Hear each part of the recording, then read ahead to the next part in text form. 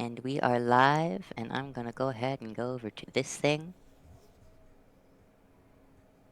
So we open first to the sky in the middle of the night. There's a constellation taking up half of the stars in the sky, so big that one couldn't notice the shape if they tried.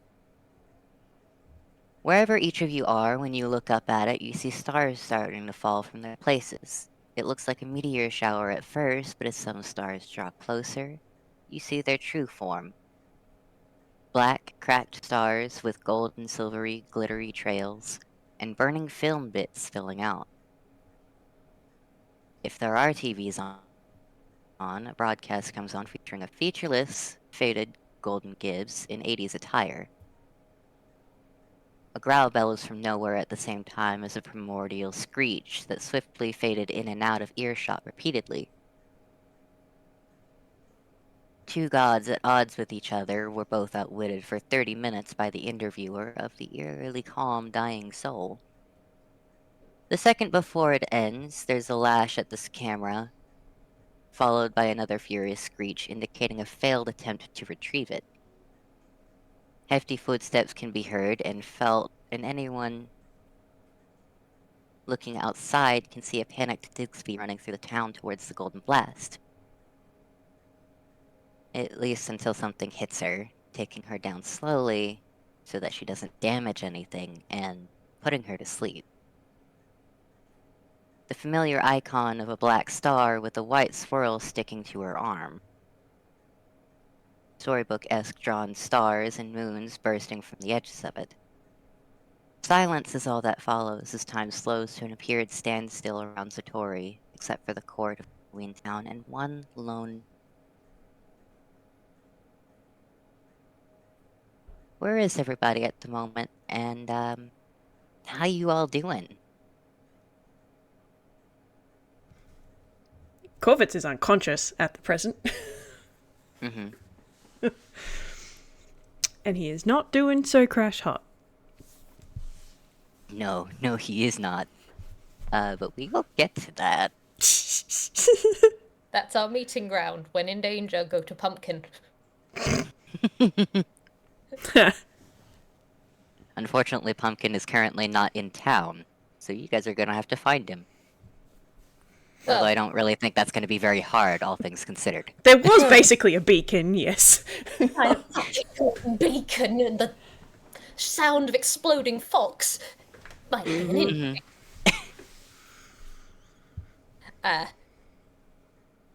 But the two of you who are here at present, would you like to introduce yourselves, the characters that you will be playing, and what exactly they're doing right now? We're going top to bottom or bottom to top? Bottom to top, just to make things fun. Spice it up a little bit. Alright. RJ, once again, going last. Hey, hi. I'm Lynn. I'm Vwild. I'm playing Lynn. Lynn kinda wishes she was unconscious right now so she could wake up from this nightmare. Unfortunately, she can't. Thankfully, she has network. Otherwise, oh, would things be a bit worse? She's at home for now. She's kind of grateful that she was at home when this all kicked off. This is fine. She's gonna be fine. Mm-hmm. She's kind of worrying about her god and her friend who she knows is dead even before she's seen it. It's finally happened. Mm-hmm. I'll leave that for now, I guess. So, RJ, how are yours doing today? Well... Asclepius and Jacques experience that, and then just kind of exchange a look of, shit. Before Asclepius starts sending to the other council, and Jacques starts trying to figure out where the fuck that came from. Mm-hmm. Mm-hmm. So by that, do you mean, like, what do you mean? The giant blast? I'm assuming? Yeah. Yeah, I do. Okay. Find the epicenter, find the problem. Mm-hmm. Well, it was outside of town, for one. Outside of Kara's sphere of influence, unfortunately. Yep, okay. We didn't want Gibbs exploding within Yeah, Kara's no, sphere of totally fair, and I'm influence, so- very appreciative. Please don't blow shit up in my town. Yeah, so in that case, then Jacques passes that on to Asclepius, and Asclepius goes, ah, shit. And then grabs literally the first person to actually respond to his sending, which is Steve, and goes, it was outside of town, we need to find this. So they're now heading out. Alright, well, I mean, I'm assuming you guys already figured out the direction that it came from. So, Yeah. I'm not even gonna make you guys roll for that. All things considered, you just look for a fuck ton of gold everywhere, and you pretty much find that. So basically, the little clearing that it was in, that had just, grass, beautiful clear sky, maybe a few trees here and there spotted, is just entirely covered in gold.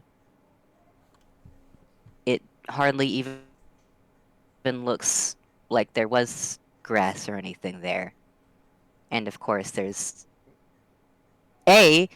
obviously an unconscious Korvits just outside of the blast zone where the gold is.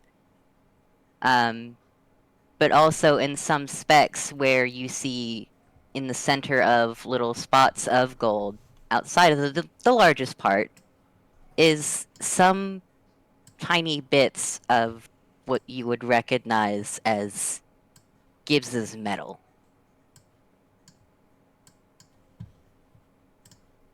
And just in front of Korvits would be Gibbs's faceplate.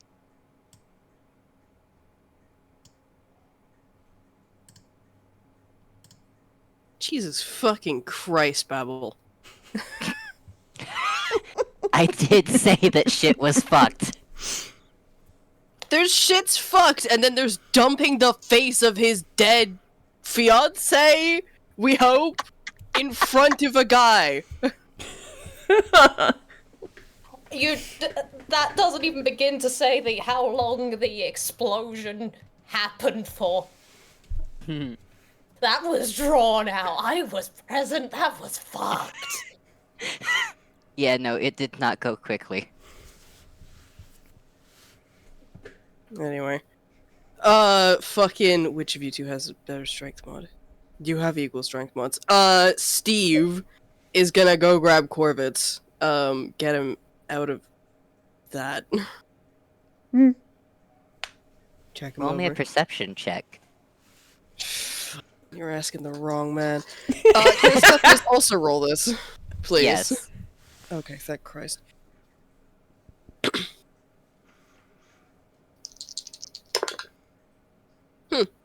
Alright, well, you didn't need to roll a nat 20, Steve. I mean, all things considered, you know what? That's fair. Right. Perception.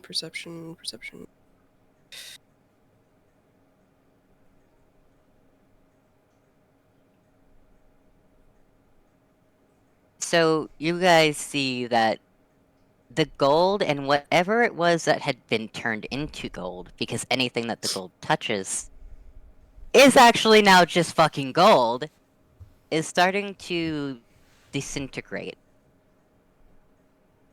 And that does include apparently one of Korvits' hands. It's not connected to him, so the rest of him is fine. But it would be advised probably not to touch anything that's gold.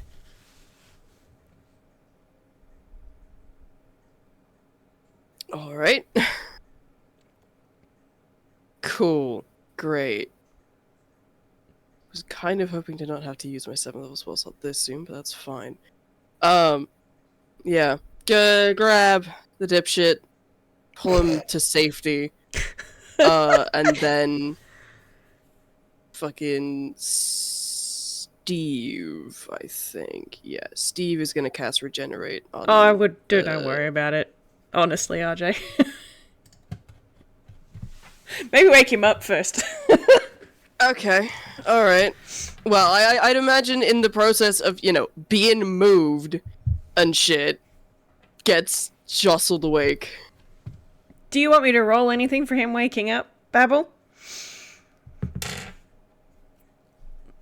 I will leave that up to you. I might do a whiz save to see how he wakes up. That's not terrible. I'm gonna do it at dis because of all the shit you went through. That's the same roll. Okay. Alright. Cool. Alright, so that's a 14. So Steve's pulling this guy, and then he sort of jolts and kind of half jumps away from Steve with a sort of a kind of a breathless, wheezy gasp, I suppose. And his eyelights are very, very dim and very wide. Like, they're very round, but very dim.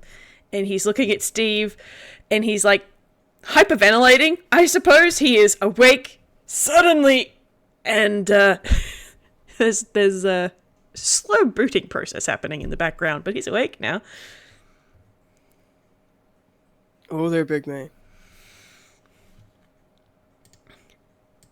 Hey. Asclepius. And you just sort of look at you guys and then turn and look at the environment. And he just sort of shrinks in on himself a little bit.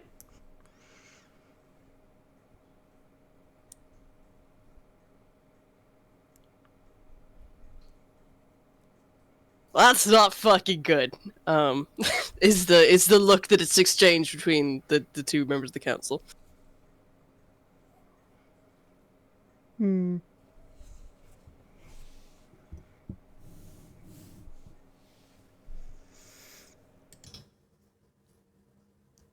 This is not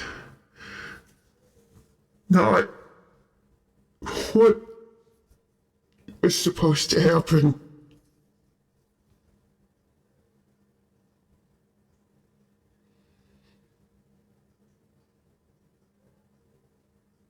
Do you mind telling us what happened? We were just talking, and then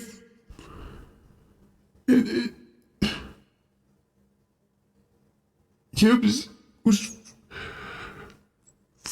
it was falling apart, and then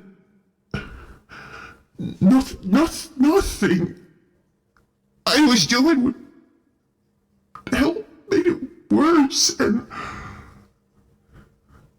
then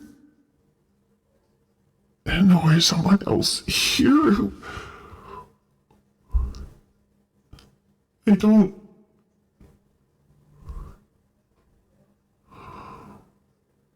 He took something. Oh, I can't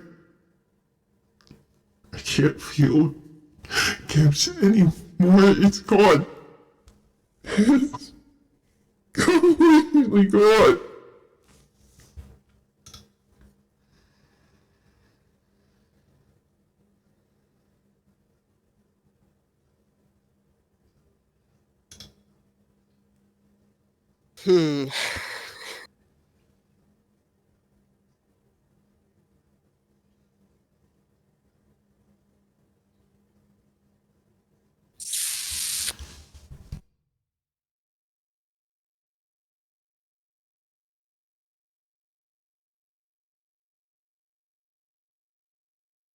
I don't actually know if I didn't know what to do with that. That's so fair. And I lay here. I've been quiet this entire time because it's just like, oh fuck my heart. Yeah.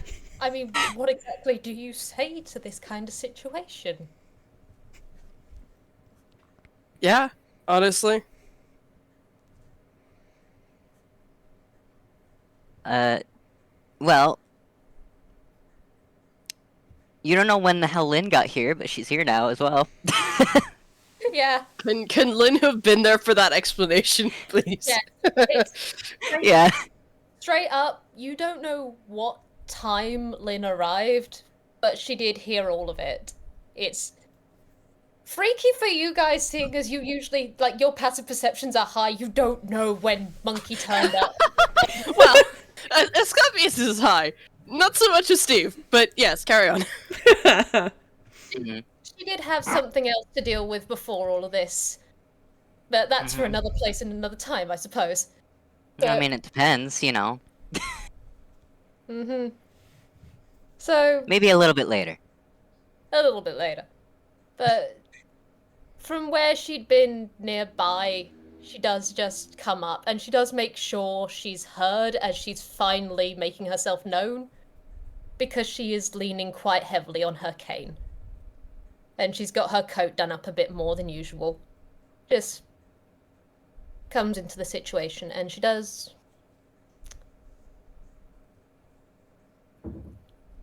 I think... yeah. She does just make sure she comes up, looks at everyone, looks at the situation, and she's got her hat on pulled low. And then she just comes up to Korvits, and then just kind of bumps into his leg a little, and then stretches her arms, just if he needs something to hold. He will jump a little bit as she bumps into him, and he looks down at her, and he's still got that wide but dim kind of expression on his face.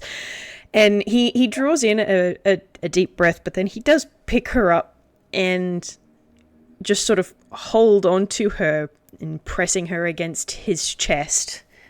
And Lynn, do you want to roll a perception? Yep.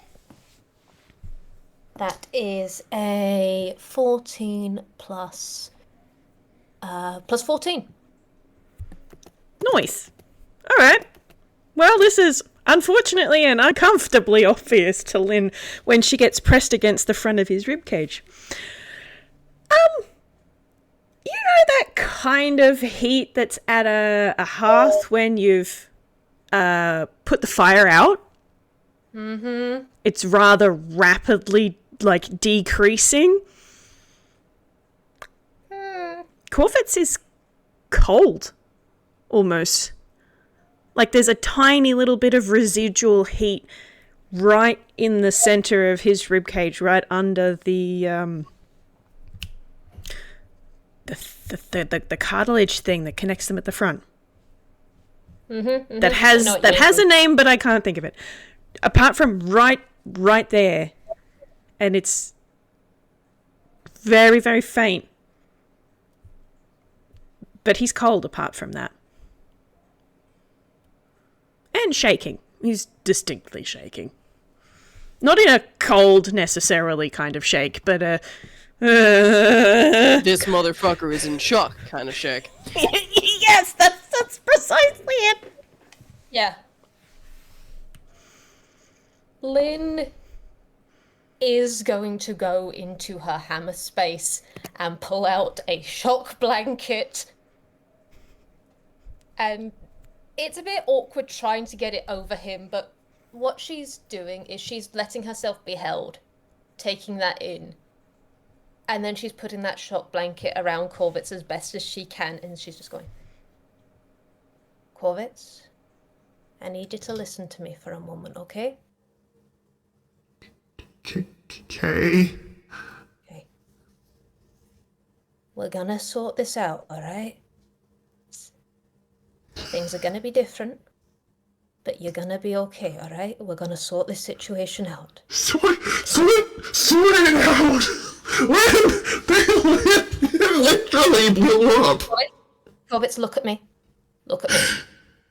Can you trust in me?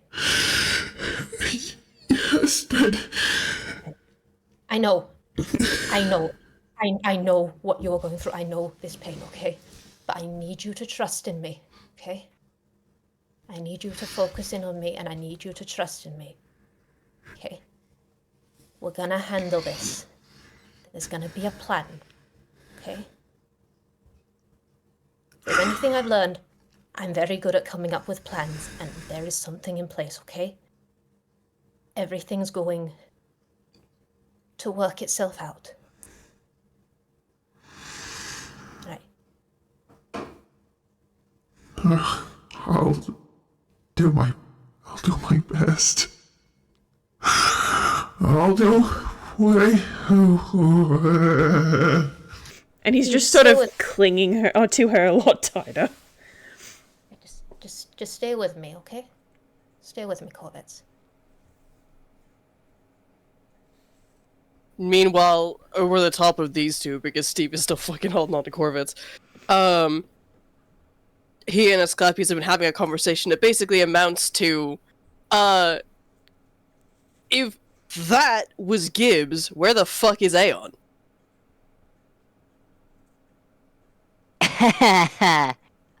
Well, I mean, if you look up at the sky, the stars that we're following have slowed. To almost a stop. They're very minutely moving forward, but they're not going to be crashing down into everything anytime soon, thankfully. There are birds frozen in the sky, almost frozen, because Aeon can't stop time, but they can slow it down enough to where it seems like time has stopped.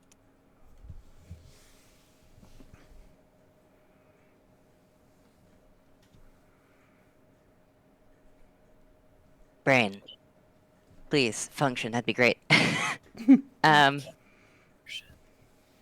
Okay. It is safe to assume that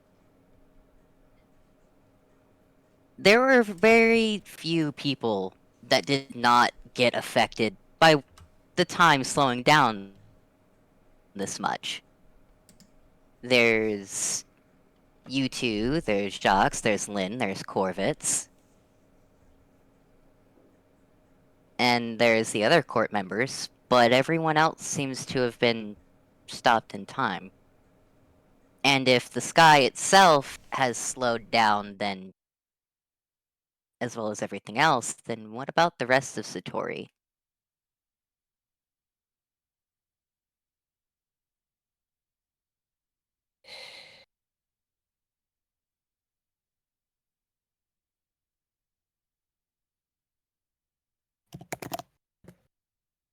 Okay.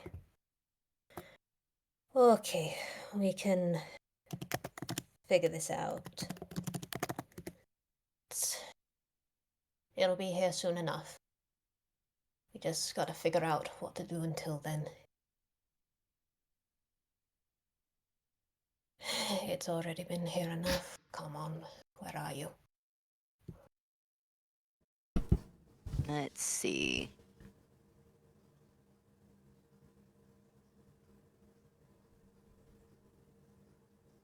I knew I had that open for a reason.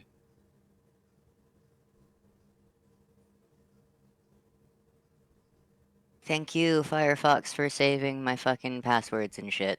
Because that made that so seamless and easy.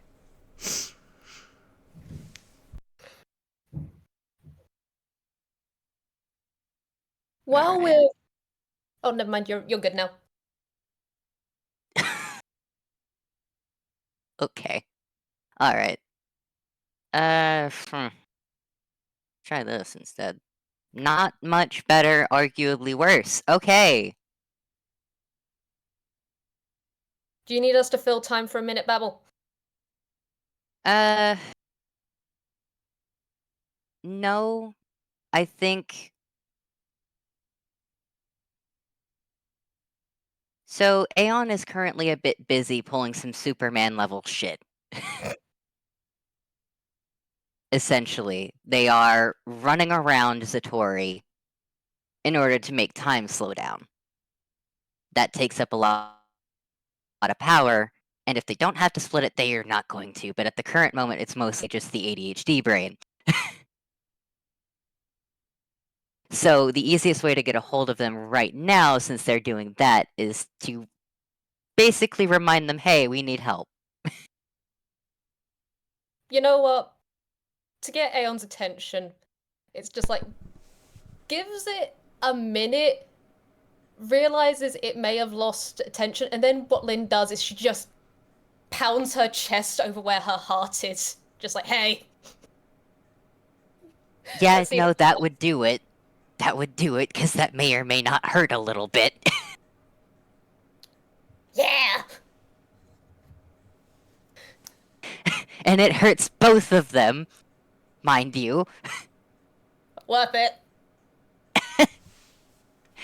Okay, so Aeon finally appears, but they are flickering, and they sound warbled.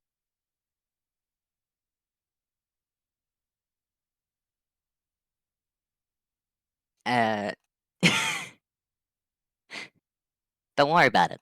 Don't worry about it, it's fine. And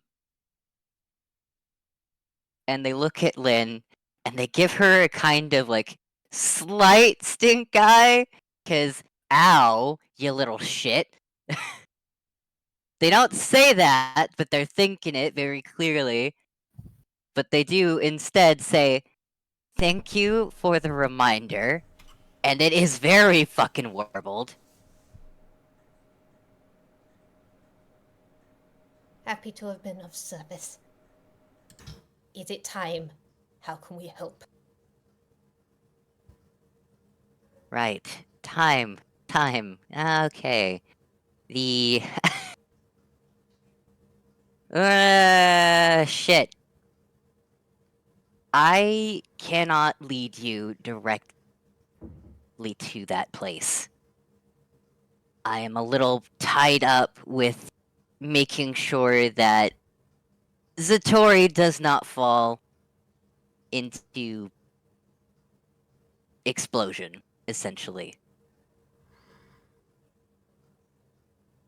Death didn't seem to think about the fact that with its constellation being as big as it is, the constellation falling to pieces would mean chaos. I mean, more death, right?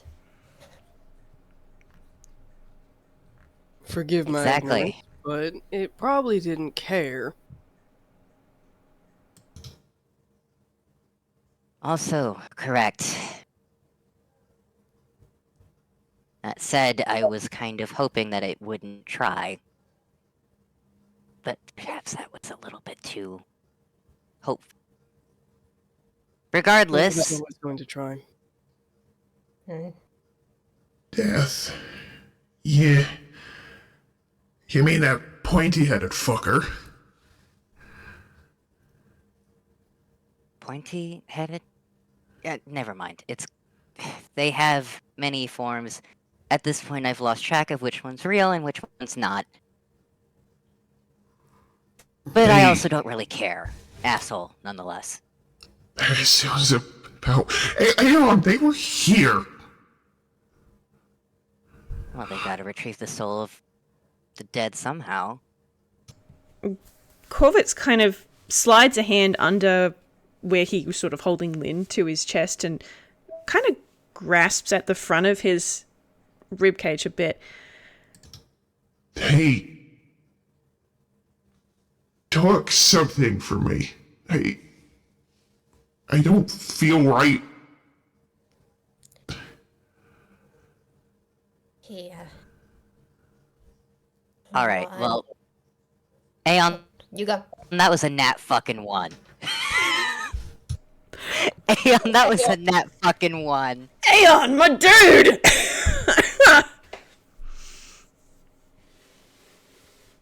Lynn might be able to help Aeon, you know, the help action, because Lynn's connected to Korvits, and I think she can put 2 and 2 together with part of the reason why she's having such a bad reaction. Well, with the fact that since Aeon got a nat fucking 1, anybody who wants to roll an Arcana, please. Okay. Yeah. Sure, why the fuck not? Because honestly, it makes sense that Aeon doesn't know this. At the same time, I just look at Aeon and I'm like, why? Like, I know you're heavily distracted by trying not to make sure that nobody else dies, but also... What's yours? Asclepius! He's not got good. He's got good Arcana, and I rolled like garbage. This one is better though. Okay. I'm gonna say that above That's Steve. 20. Mm-hmm. So Gets Lynn and it? Steve. Mm-hmm. Lynn and Steve, you get this. Korvits' god magic is missing.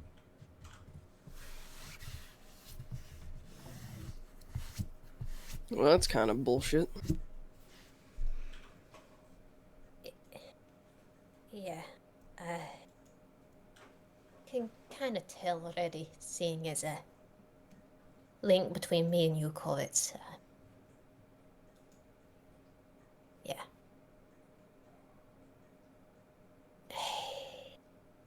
It Tell took what? you. Korvits' divinity is gone right now. I think is the best way to bluntly put it. Yup. Aeon looks very confused despite the, like, permanent smile on their face. They're like, I didn't know that that was a possibility. Because I usually don't it ain't. like that.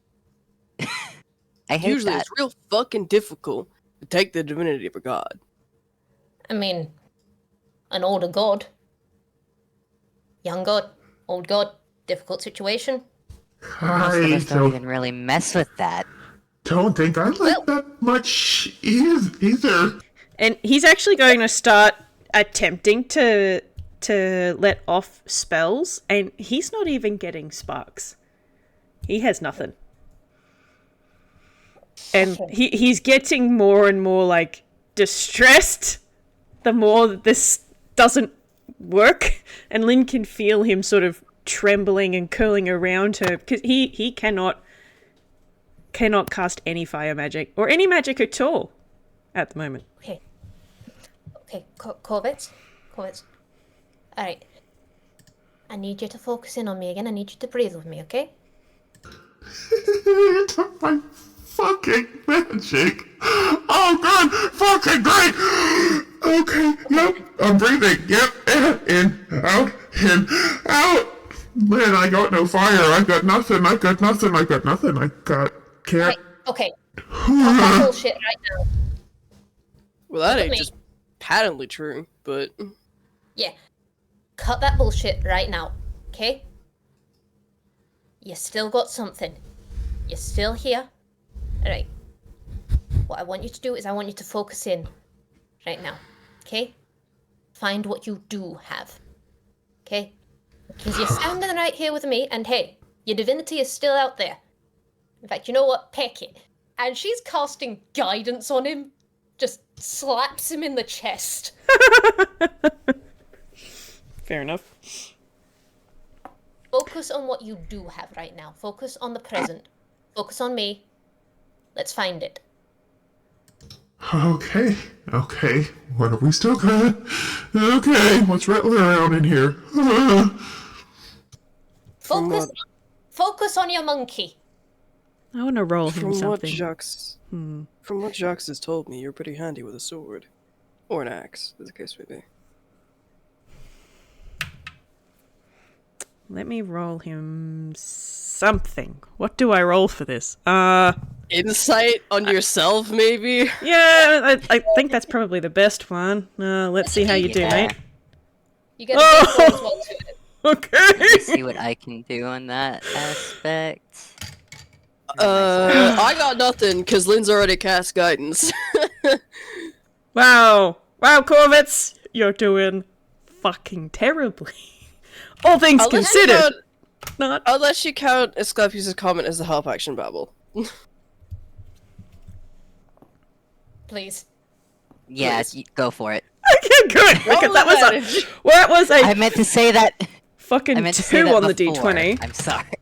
Hey, that is not a 2. Excellent. All right, let's math. Okay, 18. Cool. That's not bad. That's not Not bad. bad. Sure as a hell better than the 6 it would have been.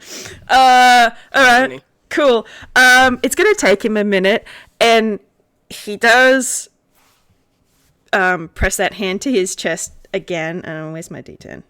Where's my D10? Cool. That would have been so great if he fumbled right there. That was a 10. All right. So he does press a hand against his chest, and I'm still Hugh and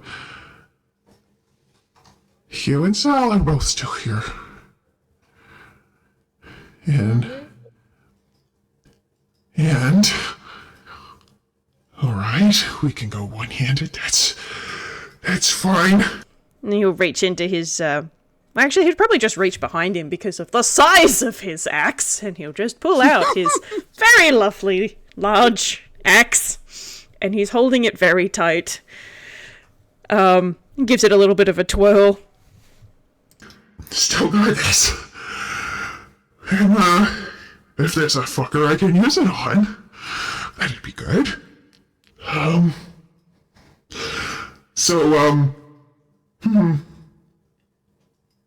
think I would like to rectify something, if we could. Please? Please let me be rectifying something right now. Okay. I cannot offer much assistance outside of general guidance. And I cannot leave the Tory. Else that comes down, and this world is destroyed. Which I'm sure none of us want. Not particularly. Alright, so. Aeon, what's the path that we need to take? Well, first and foremost is getting you to at least the same, say, plane of existence, but, I don't really know what to call it, so fuck it. And they snap their fingers, and you guys are transported pretty much into space. Except, you know, you don't need to worry about breathing, because fuck you. I said so. Okay. That was a little disorientating. Cool. Oh boy. Great. In front of you, there is, some kind of star-like, platforms that seem to be moving. And further in front of you is what looks like a giant castle, sort of. And there are bunches of beautiful planets and meteors and everything like that around. And I know I'm not doing a great description, and I'm so sorry, RJ, my beloved. I know you absolutely love space, and it's prettier in my head. It's all good. We love to see it regardless.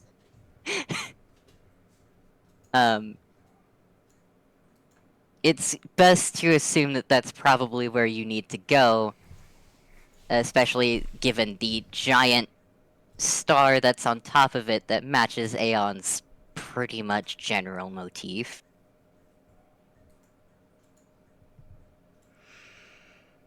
Okay. Let's head on that way, and we figure out things as we go along. Lynn, do you mind Vwild. terribly if I carry you until it is wholly unnecessary to continue doing so? Because I think I would enjoy that if that's alright. Honestly, hold me as long as you need. It's doing my legs a world of good. Okay, cool. Good for both of us. Mm-hmm. I am here. I am the monkey guard. Now, he's got Lynn sort of tucked into the crook of his left elbow, which is the arm with no hand, but the other one has an axe in it. Yep. Lynn's kind of secured herself to your arm. She's still holding her cane in a vice-like grip in her right hand, but she's just kind of...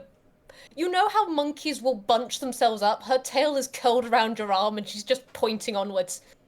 She's trying to make some sort of lightheartedness in this absolute shit of a situation. Mush. How's Steve and Asclepius doing right now? Well. Welcome to the deep end, fellas. They're looking around, taking this all in.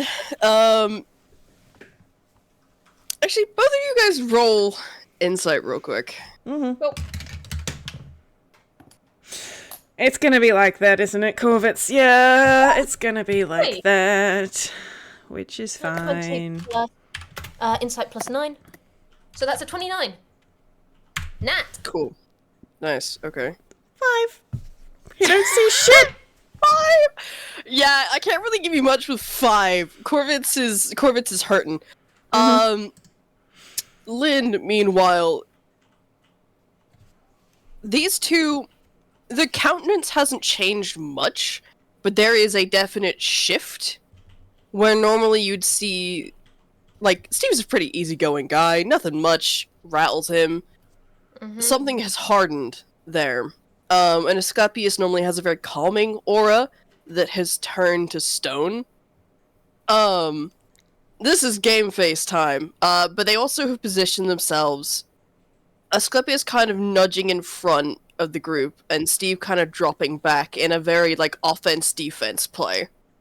Nice. Nice.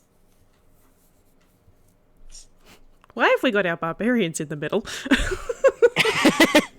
Because the barbarians are fucked. Okay, The yeah, that's fair. barbarians want to get in the way of Adorn. No. I didn't think so. I didn't think so. No, seeing as Asclepius is in front, can he roll me an insight on Lynn, just for shiggles, just as we're going along? Sure. And as you were doing that, I would like everyone to roll me a dex. Straight or Dex or a save? Just flat dex. Oh, good. Oh, they're the same for him anyway. That's 33 for that insight. Right. Cool. Asclepius, just as you've changed, in some ways Lynn has as well. You know how Lynn trades masks as easy as breathing. And while she's making jokes and these comments, you can also see the way that her stance has slightly shifted, how she's being protector as much as she can, but ready for danger. And there is something of a resignation in her eyes in some ways, as though she knew that all of this was going to happen to an extent. And you do also see, as she catches your eye, over time there has been a slight change to her eyes. This seems to keep happening with her. And you see that some of the pumpkin orange has actually been exchanged for white right now. But she just gives you a grim smile and a nod, just under her hat. She's making sure a lot of her facial expressions are hidden from Korvits right now. Just giving him the best tone possible while she's looking out for the rest of you.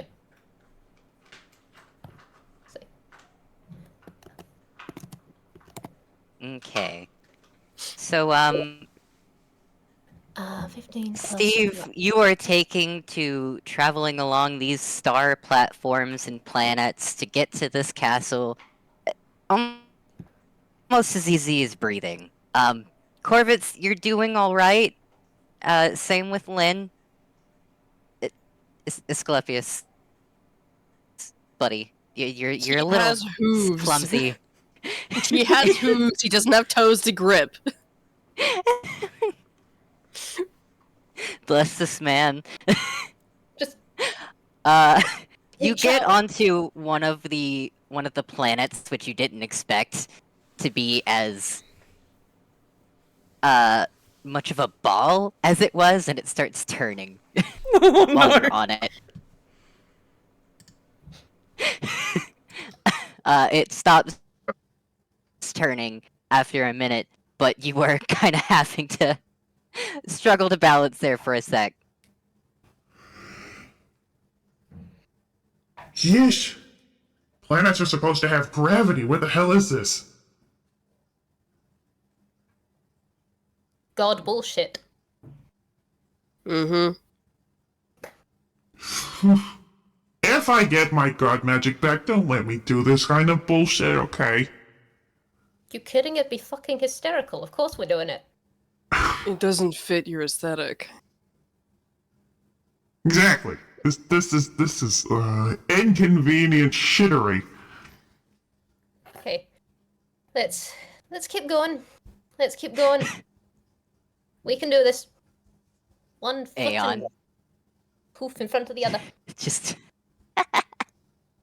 Aeon just quietly to everybody. Hey, I tried. Try harder. Gold star Damn. at each. Which one of them was it that said that? That was Asclepius. One of the planets starts turning again while he's on it. Make me a dex save. Okay.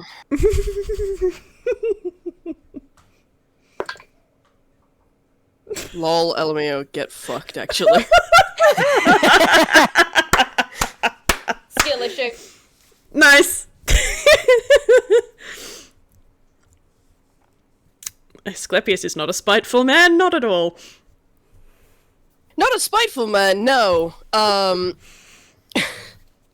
But, you know, he's real sick of people fucking with the people of his town. He'd really fucking like it if they were all just left alone. Thanks. Fair enough. Seeing as how he got a nat 20, they're just like, you know what? Gods. Fair enough. That's all Aeon says after that, is just, fair enough. Alright. So you guys get to the big-ass fucking castle, which overlooks Zatori. But also there's, like, another thing on top of it, upside down, that looks like an equally sized, hourglass.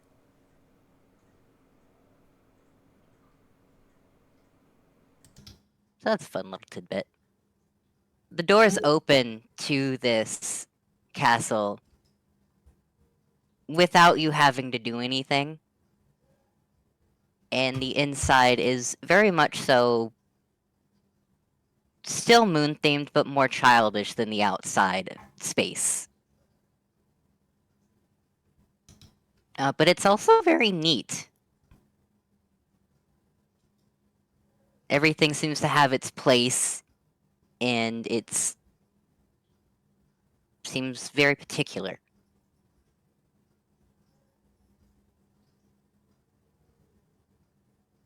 Hmm.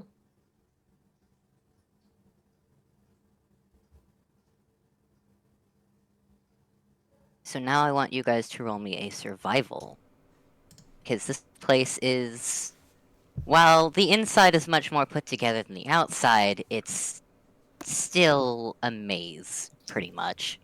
Slapping a guidance on Korvits. And let's see. Did you say survival? Mm-hmm. Cool. That's a dirty 20 for Lynn. Asclepius is gonna Alright. guidance himself. Not awful. If anyone needs a bardic inspiration, by the way, because I think seeing as... I think I can cast both. Can I cast both, or is it only one thing at a time? You'd have to do it one thing at a time. But Bardic Inspo is an action, so... Or Bardic Inspo is a bonus action, so you could do that and Guidance on the same turn. Indeed, because guidance is an action. Yep. That's what I was just checking real quick. So if anyone needs a bardic inspo, let me know. Like, seriously, I've got a few of them. Just nudge me. Okay. Alright. 18, 21, 15, 20. Okay. I'm gonna say that you all pretty much get this. Because, like I said, it's a maze mostly because you're unfamiliar with it, and it seems like it's made by a god that doesn't really know what they're doing. Fun fact, they do. It's just... their house is different than what they do. So, they didn't care as much. I feel that.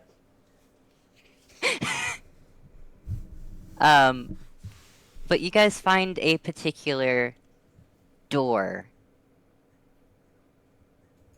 One that's shaped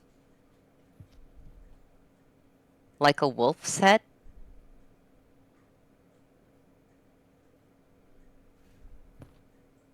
And it has a pair of sickles on it, crossed over each other. Korvits distinctly shudders.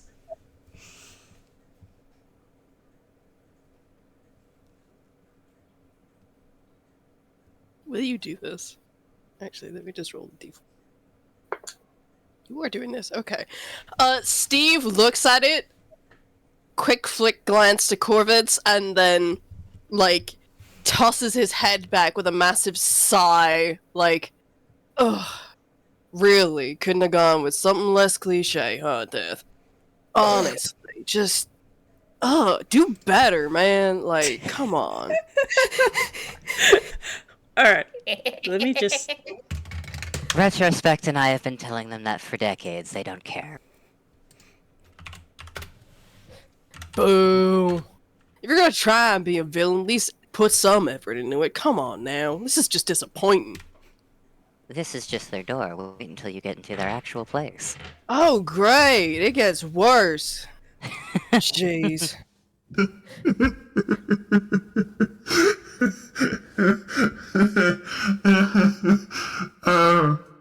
Yeah, that's... yeah. That helped. Would you believe me if I told you that we're unfortunately twins, sort of, with Death, Retro, and I? Twins, Yep. triplets, quadruplets, nah. You poor Triplets. bastard. You poor bastard. I'd send you a consolation card or something, but we should make a bingo card before we go in. What tacky shit we're gonna see. Another time. We don't have time for that, unfortunately, as much as I think that would be funny as hell. Keep it in your minds. Person to get a bingo, I don't know, gets a cookie. Let's go. A good consolation would be maybe kicking their ass if they don't really We're already take gonna. to, talking. Mm-hmm. I've never been a very good diplomat.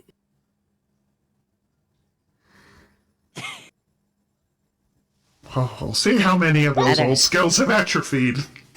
Given I have some particular personal biases at the moment. But we'll do our best. Yeah. We'll see how we do. Let's go for it. Alright. Well, time's a wasting. Let's go. I can't promise that what you find in there will not hurt you.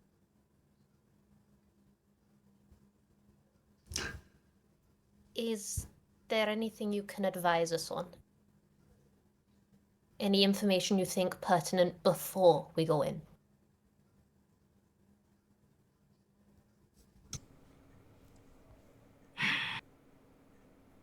Not right now.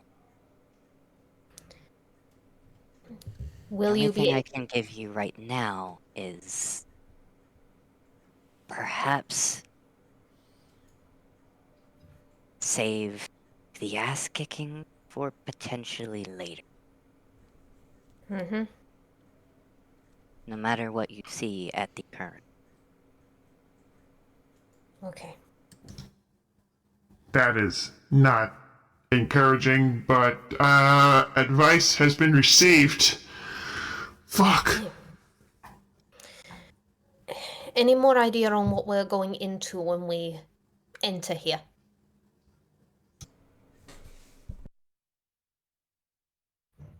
Only thing I really have to say is welcome to hell. This isn't hell. Not yours, no. Not theirs either.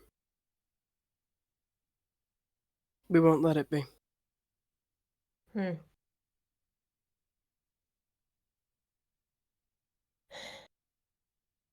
For the Good time one. being, that's all I can give you. All right.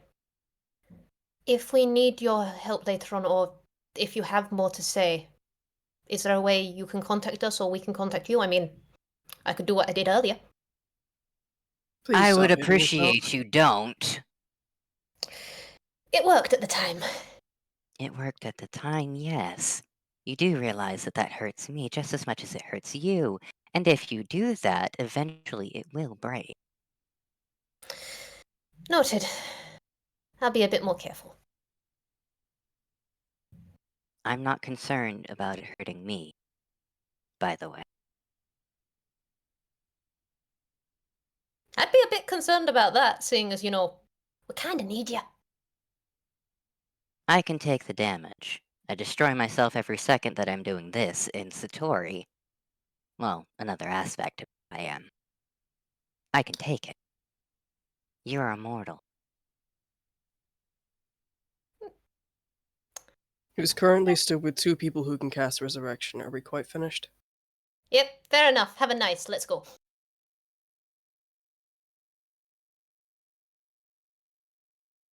Through the doors you guys go? Mm-hmm. Alright, let me go back to my document.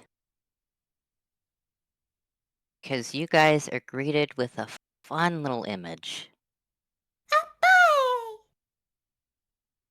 First things first, you guys are greeted to a mostly white space that seems almost endless.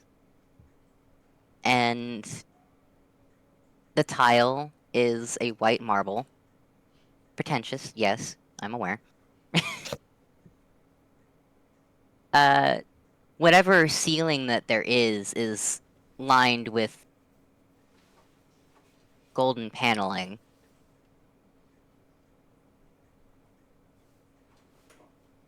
And there are scratches along the walls, presumably either from what looks like claw marks and sickle attacks. But what's more interesting is that very vaguely through the tile, you can see Zatori once again. And over to one side, you can see Zatori far more clearly. It isn't entirely clear that it just drops off into Zatori until you get a little closer to it and the flooring just stops.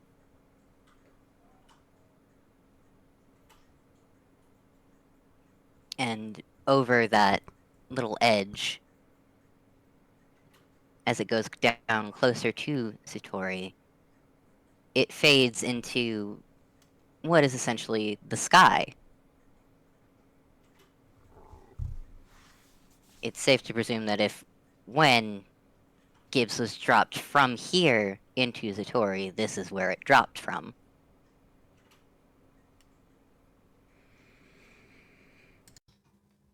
Wow, that's a long way down.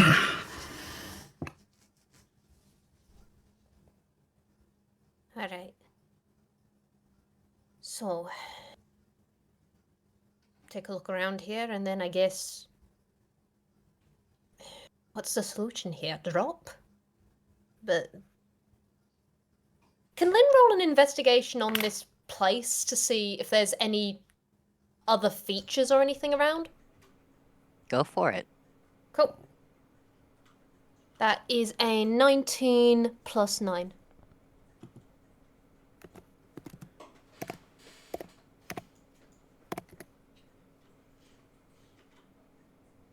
Go ahead and say that that checks out. So the tiles are lined with red and gold, almost like lava. And so are a lot of the other internal creases that you can see within on the edges of the golden paneling where it should connect to the walls, so to speak.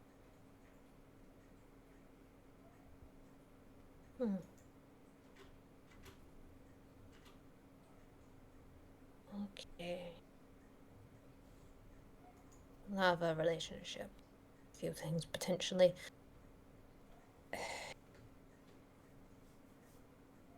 Lava creation, step on the cracks, no. How things form, potentially. And she is just muttering to herself as she's looking around, sort of thing. How are the other 3 doing right now?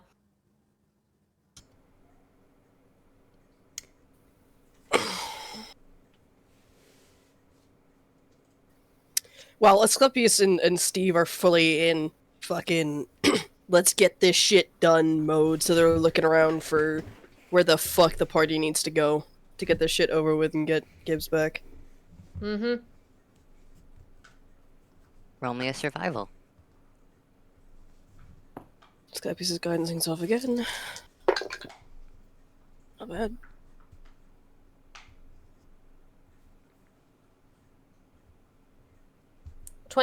Nice. Very nice. I think it's a 19, yeah. Mm-hmm. That's Asclepius. Alright. So there is a hallway over to the right. It's extremely hard to see, but it exists. And down that hallway at the very end of it, you see an opening to a wider area. And in the center of that wider area is a statue of an unfamiliar woman. She is entirely in gold. And she is holding what looks like a moon in her hands.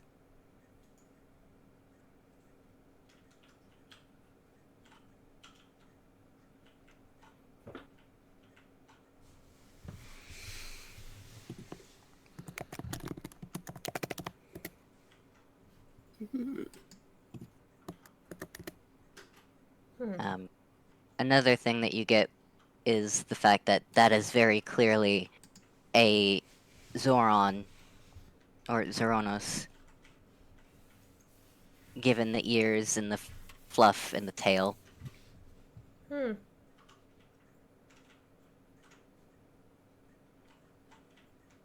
Well, out of a lack of other fucking options, they're gonna go investigate the statue.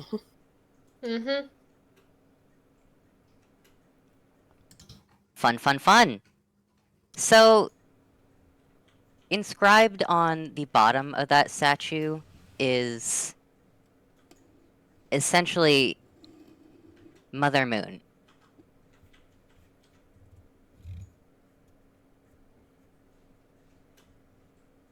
And, hey, guess what, guys? You look over to your right, and chained to a wall is, is the very faded soul of Gibbs. Oh, great! Let me roll something. Whiz save, probably. To not fucking drop Lynn. You can drop Lynn, she bounces. Okay, well, he just got a fucking 6. You're dropping the monkey. Yeah. Yeah, cool. He has let go of Flynn. Okay, so it's chained to the wall. Mm-hmm. Is that in a cuffs connected to chains, it's hanging kind of vibe, or? The chains are long enough to where you can see that on the ground that it has tried to claw its way away and disconnect from the wall, so it is able to move forward a little bit. There are a lot of scratches where the tile doesn't even really seem to be recognizable as tile anymore in that area. Alright.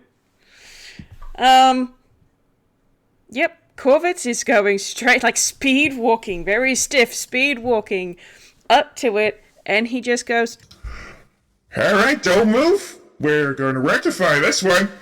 and he's going to bring his axe around and attack those chains. Before you do that, you guys hear a whistling.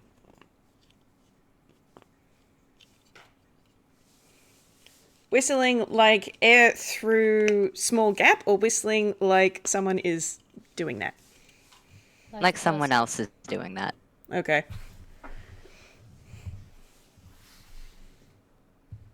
Lynn is getting as close to Asclepius as possible.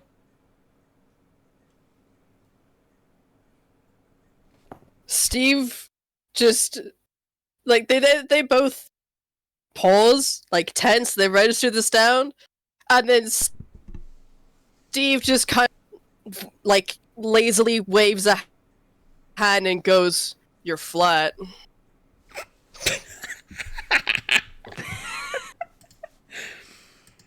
What?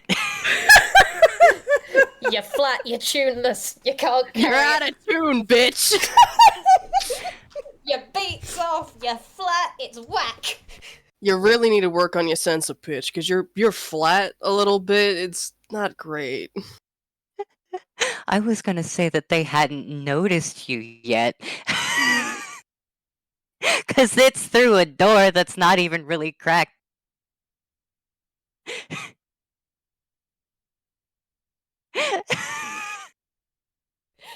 You're shit and we have to insult you through the door.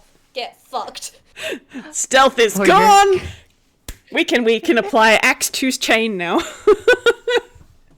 Alright, you know what? To keep this from getting too chaotic too early, I'm going to say that they still don't notice you, because you guys also hear what sounds like a machine. He's got a tumbly dryer on at the moment, he can't hear us. He's got his AirPods in. Dad, oh my god, they got their airport in, they can't hear us.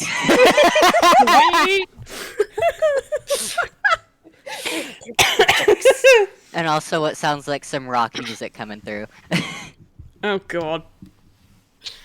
Of course. The door is actually cracked. It's just so slightly cracked that telling it from the wall is kind of difficult. That's why I didn't say anything before. So, if you guys want to take a peek at what it's doing, Yeah, alright. Yeah. Asclepius and Lynn are gonna go shuffle over to that door. Yeah. and I'm not gonna bother making you guys roll a stealth. They're not paying attention. They are too fucking confident in what they're doing. But, so you guys, when you look in through the crack, you see, they are very much so sharpening their sickles. But they're also checking in and doing some repair work, or no, not repair work. Some tune-ups to a giant fucking machine. The machine has what is very obviously some grinding bits.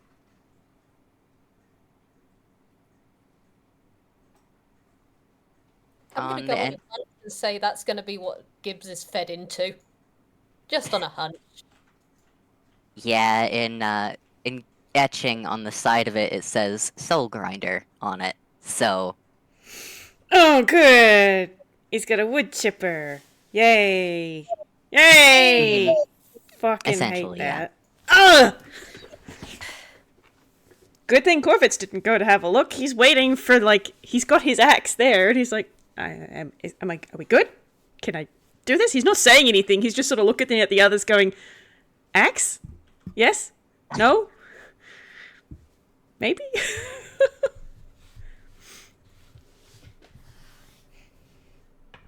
Lynn's just kinda gonna look in and then just kinda look at Asclepius because it's just like, we can't leave Gibbs' soul here at the same time. What the fuck are we doing? Because we can't leave it here with that. Because then it's over at the same Yeah. time. Oh, fuck.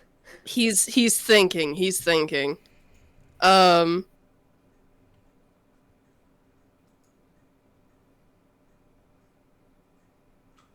If you Yeah, look okay. over at Gibbs, Gibbs has not moved. It's just been laying there. Yeah, okay.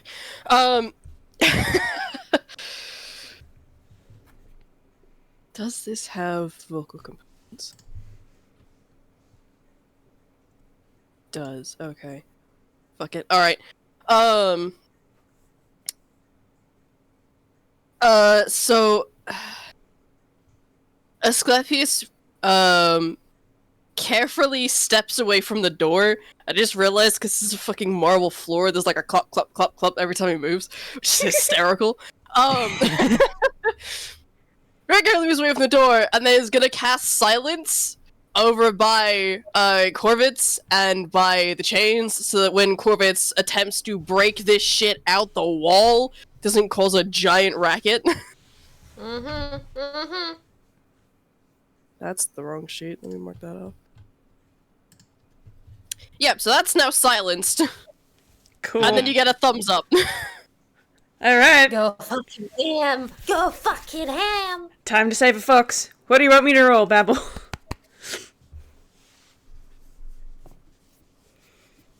I would say roll to attack, but you try to attack at the moment and something stops you.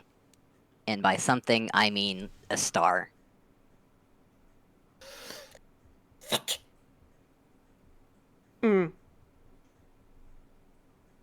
And Aeon's voice comes through. Okay.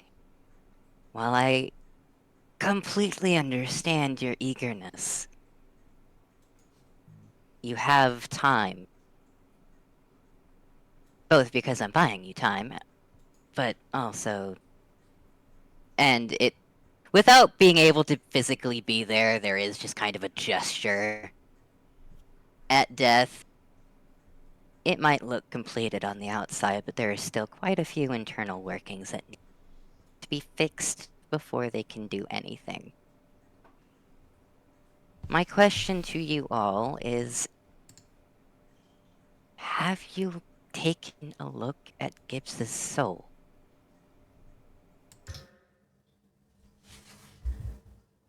It's not in a good way. At a surface level, that seems like a good reason to remove it from the situation. Unless it's too fragile.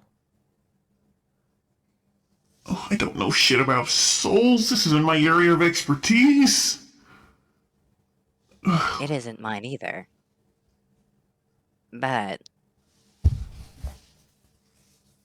And, you know, without being able to physically do so, it's looking down at it. Yeah, Gibbs hasn't even registered that there's anybody there. It's just kind of laying there and staring off into space. I have to double check how this feature works. Aeon, if we try and move it, it's not gonna work, is it? You can remove the shackles. You can take it out of this place, but there's not really much there, is there? Alright, so how do we fix it? What do we need to do to bring it back a bit?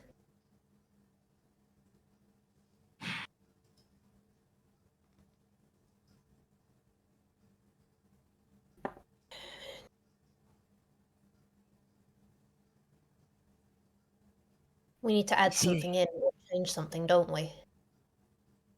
Would have Take to the go queen. through some. You would have to go through some lives, yes. Then what the fuck are we waiting for?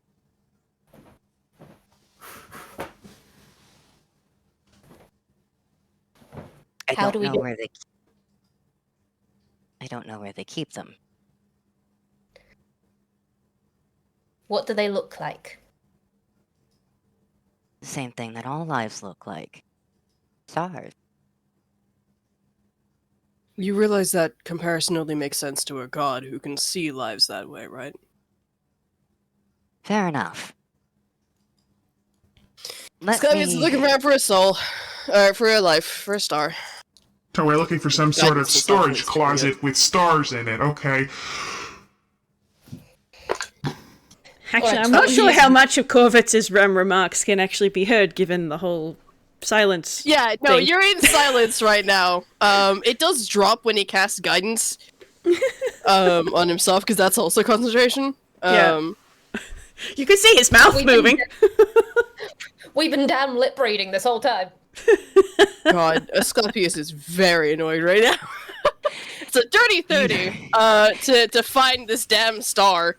Wow. So fucking valid, and this is when Aeon is trying their fucking best to be helpful. They're not good at it. Bless. Clearly. Past experience. Listen, there's a reason why they don't help usually, and it's because they suck at it and they know it, even though they're trying. Oh dear. Do they want a sticker? No. They want to do better, and they're trying. But anyways, moving on. Brain. So, how the fuck? I'm not gonna question it. There's another door on the other side of this. Or more so, one of the tiles near the far end is kind of poking up.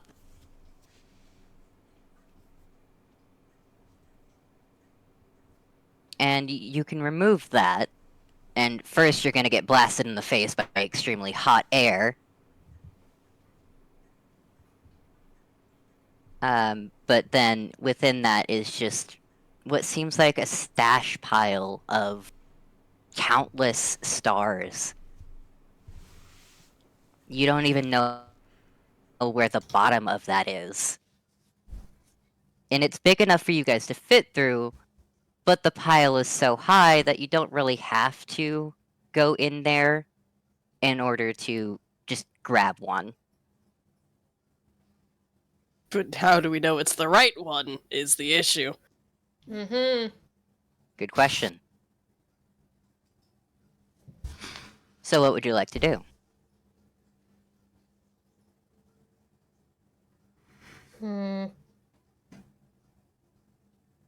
Is there any way of distinguishing the stars? There's a pretty decent way. So right off the bat, you can see a couple of extremely bright ones. Those are going to be as what Aeon describes as the most prominent, the ones that had the most effect. There's quite a lot of dead ones, which are ones that are cracked and are just pitch black outside of, the outline of the cracks. And there are some with various amounts of glowing and swirls of memories and such. But two stand out the most to you. It would be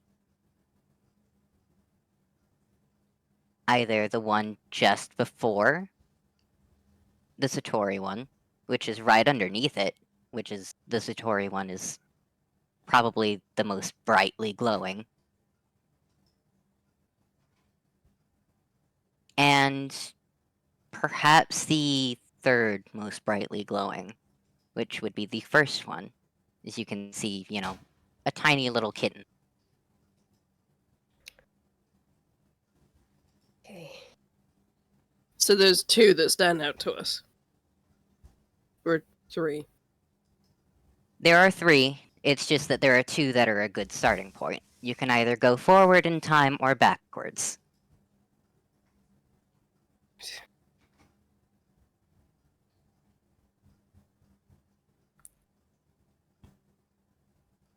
The What way do our these things thinkers work think is of you can this? jump between them. Oh, go ahead. Sorry.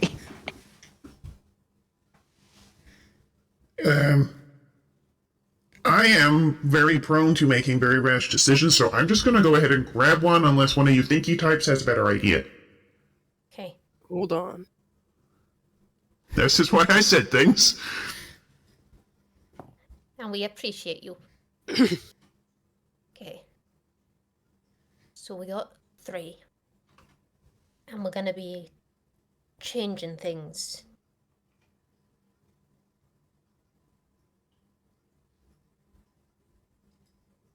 To an Well, extent. I don't know a whole lot about souls and shit, but I do know a whole lot about body parts. I do know that if you're gonna build a body, you better know what you're starting with. Gestures in case in fucking point to himself. Mm-hmm. So I say we start with the past. Ground up. Mm-hmm. Makes sense to me. So are we going forward or backwards in time? We're going to Baby Gibbs. Baby. Okay. We're gonna Fun, see fun. shit. You are going to see so much shit.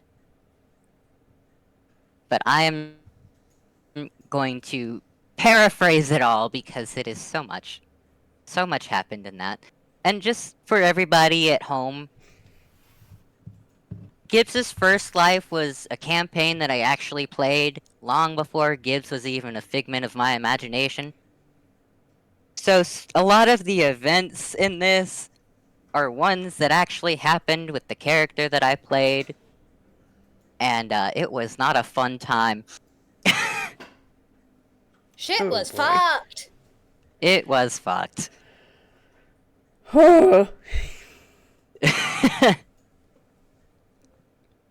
But like I said, I am going to paraphrase it all, because there is too much. Anyways. So, when you guys pick up that one, the second all of you put your hand on it, you guys are pretty much transported into it. Lynn, you already know how seeing memories works. Mm-hmm. And what you can do to start affecting how things go. But for the rest of you, Aeon does explain it. Essentially, until you make something move that can be moved, like a door open, or something fall off a shelf, or this, that, or the other, or you bump into somebody intentionally, you're not there. You are just witnessing. Mm-hmm.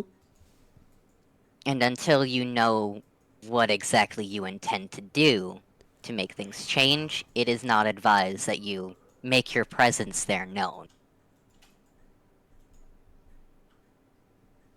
But of course, that is entirely up to you. Mm-hmm. That said, you guys now know that A, Gibbs was not born with its clan. It was born in the fort that pretty much kept its mother and it captive. And its mother was heavily abused by the ruler of that fort. But she did, to an extent, her best to keep it safe until it started to present that it had magic, which was very rare then, and it was extremely more rare in Zorona. Bards were pretty much the equivalent of priests amongst them.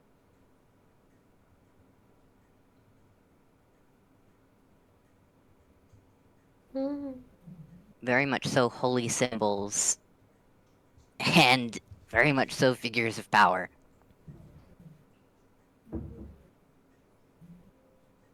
When it started developing bardic magic, the person who ruled that fort made it a soldier to fight onslaughts of undead that were being sent to the fort to attack it.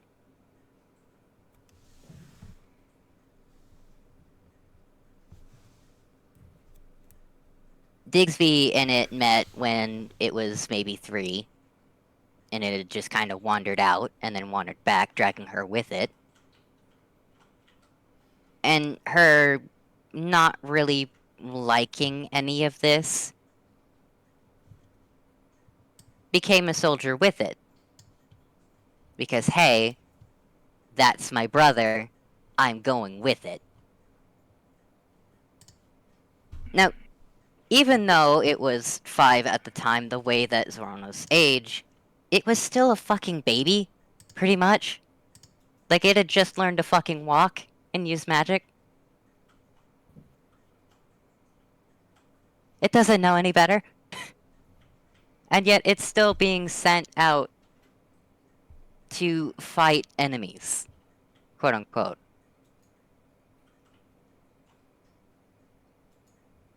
And it's sent with a few other adults. One of them was its best friend, it considered, because they were both rogues. They both liked to be sneaky. That was what Gibbs was first and foremost, is a rogue, but it also happened to start developing bardic magic.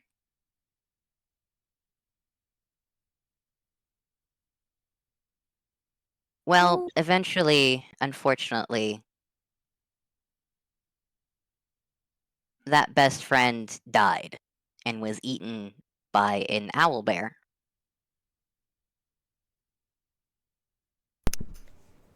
As you do. Charming. Up until that point, it had done relatively okay in choosing peace, or trying to, much to the annoyance of the 2 other adults outside of its best friend. One of the other adults was an asshole to it specifically, because he just wanted to kill things. And couldn't really handle the fact that instead of choosing violence, it wanted to choose peace, and it had made friends with many of the undead that they were sent to fight instead.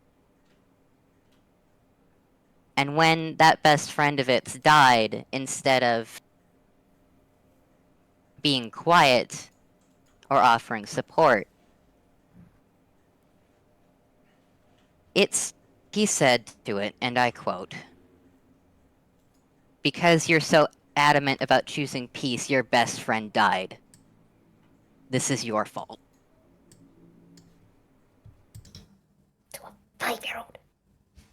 It would be Let's just inappropriate to fact- intervene and cut this guy in half, right? You know what? I would not stop you.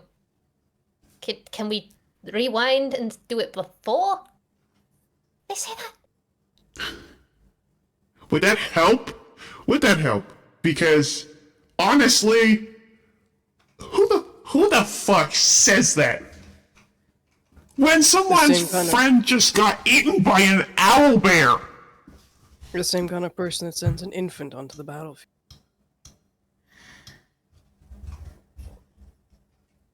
They want violence.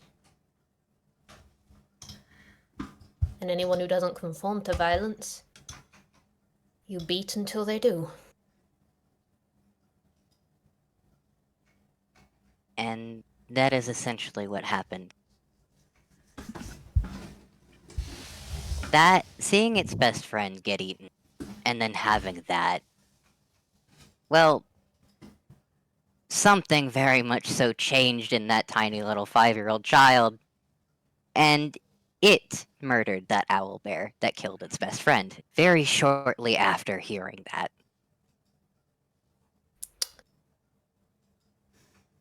Okay. It very rarely chose peace when fighting after that. It tried, but its tolerance slowly dwindled.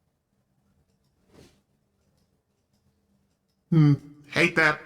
Distinctly hate that. Okay. Well, we can't remove it from the entire situation, unfortunately, because much as I'd love to, take the 5-year-old, put it somewhere with a hot blanket and some cocoa, that's not on the cards, so... Can we... Saving the friend might be too much of a change.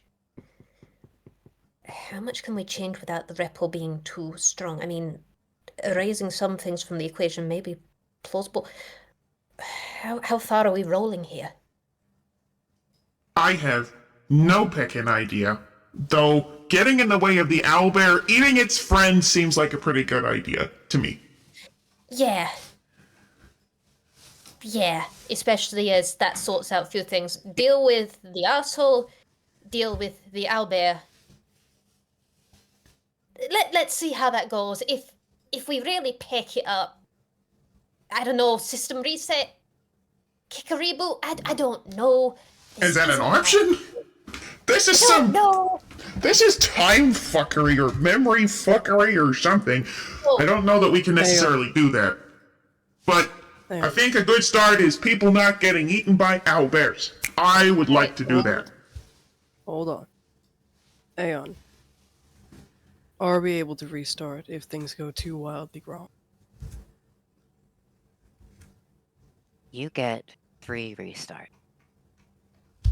That is about all the power that I can extend to that without this world getting destroyed.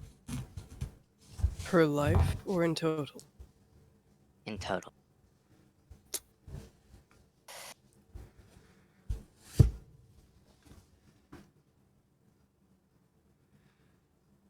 I will also give you that. Are you certain that you want to mess with this life too much? When this is the first, is what led it to death, first place, and what led it to you. The further down the line we affect a change, no matter how small or how big, the bigger the ripples will be. That is simply how momentum works. Exactly. Do we have to do something with this one right now? Can we, just put it back in the... It was keeping all of its lives in a hole under the floor. Fucking asshole. Can we, put it back in the hole and then go and look at another one and then come back? If we decide we want to do something about the owlbear? Fortunately, you cannot come back. Ah, fuck. Now, I can only move you forward one way. Since you chose to go forward, I can move you forward.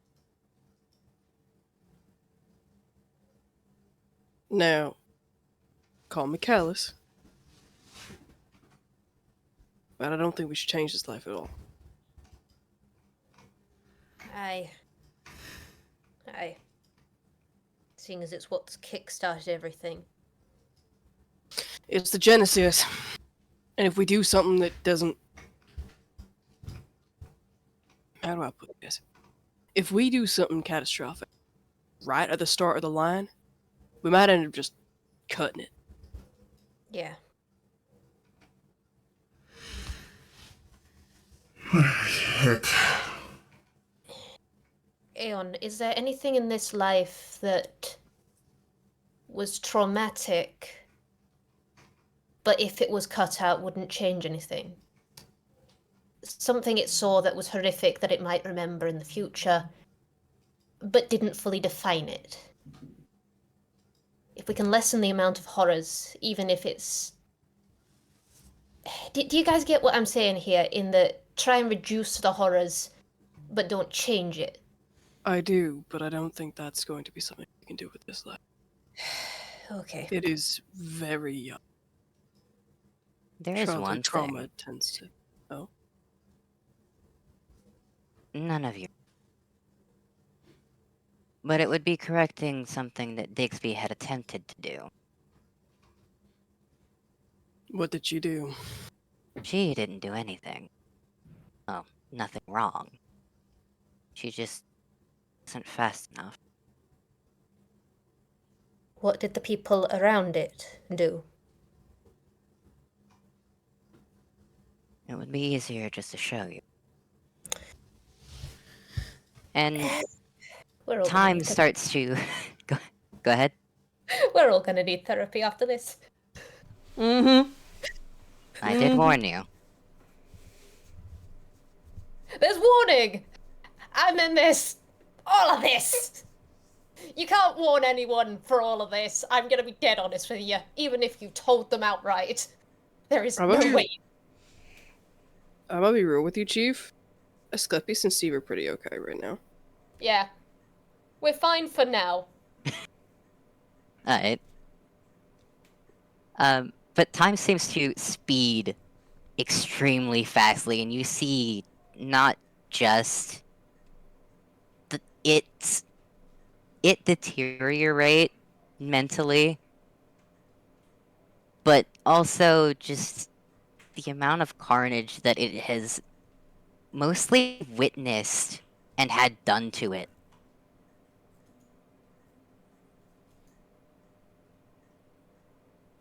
You also see very briefly it getting dragged back to the fort and it trying to escape with its mother, with Digsby. But eventually its mother gets caught and killed in front of it. How old was it? At that point, perhaps 6. Right. I have many You said this was like a campaign that you actually ran, and this was your character. I have many fucking questions for your DM. Yeah. It was fucked. First of all, what the fuck? Second of all, that's not how you play a game. This is just an angst fest, my guy. Listen, it was a really fucked up campaign. No shit, Sherlock! But moving on so that we can actually play. Sorry. I'm trying to get to the point. I'm sorry. It's okay, we love you. You guys get to a point where you guys are in a cave. And it's just kind of chilling outside of a particular opening. While 3 people seem to be arguing. Some person that was a slave that they were trying to rescue. The water ganassi that's been with them since the beginning, and one of the other 2 male adults, the other one is turned into a mushroom. And, the fucking... It's a druid.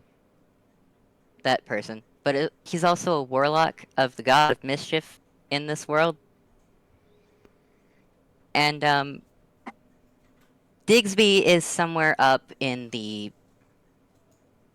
because the caves are also a house as well in that area. She's somewhere up reading something, and she hears what sounds like the arguing, and she's looking down, and she's not really understanding what it is that they're arguing about. And she's making her way down to try and stop their arguing because she knows how it affects Gibbs. But then, in a fit of rage, the druid sticks the mushroom, the polymorphed guy that was an asshole, in his mouth. I think we can all tell what's gonna happen here. Fucking hell. Your campaign was strange. It was fucking horrible. Anyways, I'm so glad I don't associate with that person anymore. But, irregardless,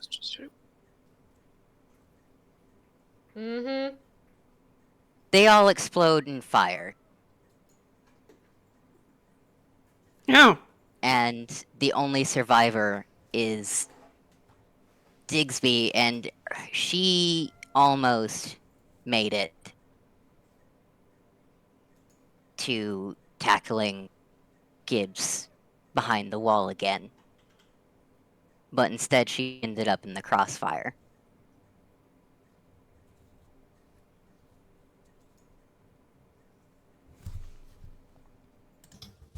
She survived, heavily burned, but that wasn't what concerned her. What concerned her was the fact that Gibbs, called Grumbles during that time, saw that and didn't seem to react.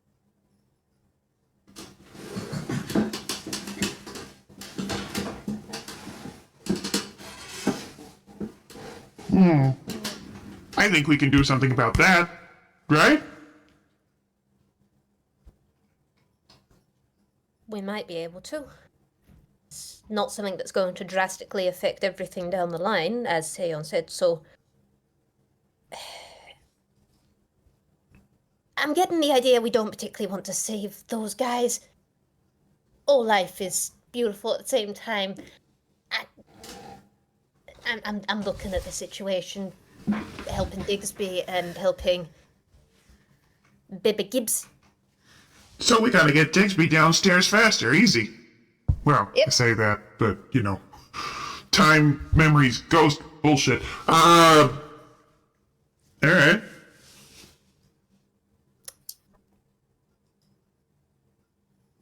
Or we could interfere with the arguing ourselves, but that's probably less ideal. Less ideal. Adding us into that mix is probably not going to be ideal, and also bringing those two back from the dead and having them continue in the narrative probably would change things down the line with knock-on effects, so just assist the Digsby, push behind the wall a little quicker, or just make sure the kids don't see this. It'll be fine. So what, do we steal her book?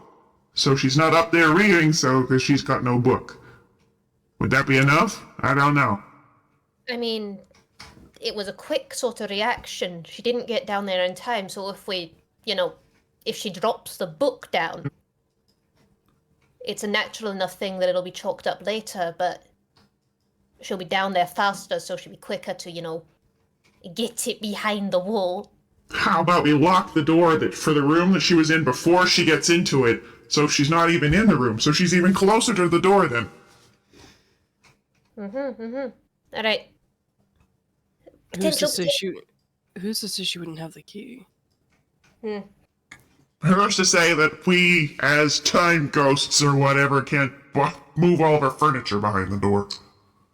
Let's not get too ahead of ourselves. Well, that's brilliant in the Rube Goldberg sort of thing. Let's keep it simple.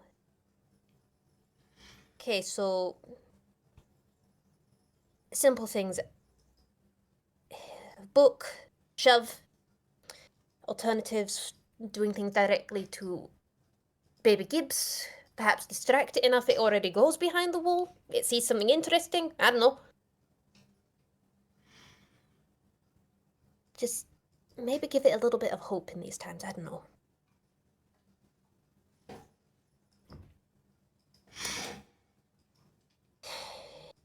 We got a lot to get through. Let's make a quick decision. I will do things. I don't think I should be making too many decisions, especially at this point, because they're not gonna be good ones, quite frankly. So, you guys are the thinky types. You guys are the smart types who are not as, in shock. Yay. So, point me at something and I'll do it. Aeon said to fix something that Digby could do. Or failed. I think we should focus on her. Aye. It's if she... I have Longstrider. I mean, if we're time ghost, right, it stands to reason that we shouldn't be affected by the explosion. I could just toss her at baby Gibbs. Aye. So she gets over there. How big is Digsby right now? Because I keep forgetting what size this fucking kobold that is not a kobold is. So, at this time, she's not any bigger than Gibbs. And how big is Gibbs right now? Like, same size that it was as a tune. So, 3'5"? Right, thank you. Not even, it's just 3 foot. Okay, so it's a little bit smaller than Gibbs. Not Yeah, by much. Korvits eyeballs it. Korvits. Steve eyeballs this like, yeah, I can fastball that. Okay. Alright, do you need anything boosted? I mean... You're getting a Bardic inspiration. Asclepius pats him on the shoulder and says, "Don't fuck this up."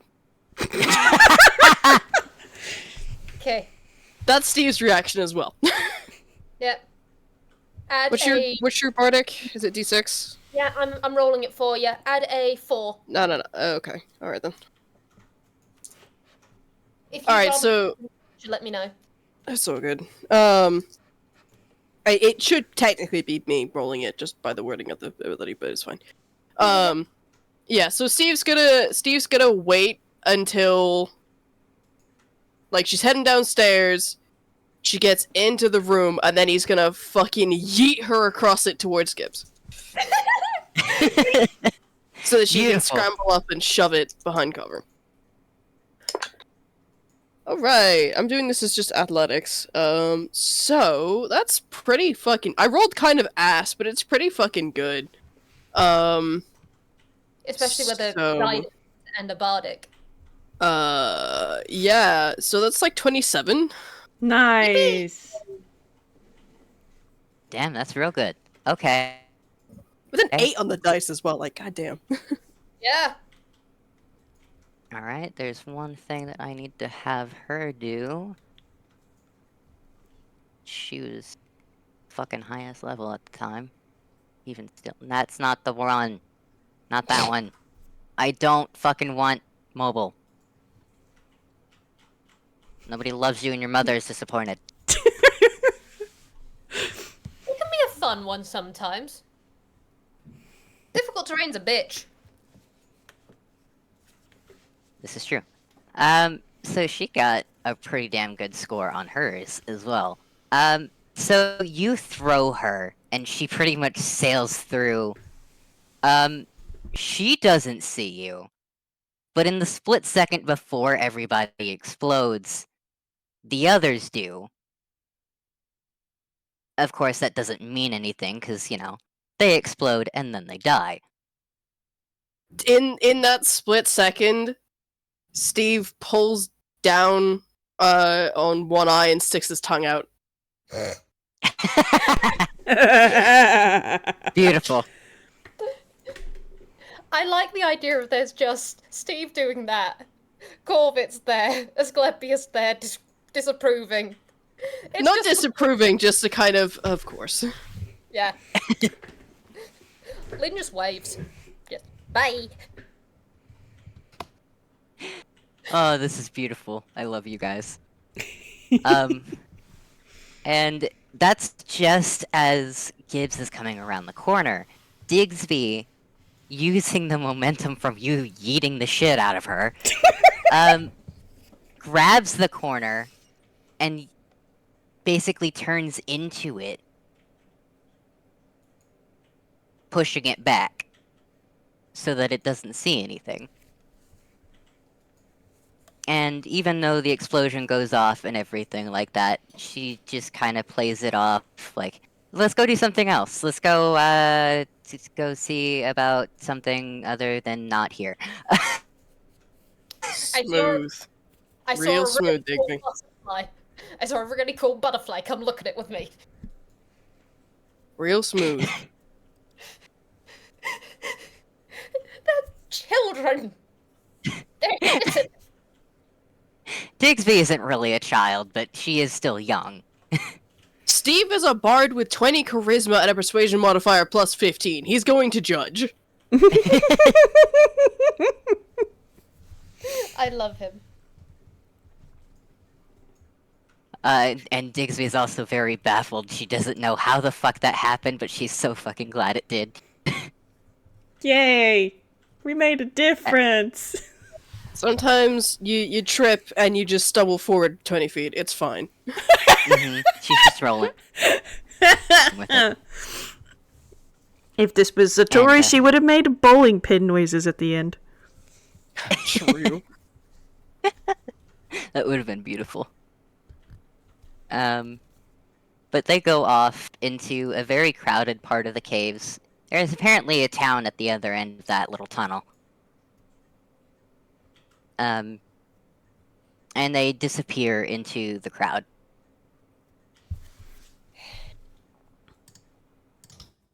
Well, that We made a difference. seemed to work. One difference down. How many more to go? All right. On to the next one. Onwards we go, I guess. Yeah, suppose so. Alright.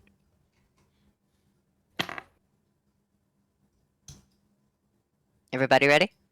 Mm-hmm. Should we take a quick break, seeing as I'm looking at the time real quick? Like, does anyone need to get water real quick? I do look at you guys as that. My as well. teacup Thank is you for the empty, reminder. and I would like my teacup to not be empty. So, Fair enough. How is everybody doing, energy and brain-wise? I'm good. I'm fine. Pretty good. And headbutting each of you individually. I'm headbutting you back to assert my dominance. How fucking dare you?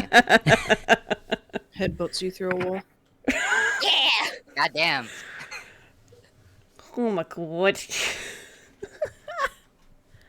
Okay, so RJ's headbutted through the wall. Right. Alright, I've got to gear up this headbutt. No. I've headbutted Babble through the wall. Yes. Alright, and fuck now my walls in particular. Alright, I have to figure out how far I can headbutt the Babble. I'm thinking Stratosphere is a really nice place this time of year. I'm gonna Why? I'm gonna leave you guys to do that and go and make tea. So, you know, you enjoy your sibling bonding experience while I go do that. Woo! You know what? I think this is a fair punishment for all the angst. And we're only on 1 of 3. 1 of 3, maybe 4. Depends on time. Mm-hmm. Let's see.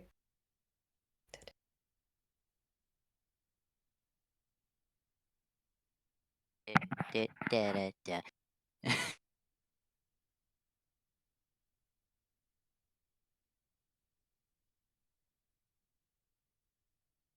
Are you guys having a little bit of fun?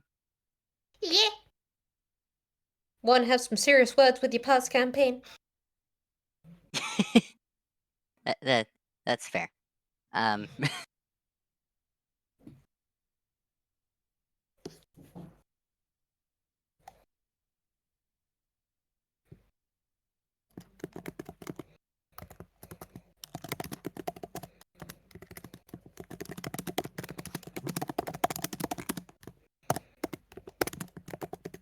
Yeah, that first campaign was fun up until they made it witness its mom die in front of it.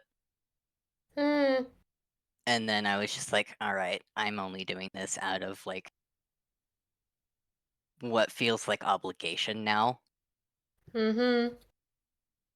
And then it really stopped being fun once they got into politics and put angst into that. Hmm.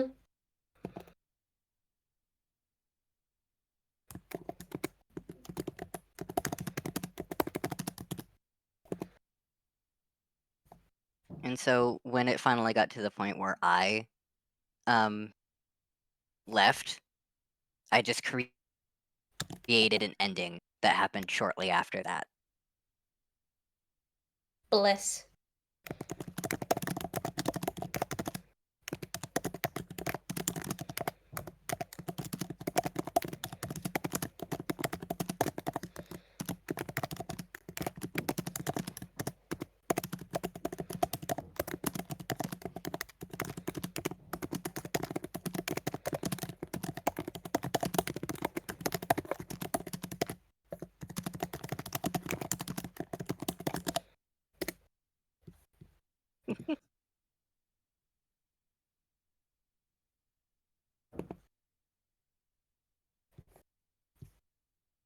Heard the click-clacks of many types.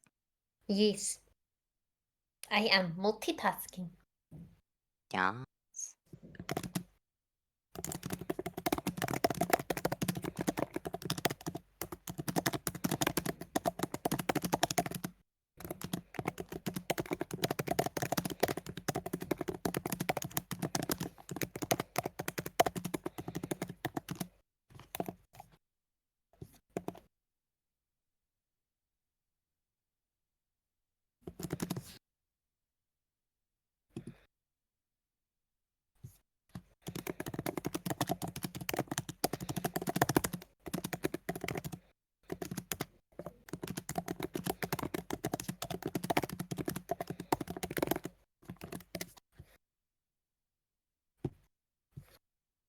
Hmm.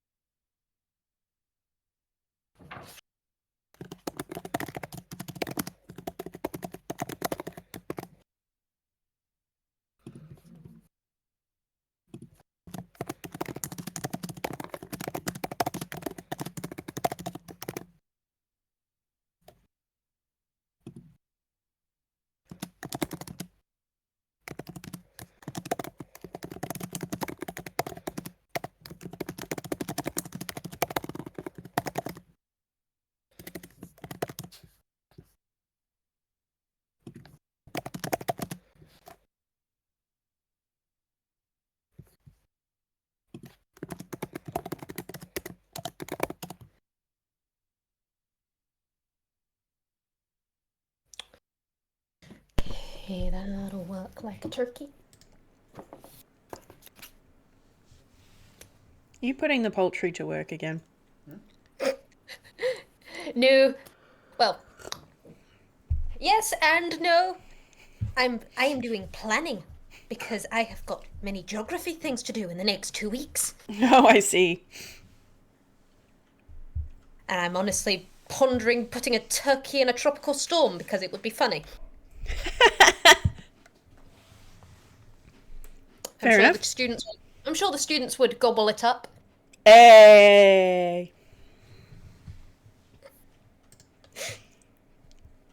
Dear me, dear me, dear me.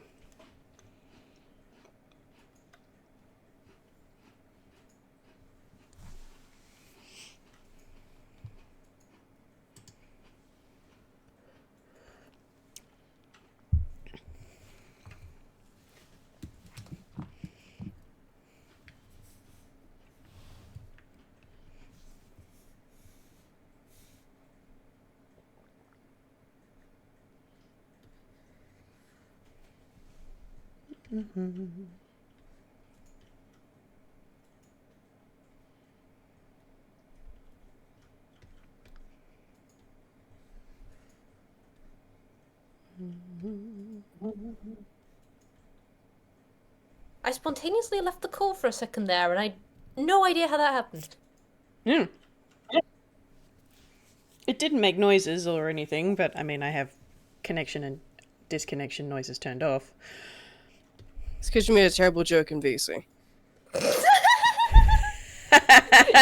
did this to me. I thought it was poultry emotion.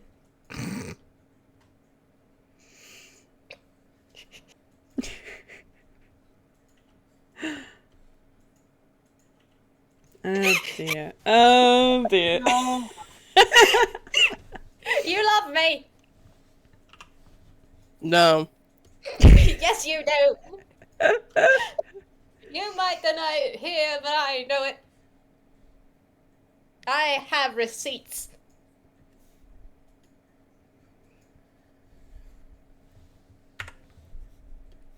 Basing a person's current state upon previous evidence is a folly. Damn.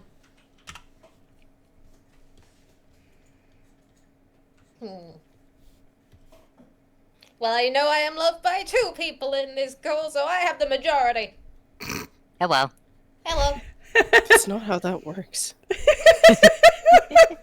does now. I am the Senate. What have I missed? You're not the Senate, Vwild. I'm the Senate. Because I can kick you out the window.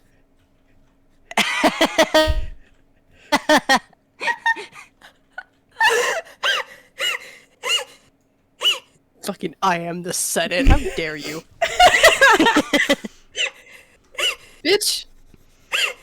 Come step up to me when you're the co-owner of the server.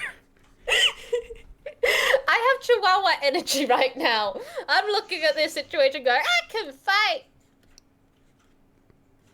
Well, I just slap you and send you flying across the room. Yeah. This is like this one time I was watching a giant, and I mean a giant Labrador. This guy was I can take a Tibetan Mastiff sort of thing. And this tiny little puppy just yapping round its legs. And it was just so calm and quiet until it raised one big paw and then just flattened the thing so much it went into the mud. You couldn't see the puppy anymore. It just sunk. Splendid. Alright. We're all back. We're all alive. Mm-hmm. I have had Tim Tams and I have tea. Tim Tam! Can I have a Tim Tam? I'll post you some. Yay! I'm Yeah, still finishing my snack, so I'll be muting again, but I am here. I had to fix his apparently broke somewhere in the middle of the night.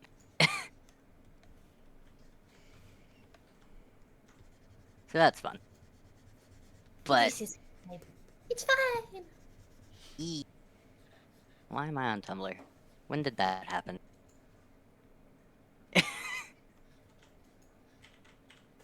Okay.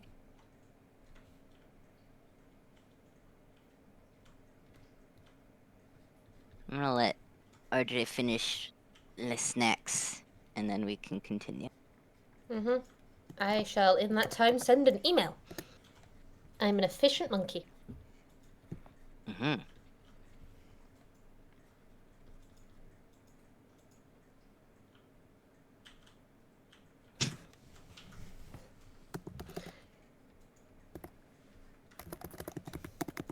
So, before game, I was listening to, Henrik's interview, Mm-hmm. and it's so fucking funny when Jenny comes up. Yep, we'll be right back. Excellent. Just immediate on-site attempted murder. Don't worry about it, it's fine. I mean, come on. After a decade, aren't we allowed a little wrath? Yeah. I think Jenny deserves... Honestly, Jenny should have hit more. Mm-hmm. Good for her.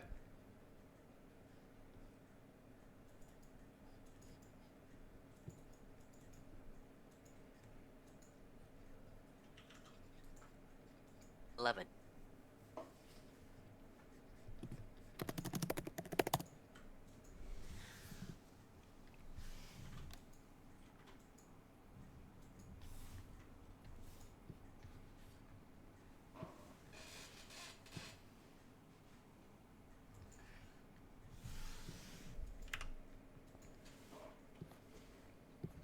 Okay, let's go.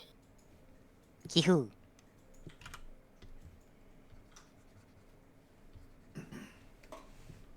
Vwild, are you dead? No, I'm here. Okay. Okay, we all Gucci? Yep. Yeah. I don't You- know why I do this, and yet I know that you guys can't see me do it. Doing a fucking dab, even though you can't see me do it. Honestly, I have waved at the screen as though it would get someone's attention before realizing, wait, shit, balls. For some fucking reason, whenever we close out, I always wave at the camera, even though they can see it. Oh, So, I do you that know, too. I do Yeah, that too, I do and I that. give double thumbs up to my screens. One of these days, we will invest in webcams. Mm-hmm. Alright. But, back from break, so starting recording... Oh. Why? You good? I thought I had stopped recording earlier. Hate that. Okay, well, hi, everybody. I guess we are already still recording. It's fine. We can edit. Keep going. Keep rolling. Editing takes effort that I don't have. It's fine. Leave it in. They get the slice of life. They get the typing. Hush! But, anyways, rolling with that punch in the face. So, you guys jump through multiple different lives in order to get to one of them. All of them are fucking awful. I'm going to need you all to make a Whis save. That's not the Okay. worst one he has done today.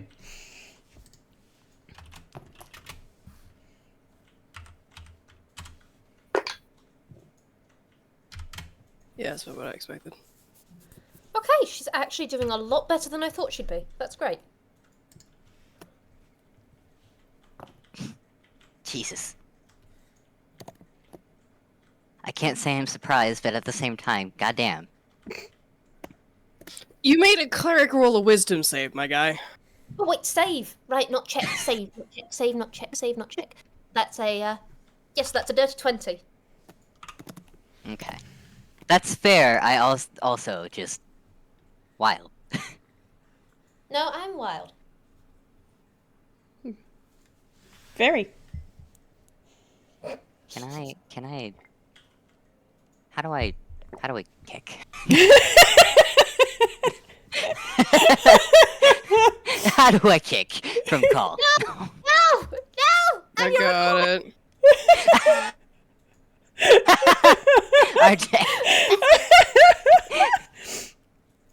I love you all so Love you much. too. Anyway, let's keep diving. Let's keep rolling. Mm-hmm. Keep diving into dying. So, the next one is, where it's much older. Not quite... I don't know how to word it. But it's older now, very much so an adult. And it's in the middle of a war. In an entirely different world. And it's got, like, a couple of other people with it. Basically what it is in this is, like, a special ops. But not really, because... of course it's been lied to again.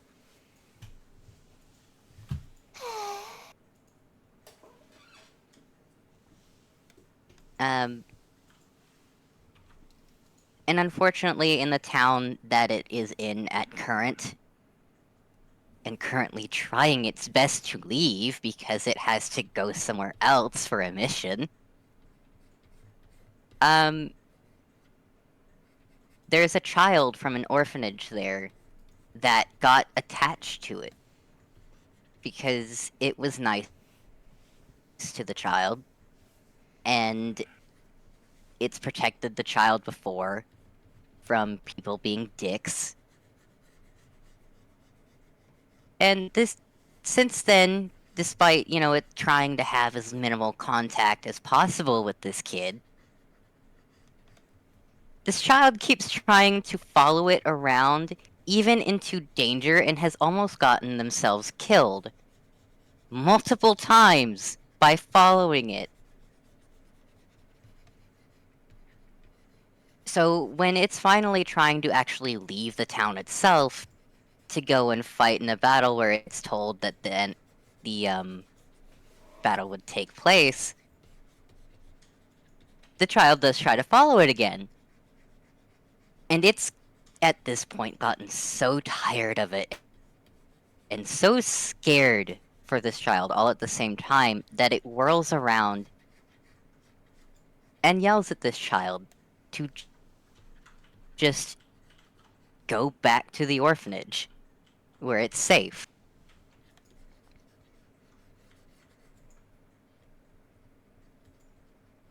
Because they're just gonna get themselves killed if they continue to try to follow it.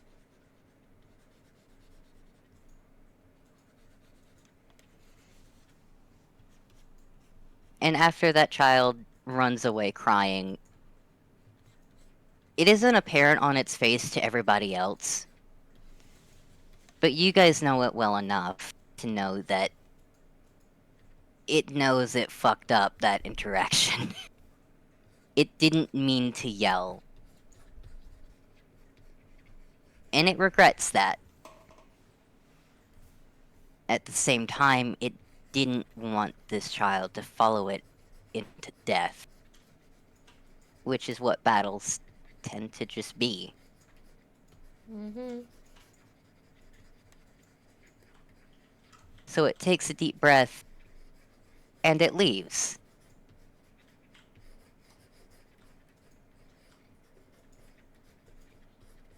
Well, they get to that place where they were told to go, and it's already been destroyed. But it was destroyed a long while ago, it looks like.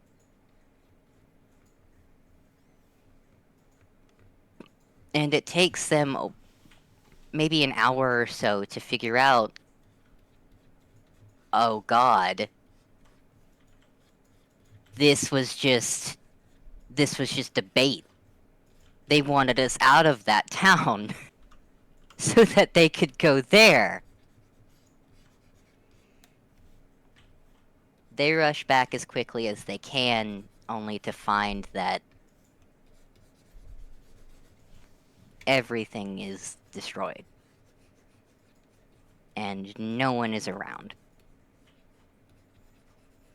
Vast majority of the people they come across are very much so dead. And the only thing that Gibbs can really find is the plushie that it had given the child that it had yelled at earlier.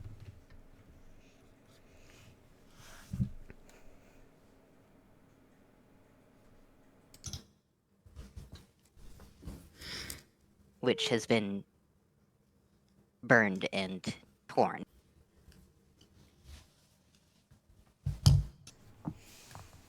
Korvits is presently doing, like, prayer hands. Just sort of looking at this entire situation.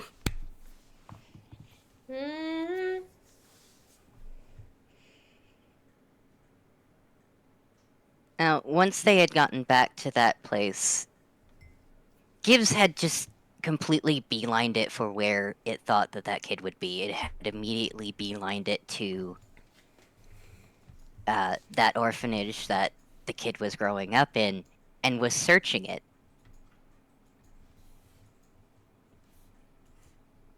And that's where it found that plushie.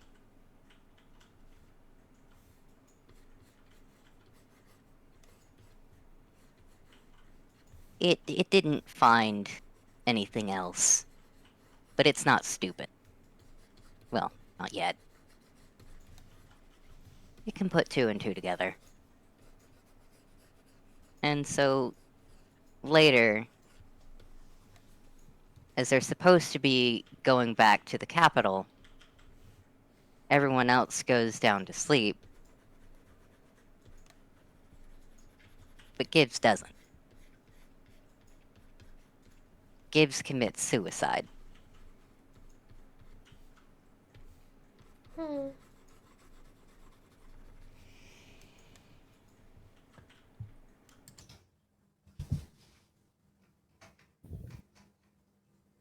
Okay.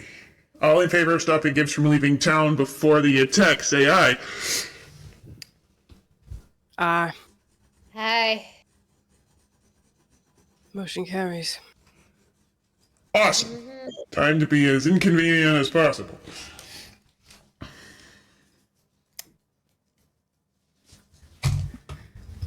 Okay, so how to stop?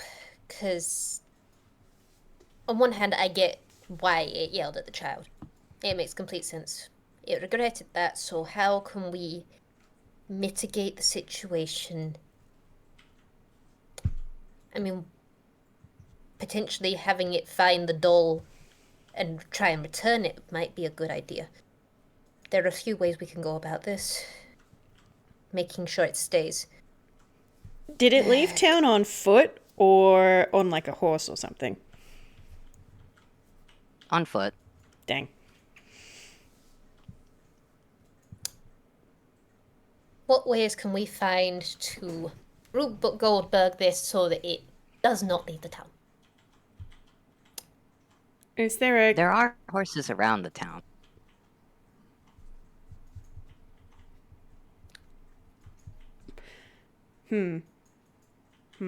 Like you were saying, Whis? Oh, I was just thinking whether or not that they had like a camp here that maybe it would need to drop back to before it goes to the battle, or something to like get gear or something. Anything that we can kind of inconvenience between waking up this morning and yelling at child.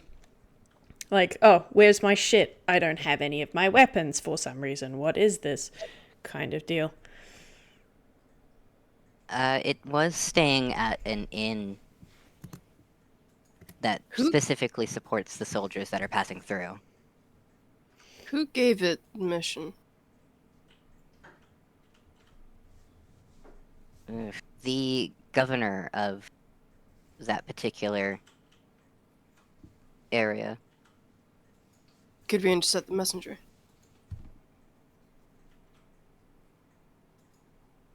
If it doesn't have a mission to go on, it won't leave town at all. That is true. Which is the idea that Asclepius posits to the group. That is very smart.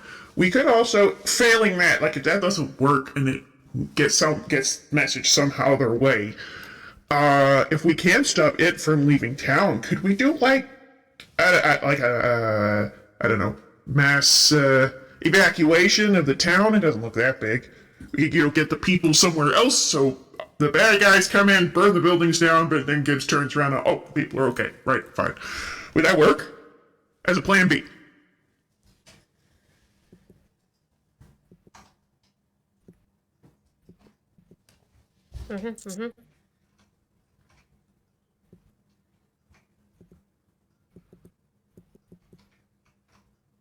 Okay. Potentially. Where would we evacuate them to? We don't know the area. We're time ghosts. We can snoop. Surely there's like a map or something.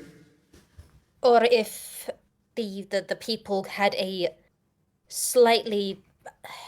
With time ghosts, so we might not be able to snoop around the area in whatever time hypothetical time we've got.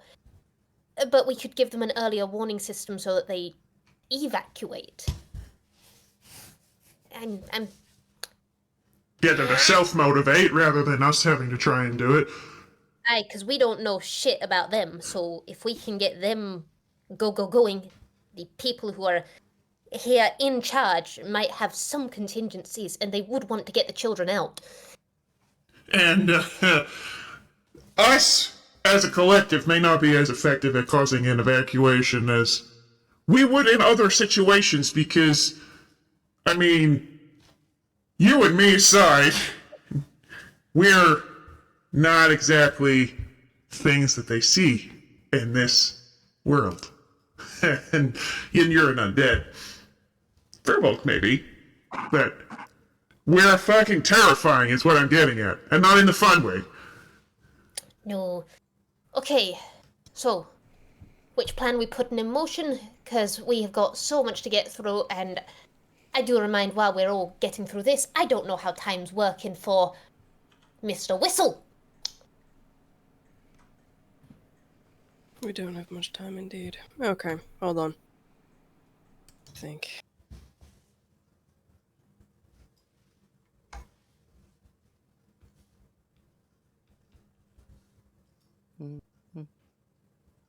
I am staying mostly quiet, by the way, while you guys chat about plan, so apologies. It's okay, we love you. Technically speaking, memories, dreams, death itself fall under the domains of my god. So I could beseech them. My concern is it's not a guarantee. It might not work, I might not be able to reach them. But also, if I do this now and we need it later.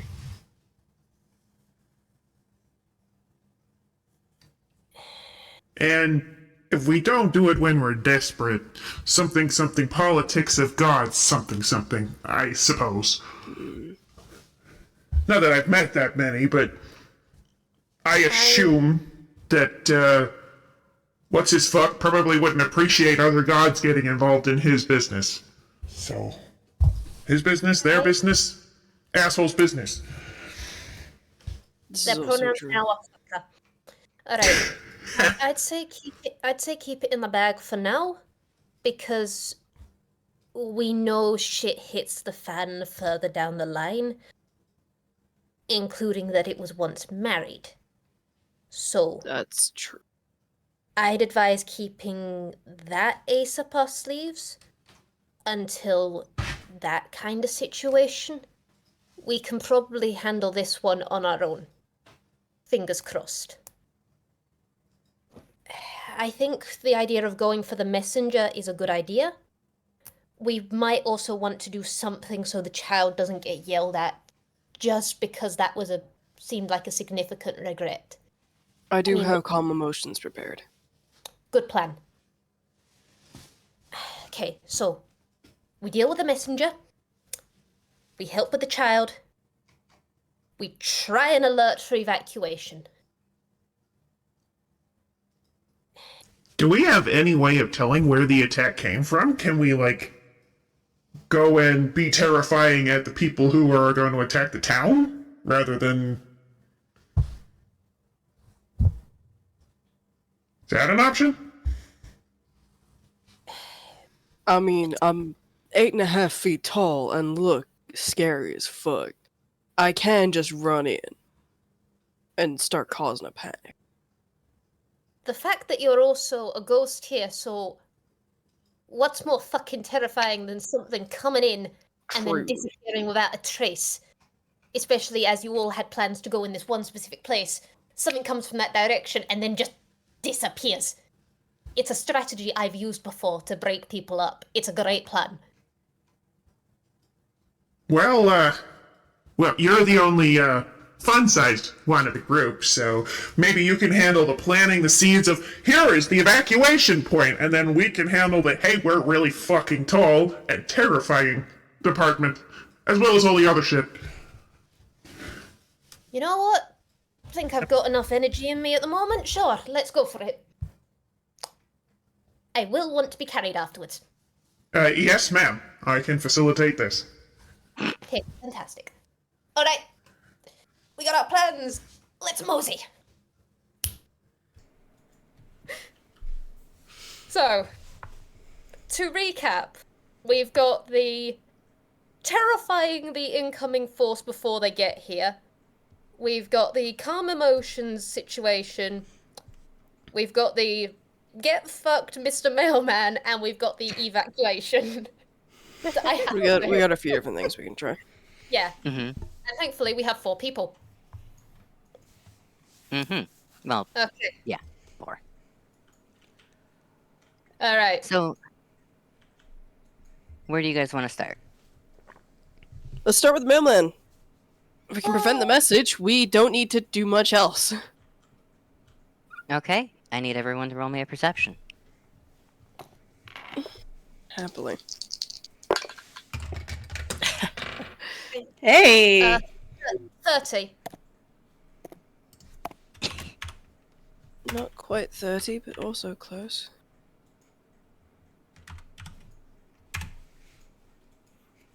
Still above a 20!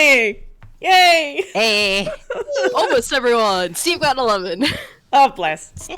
He's trying so hard. Steve is figuring out how to be fun scary later on.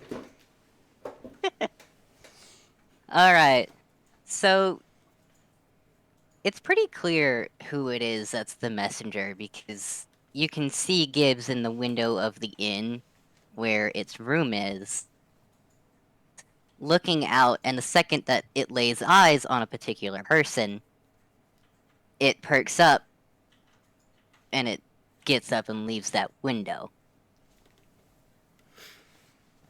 As if it's expecting it. Has anyone got... Wait, I've got fear. Do we just want to make the mailman the moose? Are we able to stop them from coming into town at all, so Gibbs doesn't even see them out the window? You would have to go through this cycle of this one again, but yes. Mm. I mean, this gives us more time to get... Would that count as a restart? No. Okay. Cool. It gives us more time to get more information. Indeed. If we scare away the mailman before Gibbs ever sees it, Gibbs not expecting it, so there's no searching for it later on, and no stimulation for the, further situation with the kid. So, we can also find out where the begins with an A. Attack? Army. Mm. The attack the army is from. So we could figure out that front. And we can also start figuring out, if there's any beacons or anything in this town for, hey, we're under attack. If that gets lit Or a or big, something. big ass bell. That would be fun. Yeah. Well, bell would also attract signals from other places, wouldn't it? Because bells, the noise carries. If you've got something within town. Unless you actually timed the bell and the strange, holy fuck, what is that 8 foot tall thing at the same time. I can do bells. Right. Thaumaturgy is very good at sounds like that. Okay, so we got bells. Same time as evacuation bell goes off, the Steve goes absolutely apeshit on their asses and then disappears like, I don't know, there's probably some Three Ghosts story at that point. But terrify the shit out of them. Bells go off, so we're evacuating. Do I have calm emotions? Is that a spell I have? Hang on. I also have it, to be fair, but it'd be a little bit counterintuitive for what I'm doing. Yeah. You're trying to do you have fear? Have you got any items with that? No, I don't. Damn. I have disguise self. I can make myself look a bit scarier. That's fun. Put on some eyeliner and some lipstick there, Steve. Get you really looking glam. I was thinking more foaming at the mouth and covered in blood, but You know what? I like that. Although, Jesus. yeah, no. Okay, well, okay, I haven't got calm. Got chill pills, but I don't think that works in this circumstance. Eat the do I Tic have Tacs the- from the future! yes, I do. Okay. What is it? What is it? What is it? So lore bards at level 14 gain a feature called Peerless Skill, whereupon they can give themselves bardic inspiration for ability checks. Nice. So yeah. I was trying to remember if I had that or not, and I do. Okay. Beautiful. Damn. Calm emotions is not something Lynn has. But she can probably, with her abilities, sway the situation, wisdom save and that sort of... No, wisdom saves don't work. God damn it!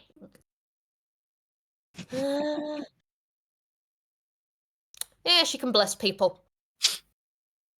She can figure out some shit to, calmeth the fucketh, the Gibbseth downeth. So we don't yell at the child. Other than that... That or she could be on Torment the Messenger duty, but at the same time... Okay. So we got evacuation with the bells. We got... situation with Steve on the Vanguard. Then we got child, and then we've got... mailman. Okay.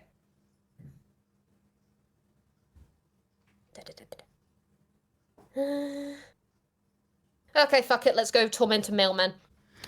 Come on, guys. Alright. Fun times for everybody except that guy. We are the horrible goose. Oh dear. Haven't used a goose in any of my setups for a while. Oh This- man, nostalgia. This mailman, is this just some regular schmuck? Like a 4 hit point civilian? Or are we talking someone with actual hit points here? Just a regular civilian. He's just some guy. Honestly, Okay. seems more like somebody who was a servant sent to do this dirty work, which is probably why Gibbs recognized it. Okay. So we're not knocking him over the head. I mean, we totally could. Just not taking it off. Yeah.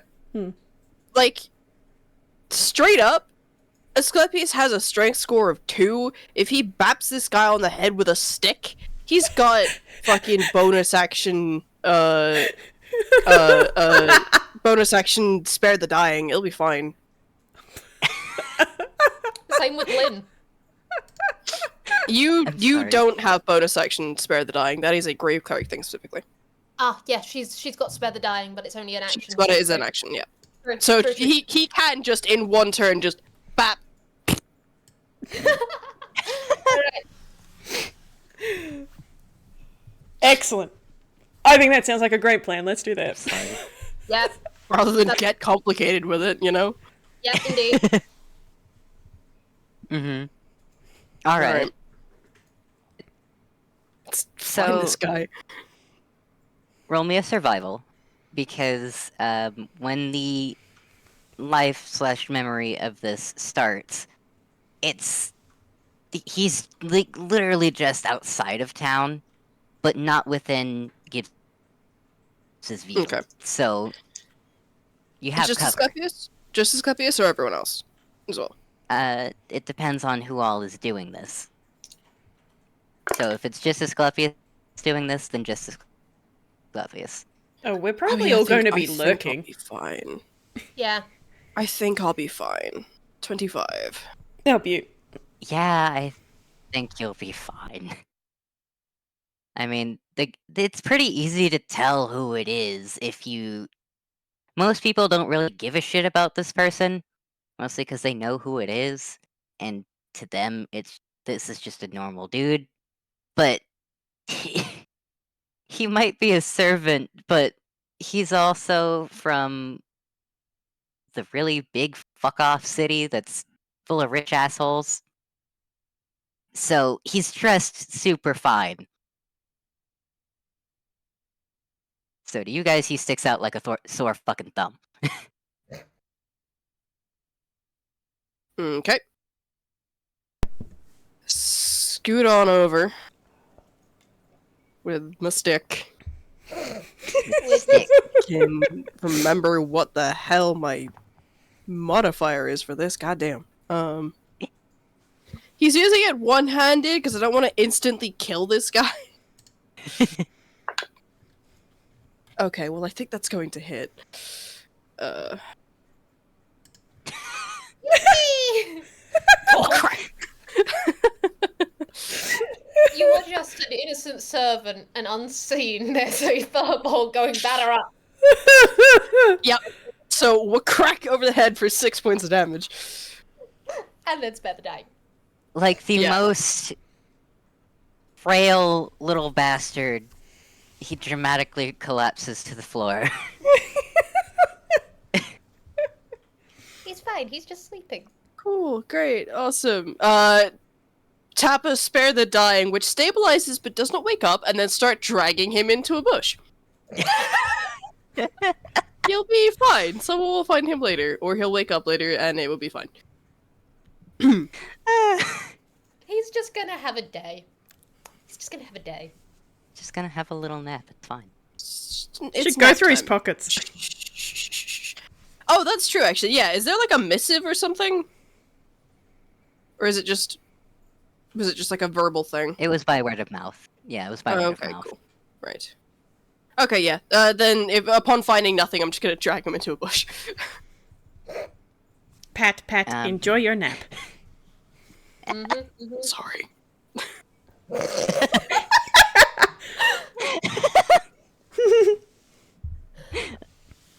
I love. Alright, well that is done. You have successfully incapacitated the poor unsuspecting servant that was just sent to deliver a message. Shoot your messenger over the head. Still alive, it's fine. He's fine. Everything is fine.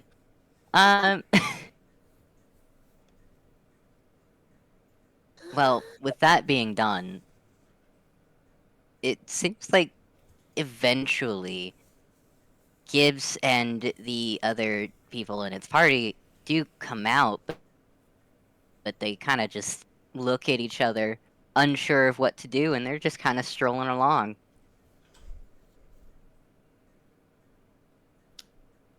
Okay. So,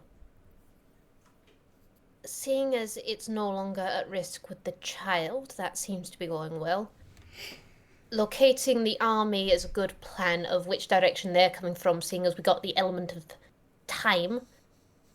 I'm gonna go search for what kind of system they've got in place for holy shit, we're being invaded, if they've got one.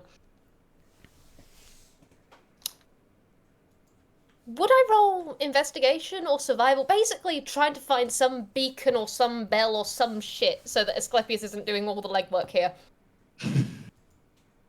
Which one's better for her? Good fucking question. Let's see. Investigation is a +9, survival is a +6, so investigation. She's a detective. Alright, go with that then. Okay. Also, it is still interacting with the child, because shortly after the child does go and interact with it. But Mhm. it's kind of indulging in whatever the kid is talking about. Well, it's no longer got a I have to go, and if it follows me, it's gonna die.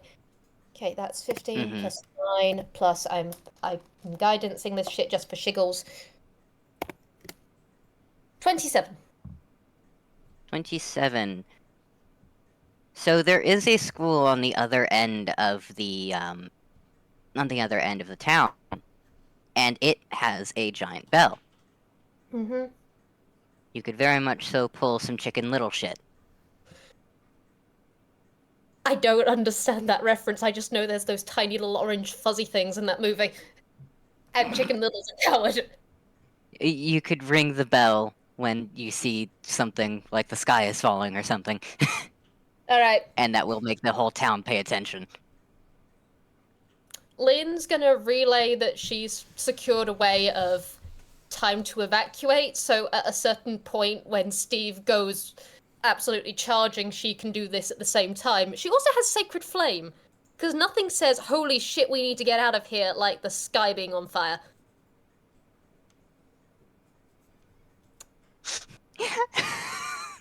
So, The sky's on fire, the sky's on fire. The sky is falling!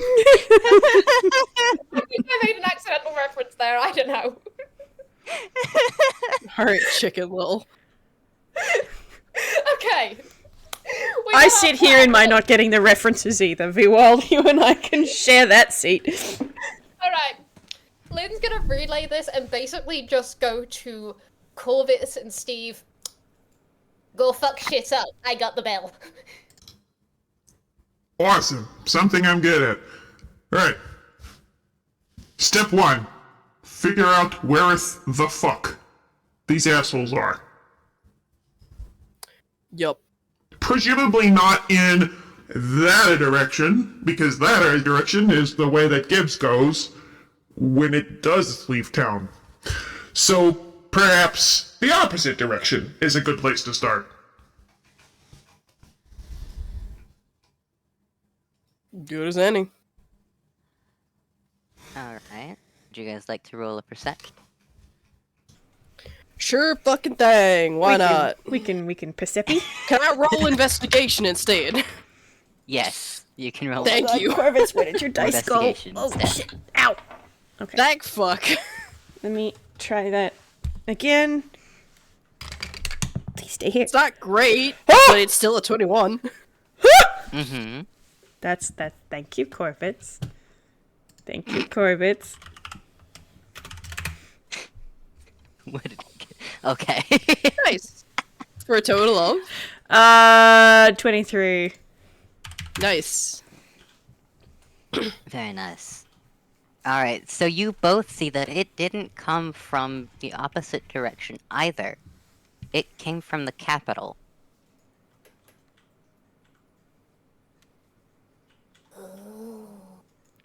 It's like on the Right. messenger's heels kind of dealio. Mm-hmm. On the messenger's heels. And those are guards dressed in similar armor to what you see Gibbs and its party in. Well, that ain't good. Yeah, this is some political bullshit. Alright. Hmm.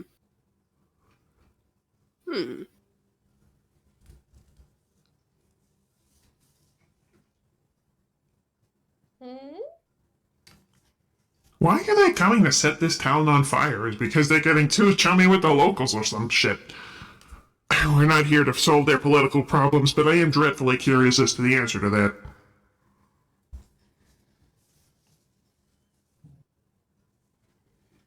So, but it's not something we got time to investigate. We really should not get super involved in the minutiae of each life.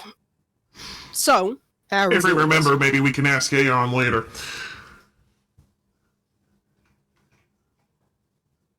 Alright, how do we want to do this, Steve?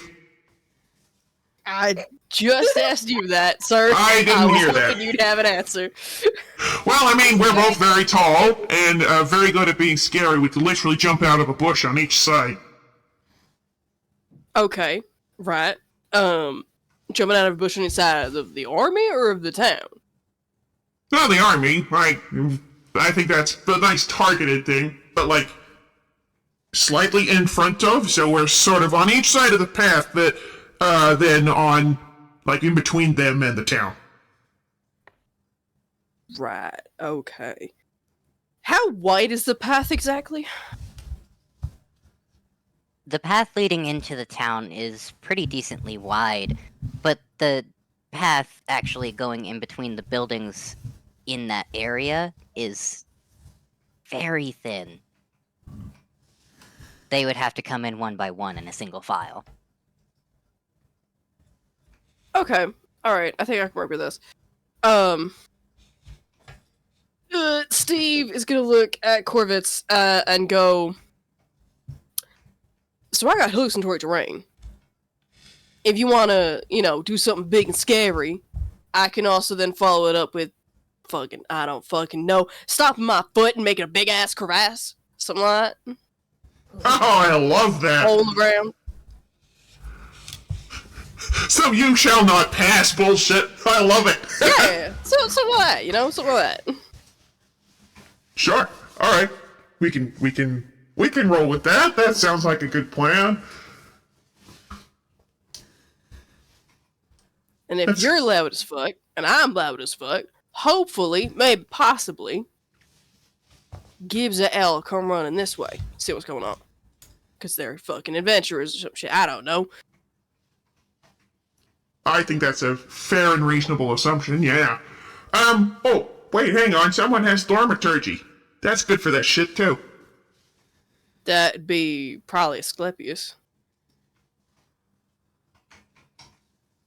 I don't got thaumaturgy, but I do got prestidigitation. Maybe. I don't fucking know.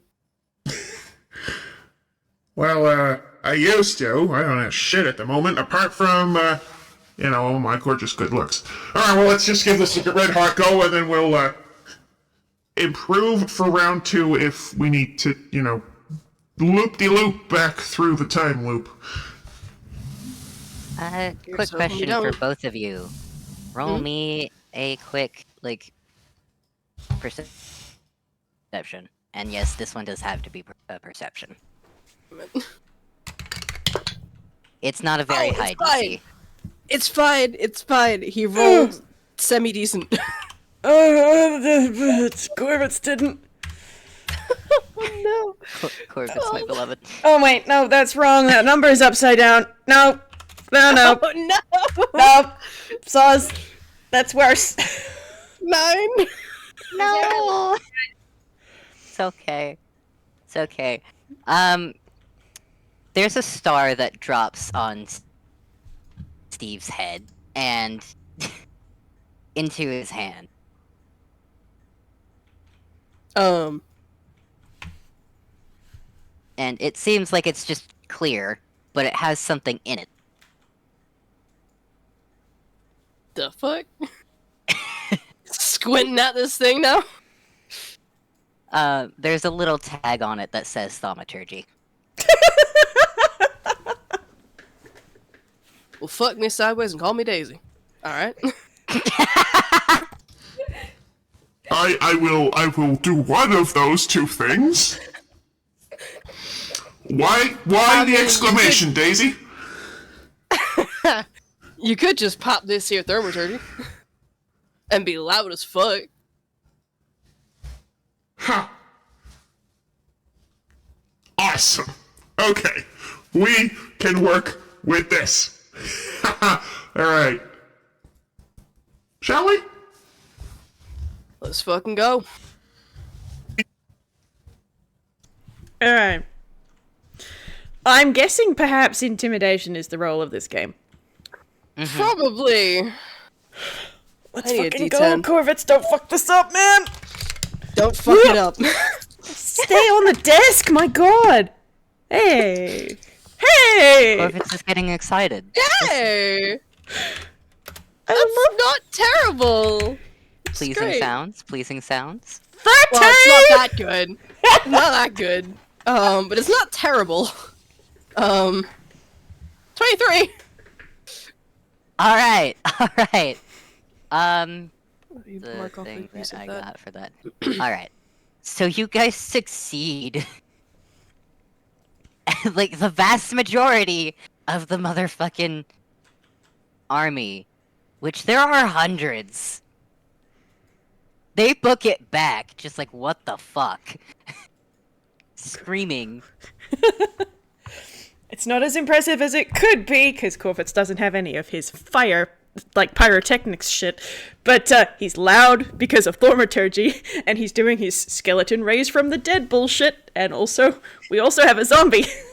Well, Frankenstein. Yeah, is the there's this feral-looking zombie next to him that suddenly stomps into the ground, which then crumbles away around the two, so they're just left floating in seemingly midair over this this giant crevasse that if one looks into, they can see things starting to climb out of. Oh, fun. It's my Yeah, I know. illusion spell, and I control the flavor. You do indeed. And that explains why it was a 30 and a 23. Beautiful. Gorgeous. I love it. Vast majority of them do in fact run for the hills. Some of them are very much so bewildered as shit, but they are trying to shoot at you. Okay. Fight or flight. Shit. That said, that absolutely gets the attention of Gibbs and the others. To which case, Gibbs pulls out a fucking big-ass gun. I think you can feel why, because as they each start doing that, you can probably feel why it is that they were just four Mm-hmm. going around doing shit. Mm-hmm. Mm-hmm. Hmm.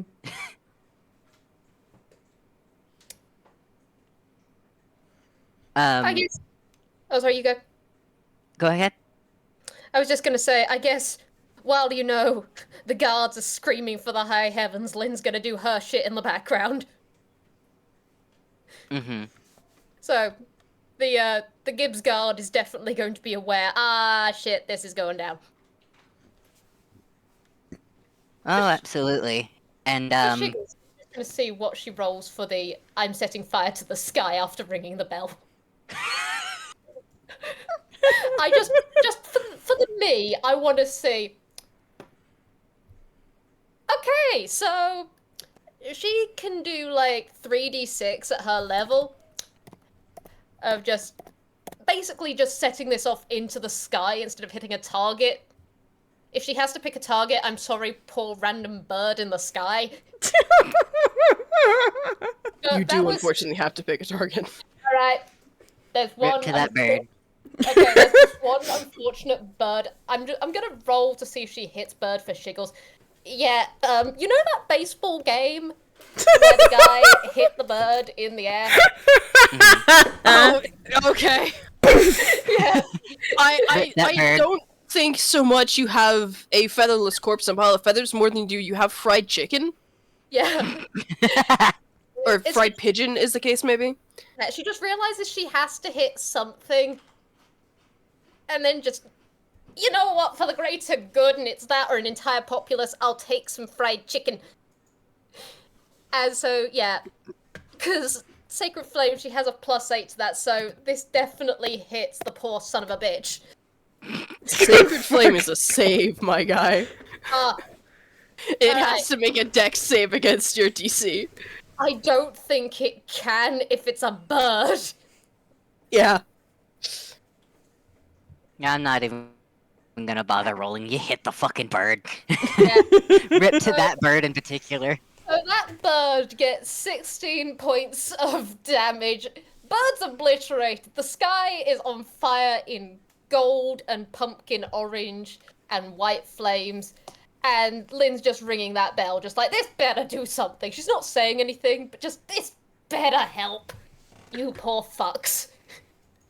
Everybody in town pauses, and people are looking out windows and looking around wildly, and then they're seeing all of the guards that were just kind of chilling in town bring out their big guns.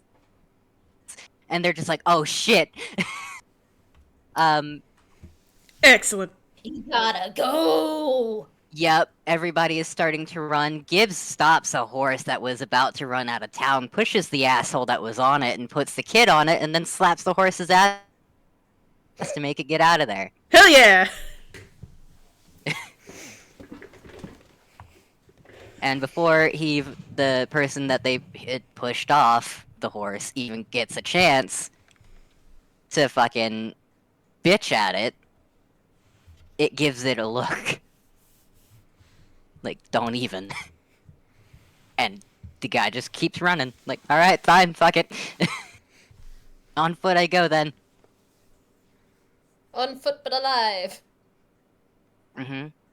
And Gibbs starts wordlessly directing a couple of its guard associates to get some people that were having trouble getting out of that particular area while it's waiting for something. And I'm assuming that Steve and Korvits have both moved out of that area by now. Yeah. When guns got pulled, Steve fucking tackled Korvits down and out the way. Ow! Fuck!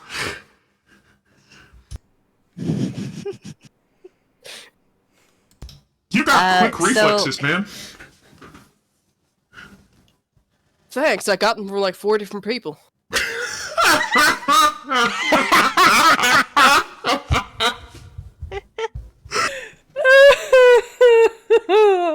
I pat the top of Steve's head. I was correct. You will love him.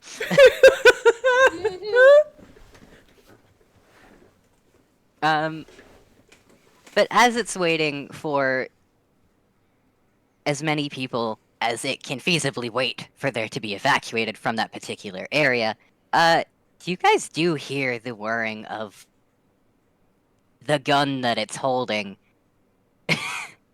And it is charging it. It seems to be charging it with its own magic. And its eyes are glowing. Its hair starts lifting as wind starts to, like, come from nowhere. And the second that as many people as feasibly possible are out of that area and it can keep the gun from just going off at random as it can, it lets the fucking guards that are still there have it. And it's a big fucking blast. It destroys almost everything in its path. You two, Korvits and Steve, are narrowly missed as the blast goes through the buildings.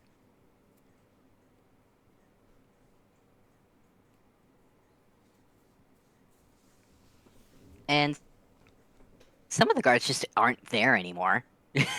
They very much so got hit by the blast, but they are just disintegrated into nothing. Mm-hmm. Wow, Who the Alex. fuck gave Sure. that to a 4-year-old? Certainly explains why they didn't want Gibbs in town when they attacked it. Holy fuck. Gibbs is an adult in this life. I want to make that clear. It is an adult in this life. Okay, right. Who the fuck gave that to a person?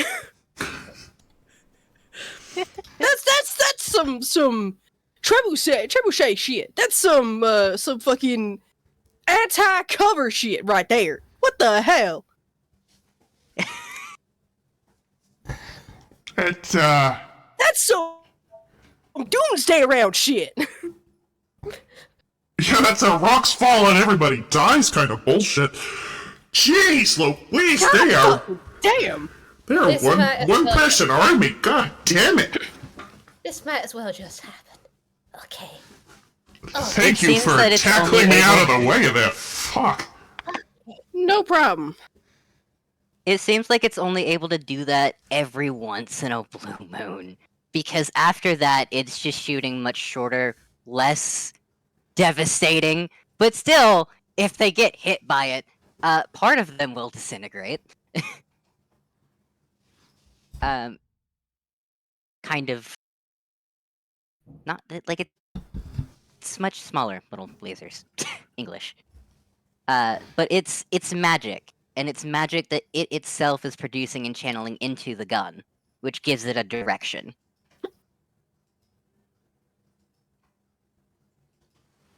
Well, given as it's not likely to commit suicide tomorrow, are we done on this one? I mean, it may still die, but, that's kind of an inevitability, I guess. Mm-hmm. Fuck, I hate that. Well, it leads it to us eventually. I know, I'm trying to be logic. Grab the positive and keep on moving. That's how I'm viewing it. Okay, so we've done this. It's not got the regret with the child. We dealt with this. Let's see how time pushes us along.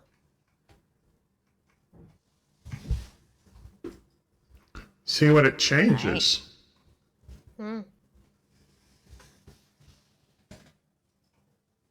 How are we all feeling right now? What time is it for you, Whis? Midnight. You good? I'm good. How long can you keep going? At least another hour. Alright, same on my end. Same here. Alright, Babble, how you doing? I am doing perfectly fine. Alright. So we got potentially one more life and then, you know, the bullshittery of the death. Mm-hmm. Which, if you guys can avoid a battle, then it will end. Today.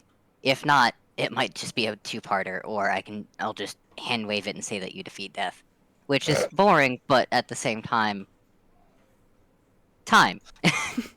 We'll see how this life goes on, I guess. I pat you guys. We'll see Alright. how we are. Yeah. Yee. Alright, give me just a moment. So, you guys solved that one. And there are many other lives in between this one and the one where it finally stops again. Those of you who have heard tales of it and its wife, you recognize this one almost the moment that it starts.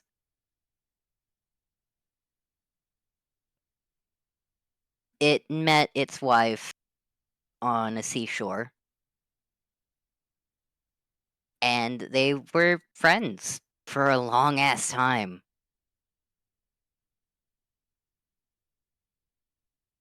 Until one of the mutual friends that they had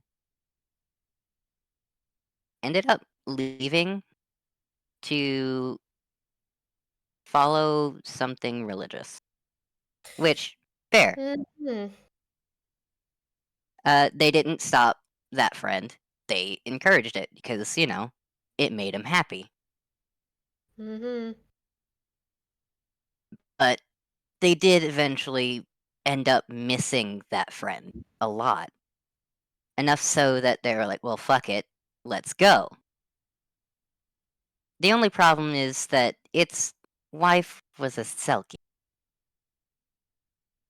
Hmm.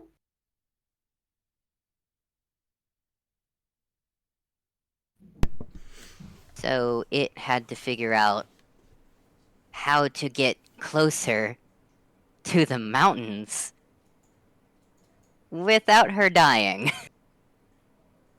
Now, usually there isn't a way to do that, if I remember from lore and doing some research on it. But I am going to say that there is some. Where there's a will, there's a way, and Some there's way. another dimension. Mm-hmm. And how it had to do that is to swim down into a part where she couldn't go and get a pelt.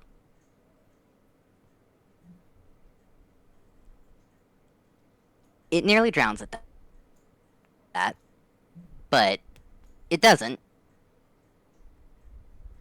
She gets the pelt. She's able to walk on land without dying.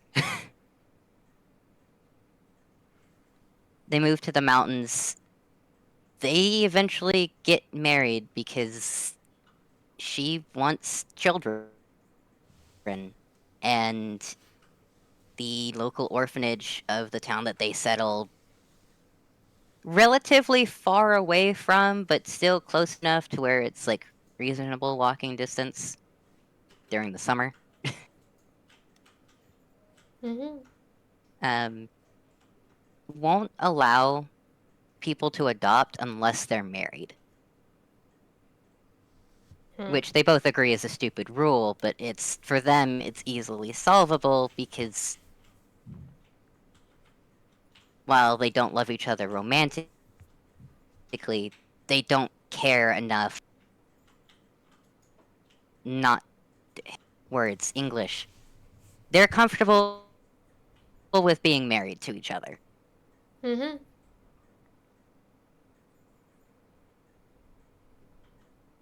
Bliss. So, yeah. So they get married. And they go into town. Almost immediately afterwards, its wife picks it up and just takes it into town and immediately takes it to the orphanage to adopt a few children. It was a means to an end. Makes sense. Mm-hmm. She's just We're also married. so excited. We're Like, married. she is so... Down on the table. Like, they're both still in what they were getting married in. Proof. Evidence. We have receipts. Give us children. What better way to say we're married than, hey, wedding gear, here's my partner, slap down on your table. And Gibbs is perfectly fine with it. It's actually laughing about it because it knows that she doesn't mean anything by it. It knows that she's just really excited. Aww. And so they adopt 3 girls. One that's around maybe 7, should be starting school soon. In modern times. One that's about maybe 3, and another that's an infant. Some time passes and they see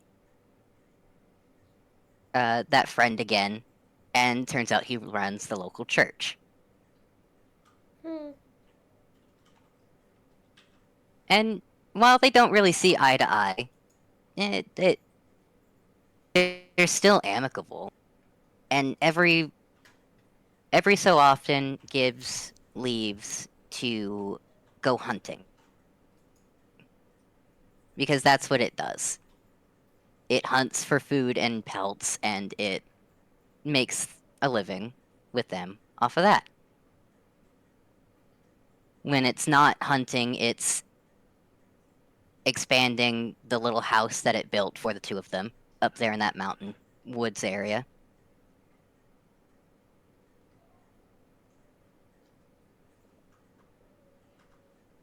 But eventually, there's one particular winter that comes around where the infant, it didn't get sick. She didn't... Everything was pretty much fine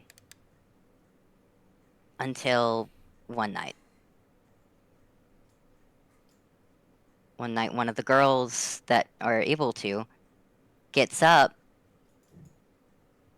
because she sensed something wrong, and she goes to check on her baby sister. and she notices that she won't move. She's not waking up. And it's still the middle of the night, so everyone else is still asleep. She goes to tell both Gibbs and its wife.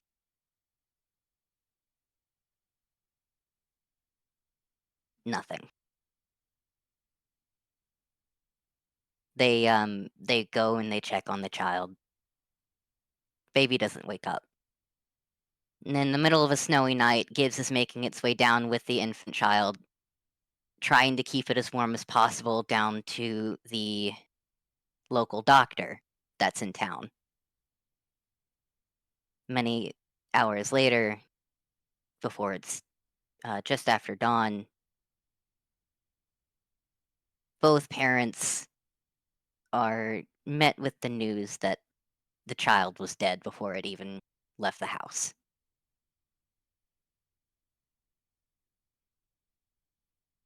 And there was no rhyme or reason.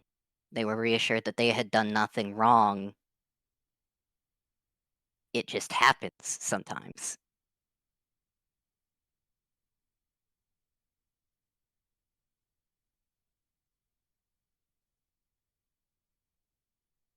Neither of them take it well.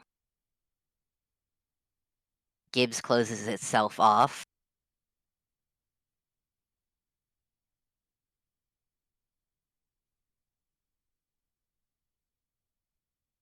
Especially when the townspeople think that it's overreacting. Meanwhile, they're giving its wife all the support in the world.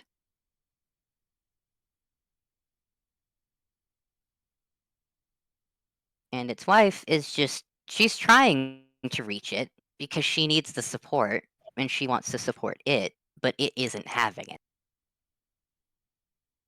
Their marriage is shaken for a while. I pat you, Whis.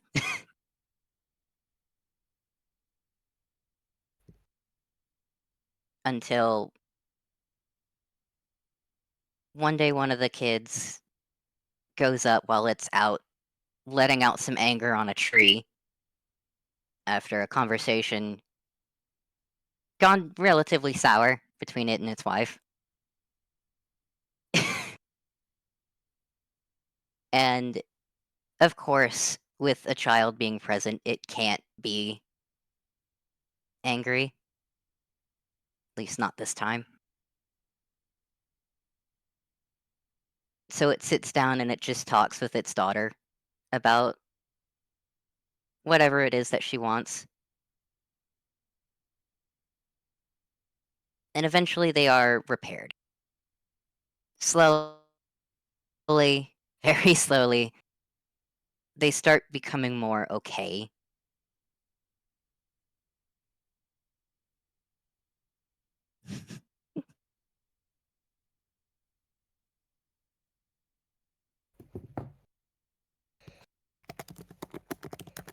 A couple years roll around and winter comes around again, but this time there is a lot of storms happening. And that priest, friend of theirs, pulls it aside while it's in the middle of hunting one day and asks it to kill someone for religious reasons. To which it gives him a look and refuses. He insinuates that if it doesn't comply, it will have no choice but to punish it. Because of something, for religious reasons, his church sees reincarnation as a sin. Obviously upset because it didn't fucking ask for this shit. It gets up, tells his friend to go fuck himself, and walks away, refusing to do it. even still. That said, it's spooked. So it returns home and it tells its wife immediately what happens, and it boards up the house.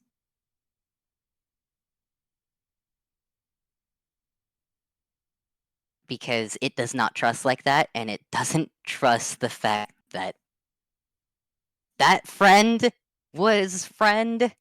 just fucking threatened it.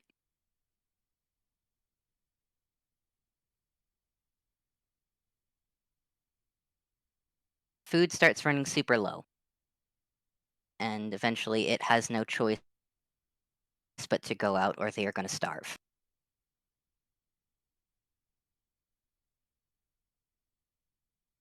It comes back after seeing fire in the distance, not even a few minutes after leaving, and there's just nothing but carnage. Both children are dead, and its wife dead. And it is surrounded by people from the church that its friend is a part of, and its friend is also there.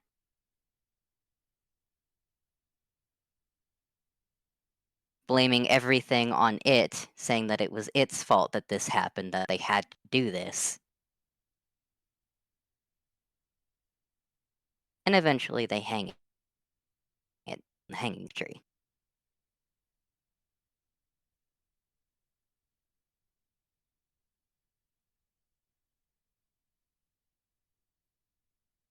Pat you.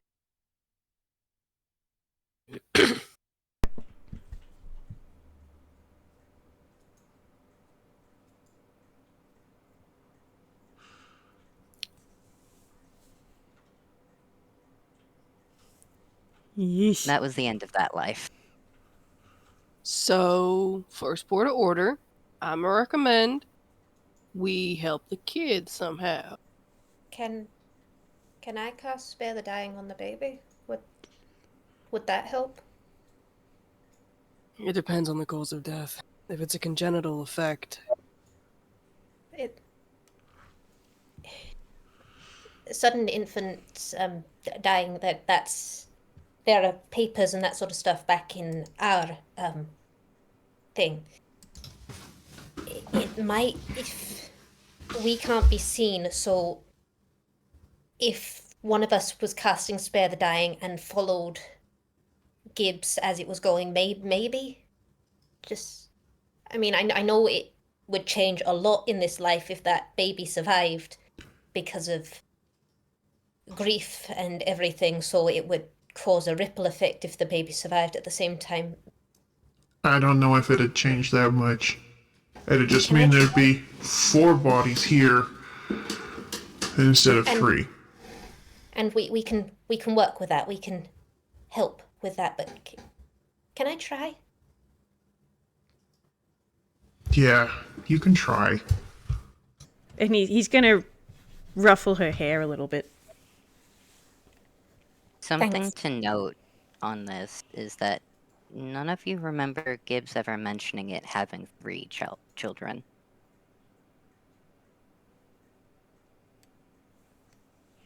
makes sense.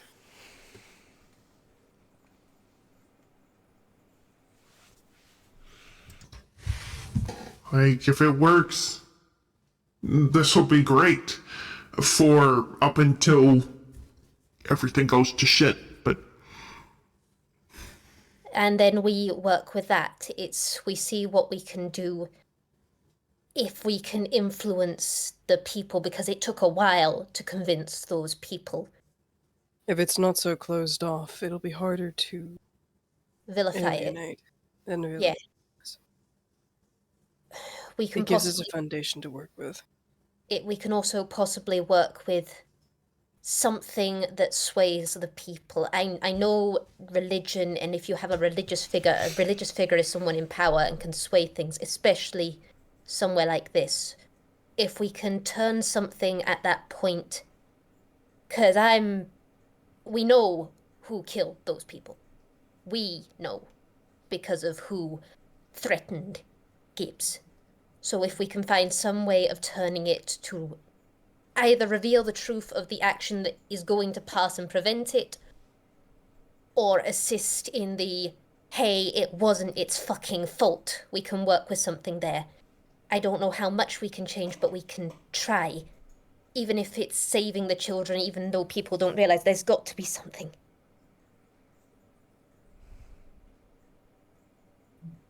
The carnage at the end. Mm-hmm. Did it look like one person had caused that? Or was it a mob effort? Mob effort. Oh, fuck, we're dealing with a cult. Essentially, yeah. And that was Lynn saying that.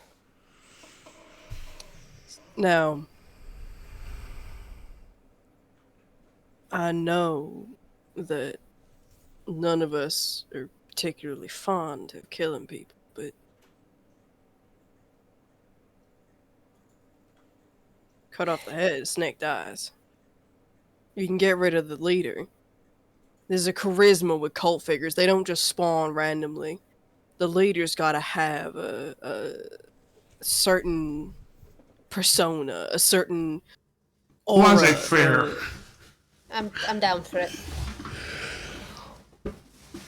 I'm down for it.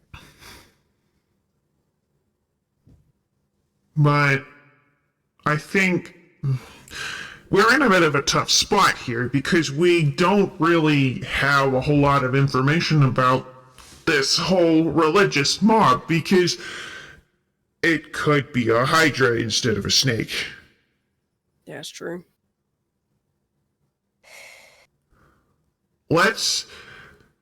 There are years in between these two events that both of them shook Gibbs to its core. Let's give Spare the Dying a try. If we can get the baby to the doctor, maybe things will pick up, even if it doesn't survive. It might not hurt so deeply with it dying before they're able to get it help. From the sounds of it, it was dead long before it was discovered. It might not be Spare the Dying, it might be a resurrection. If we've watched this entire time, if we watch the baby, maybe. I mean, when it stops breathing. That's. If we really, really fuck this up, we've got a reset. We've got 3 resets, and we're on our 3rd place. So we've got options and chances. And we are going to use that hope. So, if the Spare the Dying version fails, then we have got restoration or whatever word you used. And we've got options. Or if Spare the Dying fails, then we can try that straight off the bat. There's time between the baby being discovered and the baby being taken down. So we've got time where we would be isolated in this situation to assist. We've got options. And we have not got much time to work through this, so shall we? This is a real tricky one, because I know all of our modern day research. Well, not all, know all of it, but I know of a lot of it on SIDS. And funny that the parent in the party knows about sudden infant death syndrome. There was a paper that came out last year that has put forth that as a suggestion. Yeah. Yeah, because if I'm remembering correctly, the last thing I read about it was that it's an inability to wake up if you suddenly are unable to breathe while you are sleeping. Yeah. So there's loads of things about not having blankets or cushions or bulky toys or whatever in a way that the baby could be covered, but it's not necessarily a asphyxiation sort of thing. It's a, I've stopped breathing and my body won't let me wake up to rectify this, if I'm remembering it correctly. Korvits does not know this. Not so much my body won't let me wake up, my body cannot wake me up. Yeah, like it has no ability to do so. Yeah. Korvits does not know any of this. Like, he knows that SIDS is a thing. Yeah. But... Which is why Asclepius has said if it's a congenital effect, spare the dying might not work. Because it might be SIDS, it could be something else entirely. It could be a congenital heart defect, it could be something with the brain, it could be a number of things Yeah, that cause this. We just don't know. indeed. Lynn also understands, because she does have medical proficiency, and she's not doctor like Asclepius, but she fully understands. She's just kind of hoping there is something they can potentially do. She understands all the contingencies where it won't. She just really wants to try for a hope that they do. This particular life is also in a much older time where things weren't as understood as it is in Zatori. So their understanding is not the same as it would be in Zatori today. There is also the possibility that, well, child's dead upon arrival, we bring it back, nothing gets flagged, it just dies the next day. Or, if we don't bring it back until after the doctor's seen it, that is also counted as a strike against the family. We don't know their opinions on resurrection magic. We know they don't like reincarnation. We don't know their opinions on resurrection. Have we seen a lot of magic use in this world? Like, I mean, obviously Very there's minimal. a Selkie situation going on, but like... There's very minimal magic. Not a lot. It's more subtle. So resurrection magic may be completely out of their scope in the first place. It may have to be that we take care of it while the baby's still at the house. Yeah, that's what Lynn was rolling with, because there's time between the little girl going, hey, I can't wake up the baby, I'm going to go tell mum and dad. So there's a window of opportunity before parents come in and, fuck, down the mountain we go.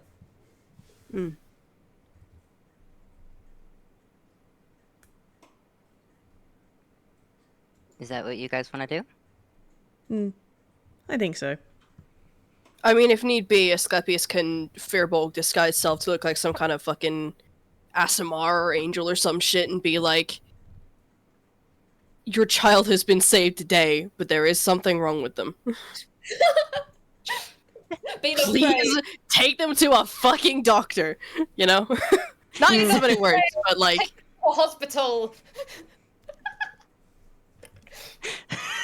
That sure is gonna be a fucking image. I don't know, like some blessing from the Moon Mother or some shit. I don't fucking know. I bet you so gentle. Would we Okay. also, just as a side note that we can sort of look at in conjunction with all of this, over the course of this entire life, have we seen enough of this sort of the religion that this what's-his-face asshole is part of to be able to roll religions at it to kind of find out a little bit more about it and see if we can tug on some strings there? At current, no. Okay, Gibbs has stayed the fuck away from it. fair enough. It's been sus of it from the beginning, but it's also of the opinion that not my monkeys, not my circus. Understandable. Have a nice.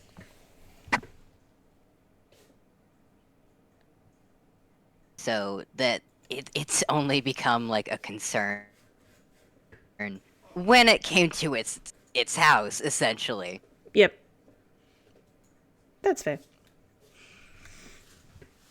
But outside of that, no, it's not made any effort to go there. All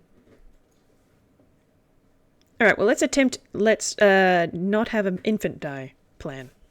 Yep. Alright. Lynn just wants to give this a shot. I didn't realize how emotional Lynn was going to get over that, but okay, that makes sense for you, Lynn. Meh. Spare the Alright. dying is just a cantrip that doesn't need a cast or anything, so just You just bap. yeah, monkey by a crib. Periodic bap. So...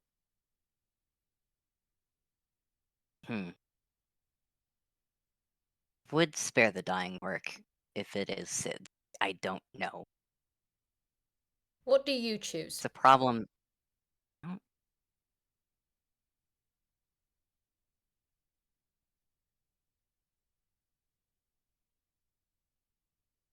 Fuck it.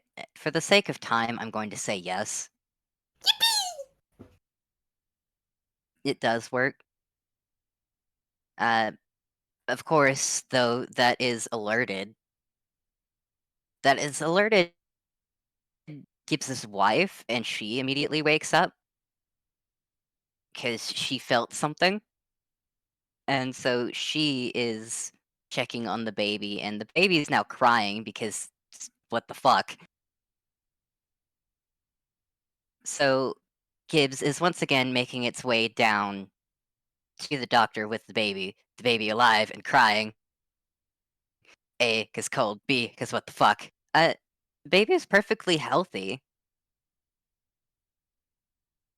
No heart problems or anything like that, but as I said, they are not quite as advanced or knowledgeable as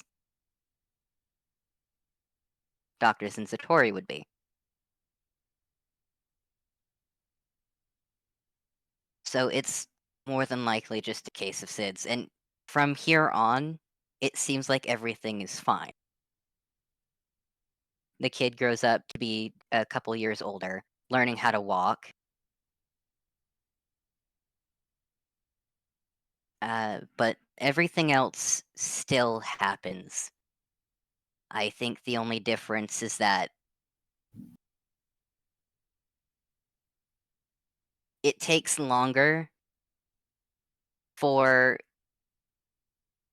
the baby to be found because the eldest daughter put her underneath a floorboard. Oof. There was quite a bit of room under there. That don't make it dying better, Chief. No. That don't make the dying better. No, unfortunately. But it did mean that it was a lot longer for that daughter to be found because she was very well hidden for a while.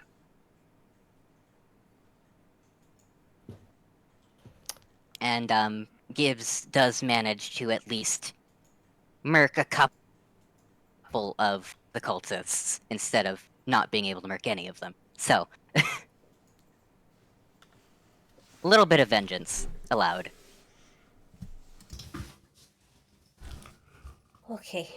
I am not convinced this is a net improvement.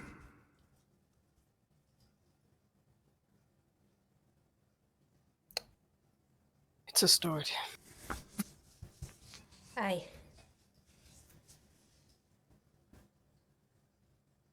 I'm saying here and now, after Lynn, managed to successfully save the child, she kind of half checked out just for a minute and has just been leaned up against Asclepius for as they've been watching this next bit go through. Just at least one thing worked, even if now we got to help with the rest, if we can. Roll me perception, everyone.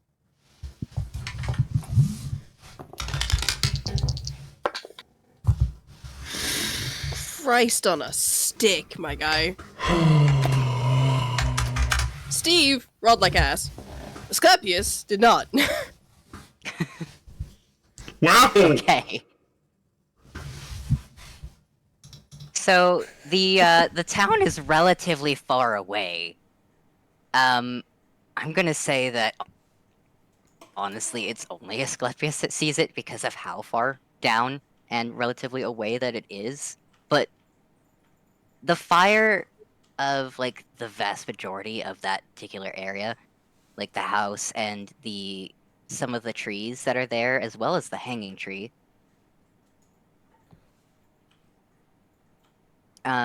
is seen by quite a few of the houses closest to that particular edge of town. And there are lights turning on, and it's very hard to see, but there are people coming out and looking like, what the fuck? Where before, there weren't any. There were lights that turned on, but then they'd immediately turn off.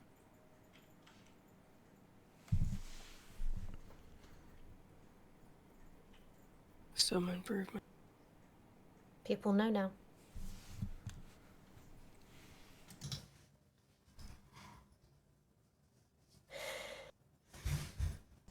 Does this still end with Gibbs being hung at the end?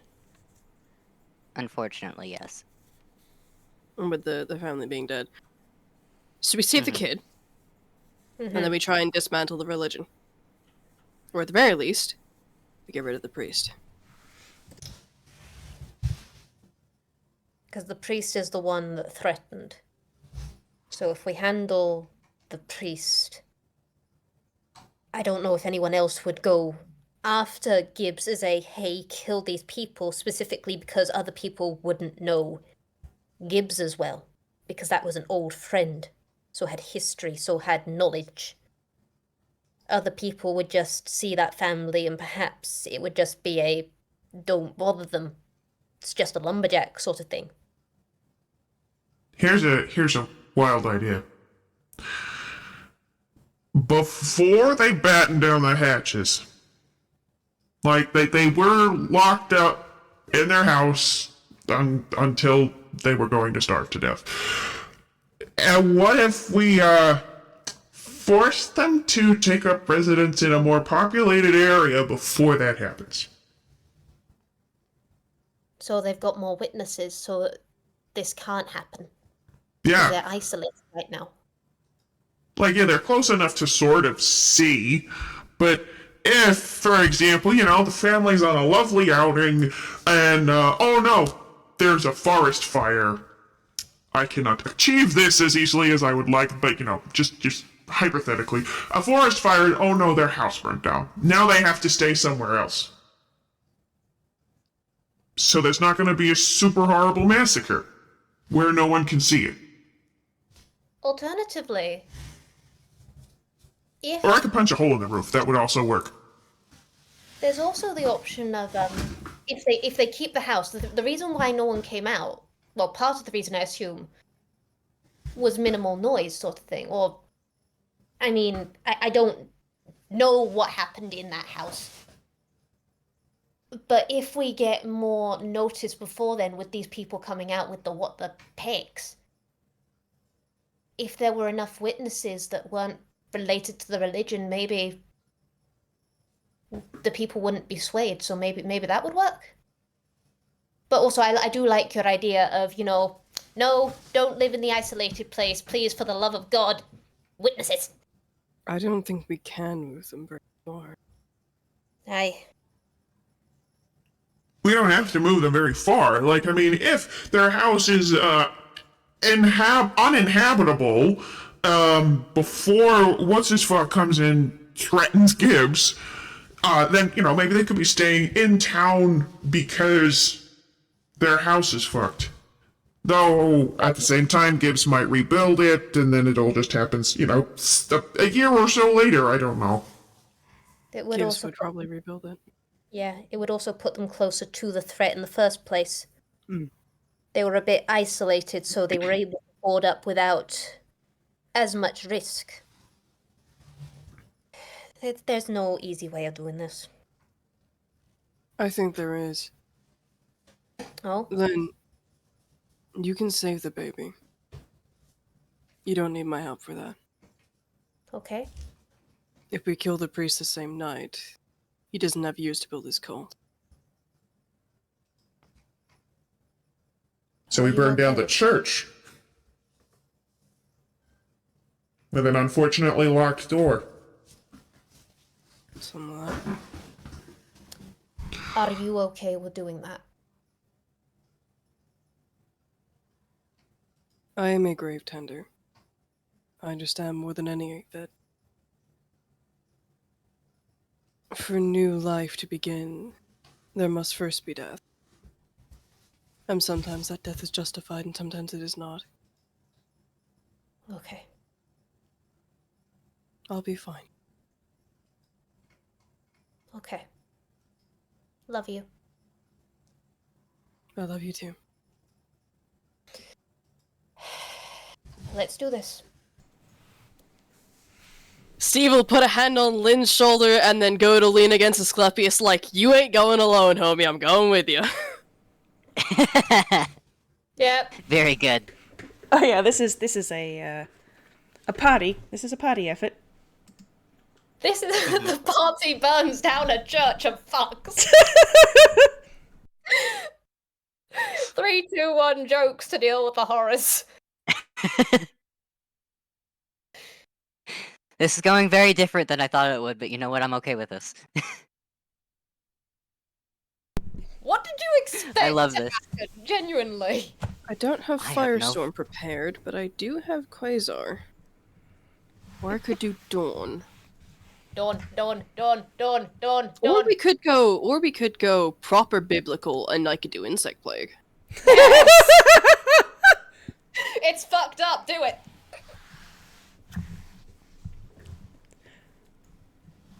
Decisions. Correct. The thing is, I'm a little bit concerned about using high-level spell slots. I don't want to get rid of them all in case we do have to fight death. Could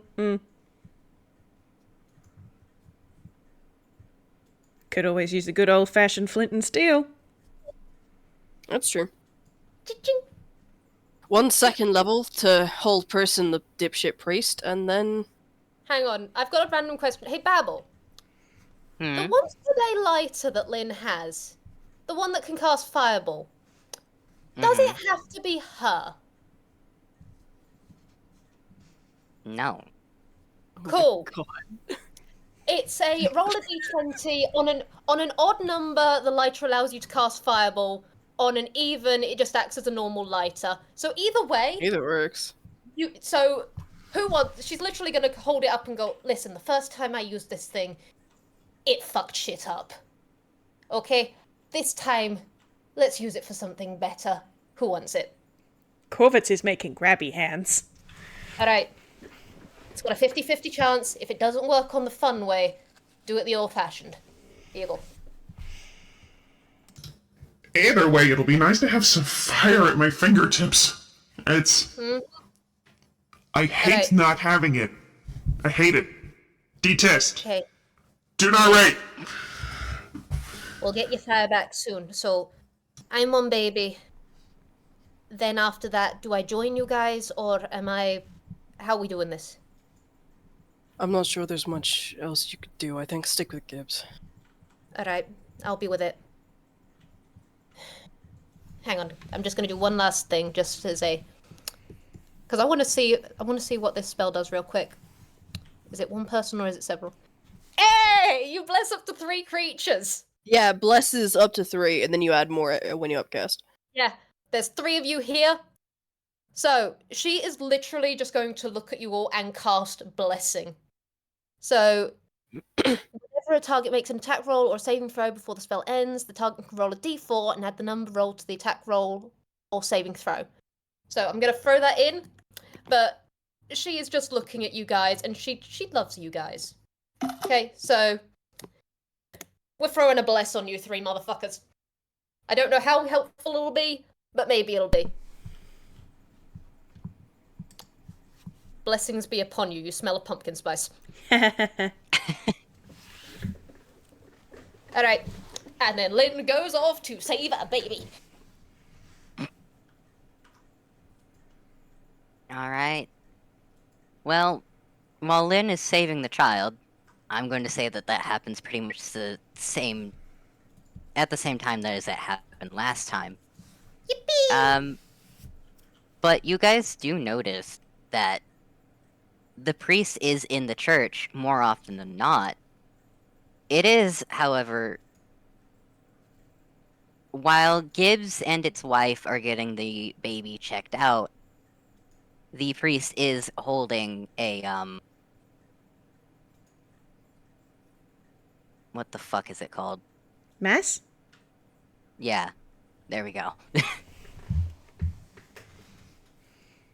So, there's witnesses to where Gibbs is right now, and the priest is in the church.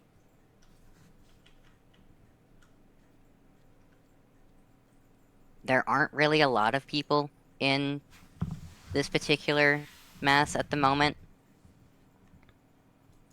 This doesn't seem to be, like, their day. This is just, like, a general...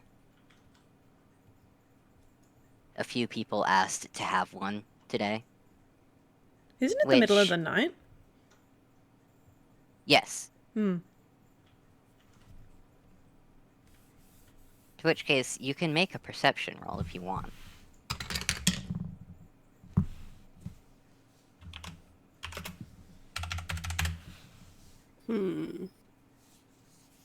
Where's my other d20? Here it is. Steve! Is Steve our new Ro? Actually, I don't think anyone can do as bad as Ro in Insights, but that's close. Steve. Steve, buddy. Okay. Thank you, Asclepius, Asclepius. you're the only one that sees this. Every single one of the motherfuckers in this room right now, they're all a part of the cult. Excellent, so we don't feel as bad about taking several lives instead of just one.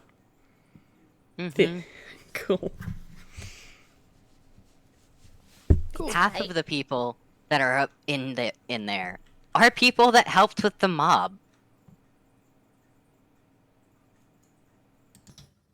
In fact, a couple of them are even talking about it quietly as the preacher, former friend, is doing his thing up on the podium. How dramatic would we want to be about this? It's a shame we don't know more about their religion, so we can't, like, make it look like it was some sort of active god. I don't count at the moment, unfortunately.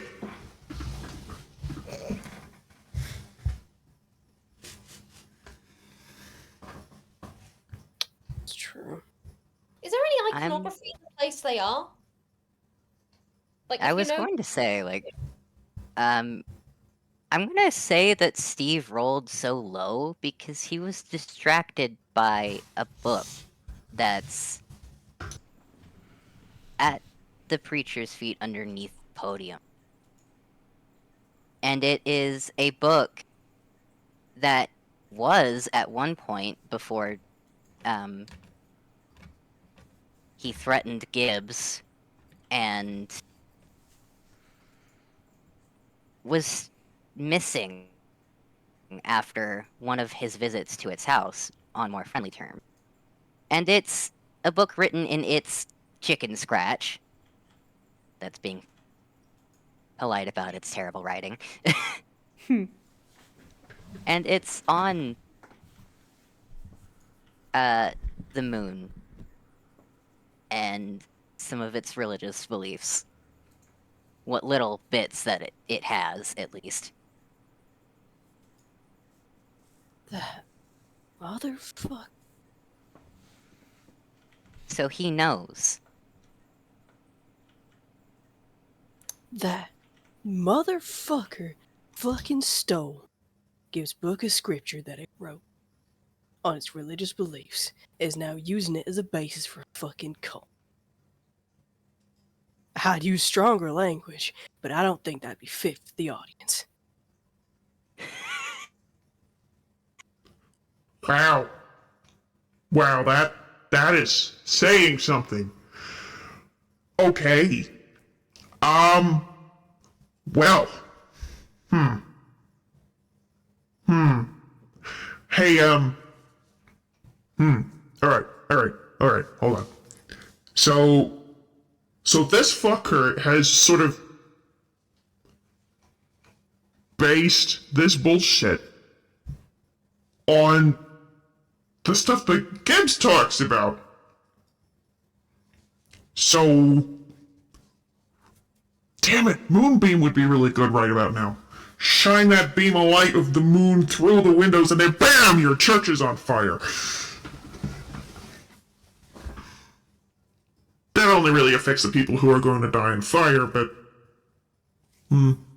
Moonbeam, if I recall correctly, does radiant damage. Dawn does too, it's just brighter.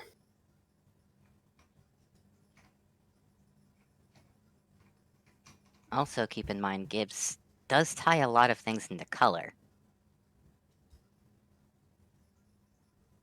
What fucking color? Where's my list? I remember orange. Fucking list. I remember orange and purple was Captain Warcrimes. Listen, I will forever hold that amusing that the first time Lynn and Gibbs met, Gibbs was looking at her going, "What war crimes did you commit against God?" So gold is like anathema. God, I just fucking... So, the sword the Jocks got given, the Rainbow Rapier, gold is harm. Guess what's a cleric spell?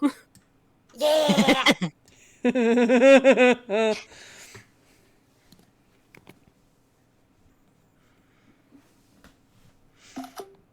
Harm, unfortunately, does not kill. But... A church on fire might. This is the list I have from memory. yeah. Yee. I thought I'd throw it. Well, dawn is the light of dawn, which tends to be pretty fucking gold. So... we You would could be both insulting and hurting them. we could use the priest as an example. Because dawn doesn't actually do damage to surroundings. It's just a 20-foot radius, 40-foot high fucking cone, sphere, cylinder. That's the word, cylinder. Of radiant light. Do we become completely visible whenever we start interacting with the scene, or can we do the whole flipping the pages of a book ghostly without being visible? You become completely visible. Right. Okay. Well, actually, I have to double check how this works. Where is? Okay. Well, that's just invisibility. All right. Well, you don't have that spell. Never mind. Honestly, could be worth.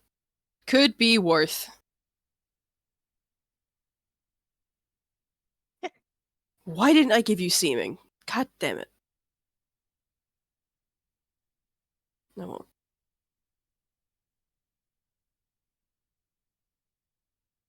It could be worth it.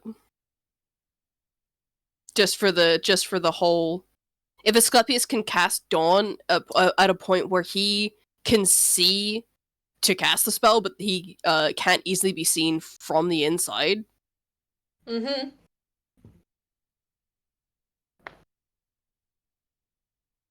There is a door behind the podium.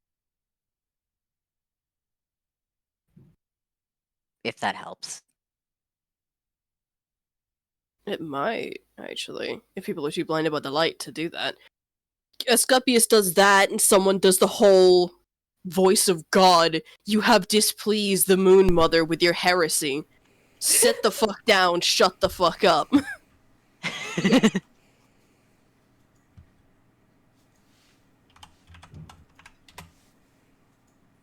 I love that.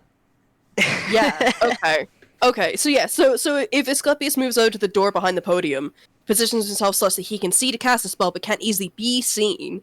And then someone, probably Korvits, really, on account of actually being a god and having the whole weird reverb voice effect going on, does the whole you have displeased the moon. Sit the fuck down, shut the fuck up, stop being heretics.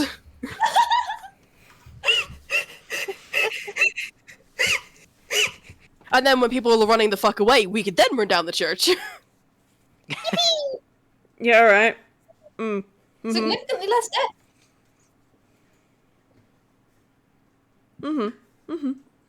Alright.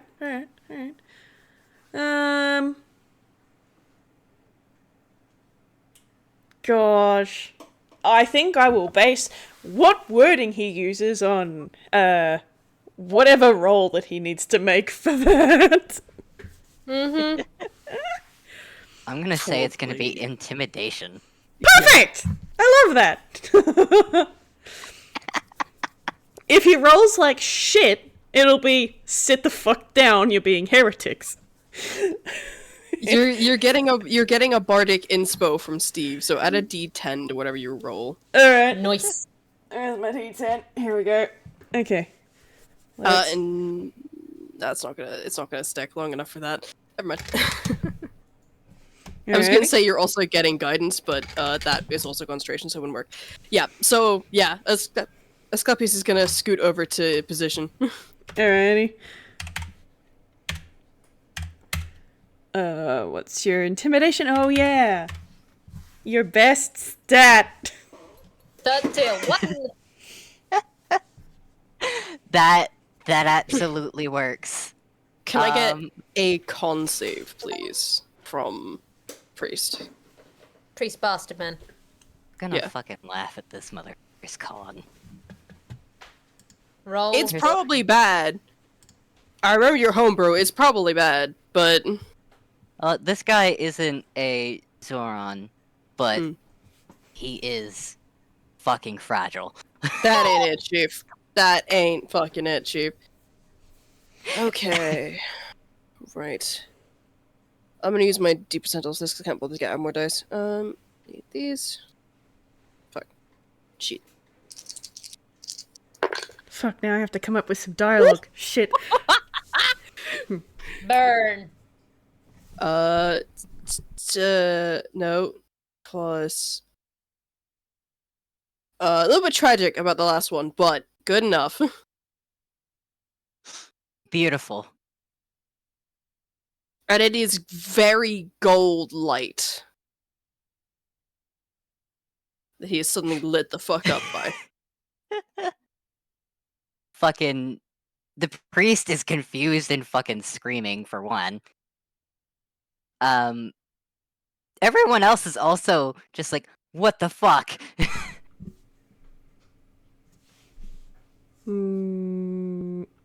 Okay. Alright. Hold on. Dialogue! It's all good. Shit.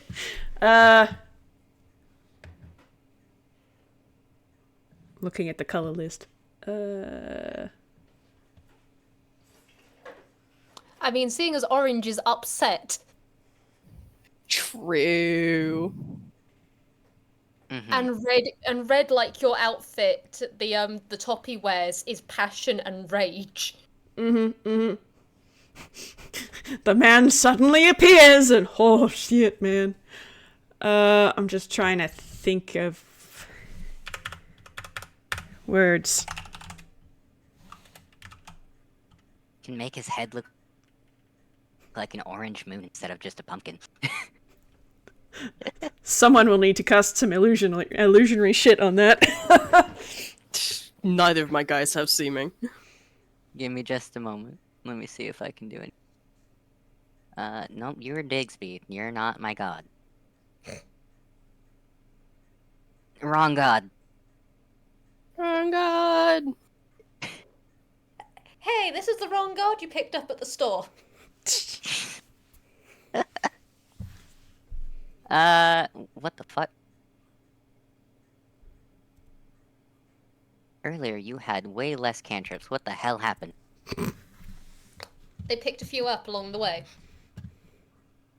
You turn your back for 1 second and a god's eating the cantrips. Alright, you know what? Sure. I'm not gonna question it. Let's see.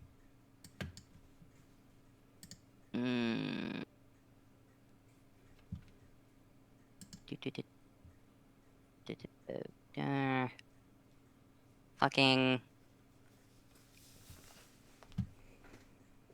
You have so much I wouldn't shit, stress about and it, yet- he did roll a 31.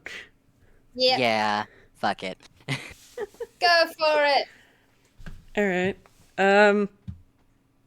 Oh man, he would be so much better at this than I am. Okay. Alright. So, the guy is screaming and in a lot of pain, and then Korvits gets to pop out of nowhere, and he's made himself nice and big and scary, which he's, very tall, so that is not that hard. You cower here under the moon and make your awful plans. We can see your words and your actions, and you will be made an example of.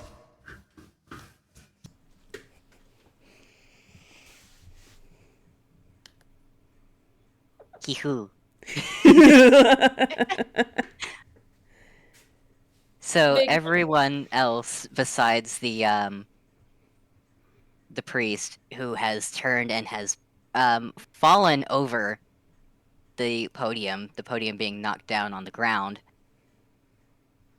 So he's kind of just stuck there on the floor now. Everyone else, however, is getting up and running away screaming. Just like, fuck that. Fuck this There, shit up. honestly.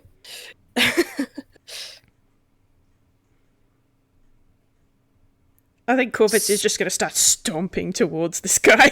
Be very Yeah. scary. Advance. Steve is gonna mage hand and try and pick up the book.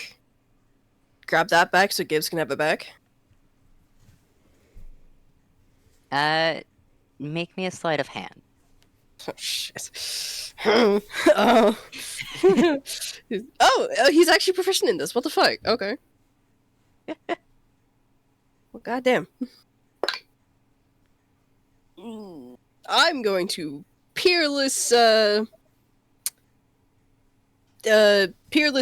that one. That's great. That's better. That's so much better. Okay. 23. 23. You do in fact get that book. Sweet. It's very pretty. It's got a nice cover. Yep. And then Mage Hand goes about starting to knock down candles and stuff that set the room on fire. Which is setting the priest into more of a panic as he's trying to get up, but failing because he's fucking fumbling on his robes and the podium, while trying to get away and keep an eye on this guy at the same time. I'm not gonna lie, ropes are flammable, so this guy's just gonna have the worst ending. Good. What a way to die! Good for him. Eventually, yeah. Go on, stupid deaths. Dumb ways to die. Stupid deaths, they're funny because they're true. Woo! Thank you, RJ. You got my reference. Alright. Alright. I also love while all this is going down in the background, there's just, over in a different place, there's just Gibbs getting help with its kid. Just soft scenes one place, absolute anarchy of divine retribution in another place. It's great. Mm-hmm. That does get the attention of everyone else in the town, especially since there are people running out of the church. And the church is now in flames. And Gibbs, with its kid, who is fine, and its wife and its other two children are along with it. Like, what the fuck? And some of the cultists try and pin that in a panic on Gibbs, to which case it's just looking around confused, like, what do you mean I did this? Not saying anything, but it doesn't have to. Because the doctor event comes out shortly after the first accusation, puts a hand in front of Gibbs and says, no, it didn't. It was with me the entire time, getting help with its child.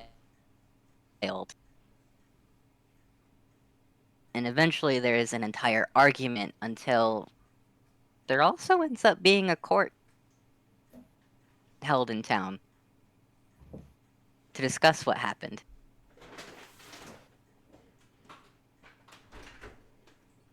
And it is believed that divine retribution was in fact had upon the priest.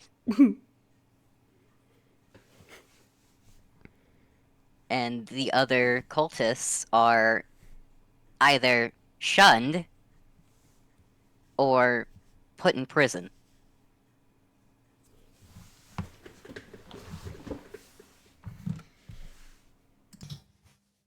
If things were not still so incredibly dire, this would almost warrant some sort of high five.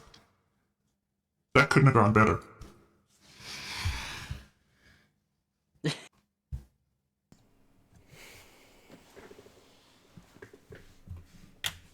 I am doing the Elmo That emoji. almost went too well. Don't jinx it. Steve, by the way, has started booking it back to Gibbs' house to go return the book. And because, visible. Ape the tiger, noom, I have a book. I have a book. Motherfucker be sprinting.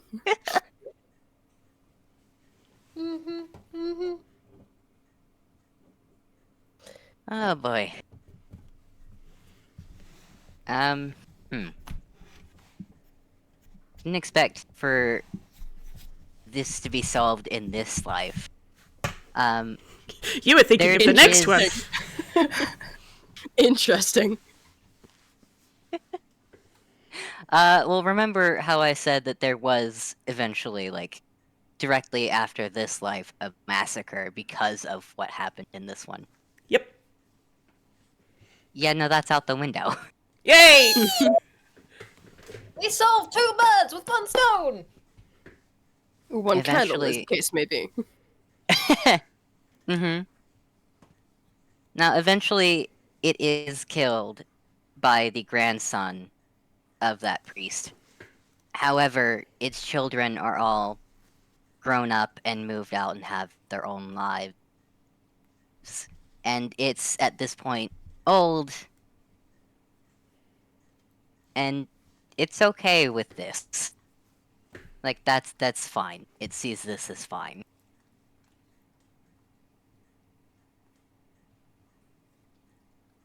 It's not Bless it. completely happy with it. But this is better than if they were younger. Mm-hmm.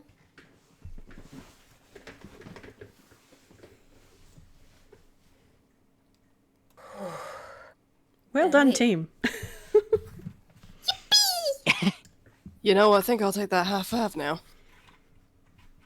Heck yeah! And now to throw every single one of the other lives after this, except for the one of Satori, out the fucking window. Fucking, and the any percent speedrun leaderboard is going to go in crazy. We didn't Sequence even, break skip. we didn't even need the Mario asteroid.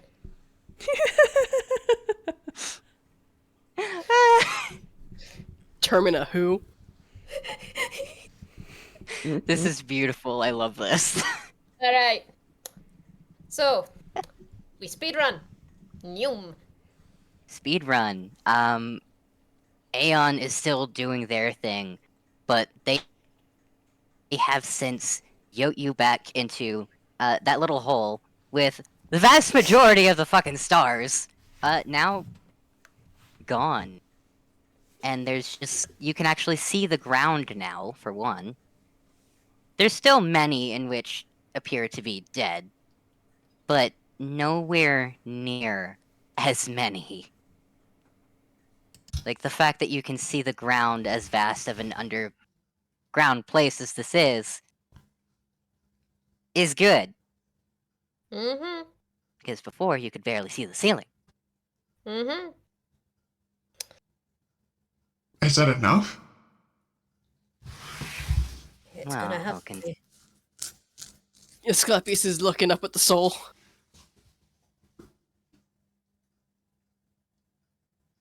Mm-hmm. It's morphing into something else. But it is getting brighter. And it's changing color. Korvits, Yeah. I think we have saved it. But in doing so, we have changed it. That was always going to be a thing. As long as you're That's... prepared to accept it, that's fine.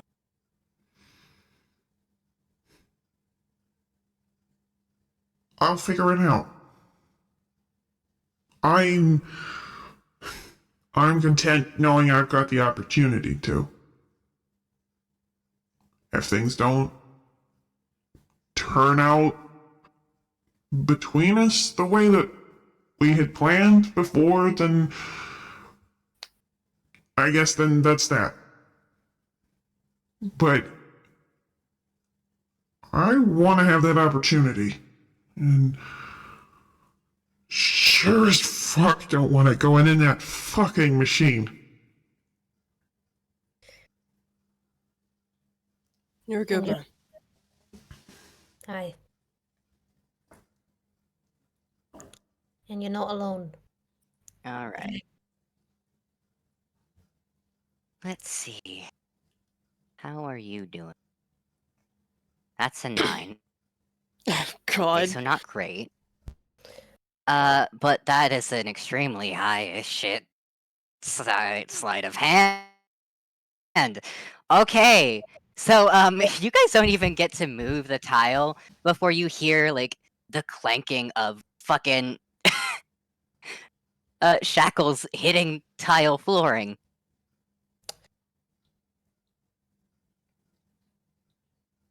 Guess we gotta sprint!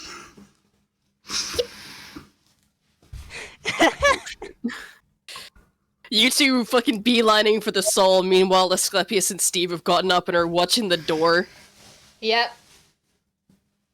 And it Uh, is. You guys get up, and it's this new being getting itself out of the shackles with its claws. Oh, good. Forgetting to turn the fucking voice mod off. Yes, we have net improvement. It's all fine. Alright. Let's get you out of those. I mean, it got a 29 in Nice. sleight of Yeah, hand. I think It's already out, dude. Yeah. It is already crouching on the floor. I misheard that, so alright. Korvits, go pick up your guy. And that's out of character, just Korvits swoop. Get it. I know there's falling for someone, but Jesus Christ. Exactly. Get it, fetch. He will definitely go over and, like, it seems to be, conscious. So he'll offer it both of his hands. Hi. Do you want a hand? I got 1. I forgot he lost one for a second there, actually. You can have a singular hand. The warship's Jackie. Oh my god. How dare you? I love you too. Are they wrong? No. So, okay, he'll Alright. offer one hand, the one remaining one. It looks in his direction, vaguely, very bewildered and confused. And it's a very different sort of voice, similar in pitch, but, Korvits, what are you doing? Not that I'm not happy to see you. Or, well, hear you. I came after you. We all did. Why? What do you mean, why? How could I not? There's more of you? Oh, yeah. Lynn and Asclepius and Steve are here, too. Oh, Hey, picnic. fuck me. Rather not. I'm happily married. I mean, our relationship No, is not open, like but that. No. Not like that. No, absolutely not. I do not want to watch that. It's fucking gross. Moving on! Point being. this is a very touching reunion, but I'm not sure this is the place or maybe the time, given, who's on the other side of this particular door. We gotta go. Yes, that's what I was saying. Precisely why I'm asking why the hell you guys are here. But you know what? Let's not question that right now. Let's go. Let's just go. Let's just go. And it's up, and oh my god, it towers over two. Time to make It tracks. towers over two of you now. Okay. Well, goddamn, you're a tall drink of water now. What? You're. You're no longer fun sized. That's so cool. Let's admire you more when we're not in imminent peril. Distinct and imminent peril. I would love to get my magic back, but I don't know how to go about that without continuing the peril.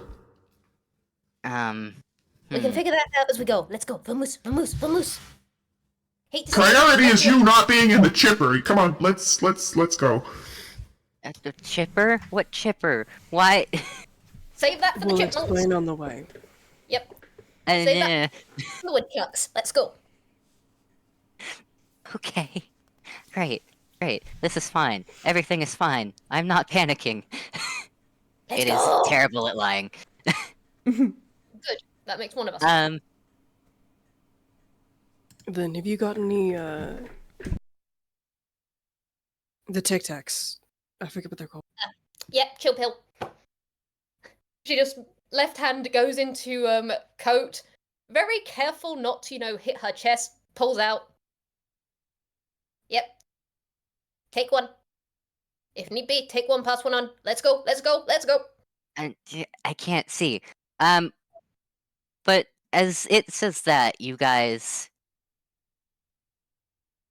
I pat you guys. As it says that, you guys hear a whistle. I need all of you to make me a wisdom saving throw. Oh, joy. Is Bless still up? Oh, thank goodness. Let's see. Let's go with bless. Bless. Where are you? Bless. Where are you? Bless. Oh, it's a minute. It's a minute. Never mind. Oh shit, that was a 3. I think that's the It's best one fine. Korvits had all day. It's fine. My two are hard carrying. What the fuck is your modifier again, Steve? Hey, Babble. Mm-hmm. Has a d6. Could you add a 5 to its roll, please, if that would help? It would not, unfortunately. Okay, it's still going to get it anyway. So... It's the person who receives the bardic who makes the roll, by the way. Oops, sorry. Thank you. Mm-hmm. It would not be high enough, unfortunately. So... 2 sevens. Goddamn. Lynn, Yeah. Lynn, oh my god.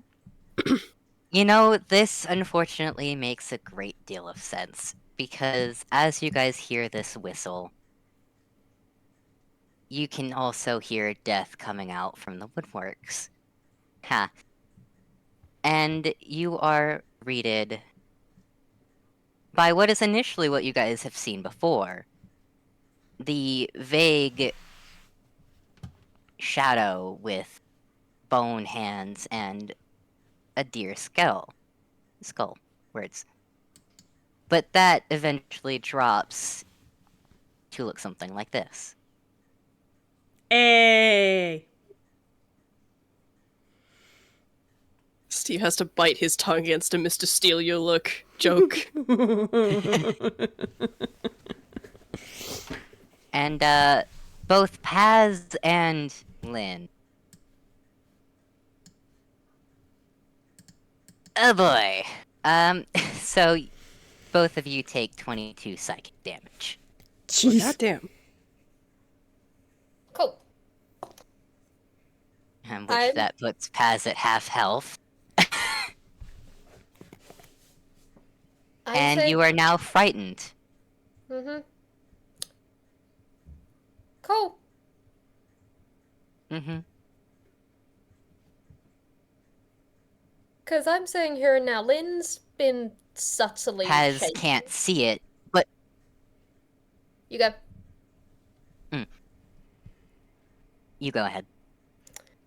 Okay, I was going to say, Lynn has been subtly shaking this entire time because of the pain level she is in.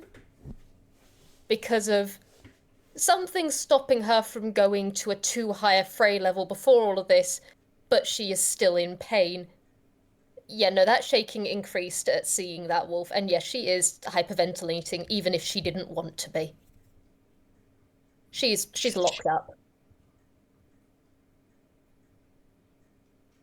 All of the fur, well, not really fur, but what would be fur if it wasn't just a fucking soul at the moment, raises on Paz to where it just looks like a giant fucking puffball.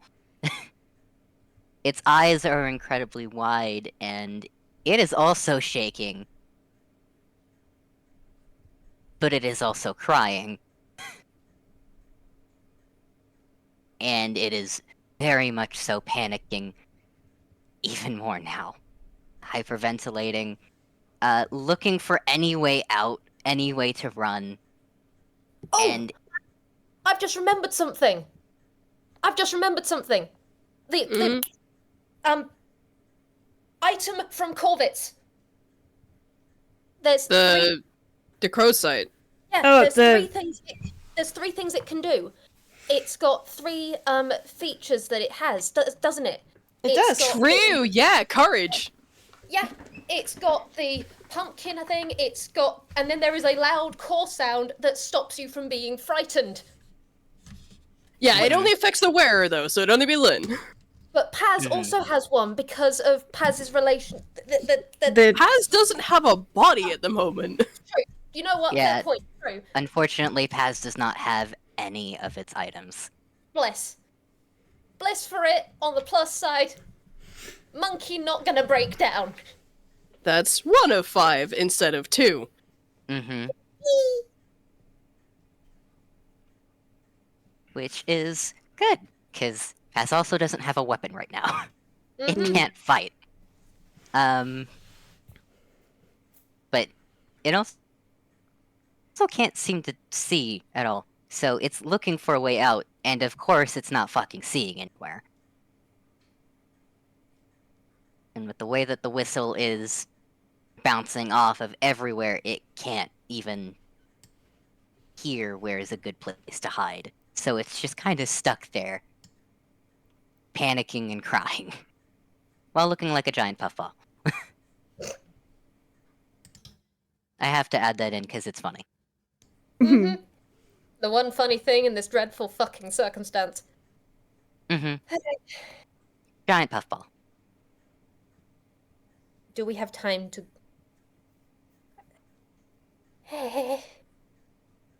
Right. What do we have time to do? I wouldn't save it. Wasn't talking to And you. that comes...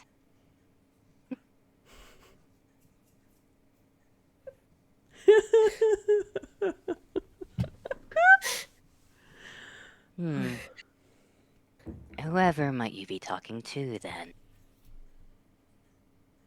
Curious. Come on. Literally anyone else but your tacky ass. Lynn, oh my god. Not the time! I am dealing with this the best way I can.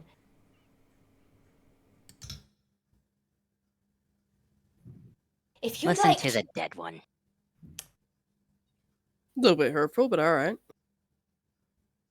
You got the shutting up. You clipped in and out for that one. I didn't hear what you said. Ah, shit. Death says, you have the right idea of shutting up.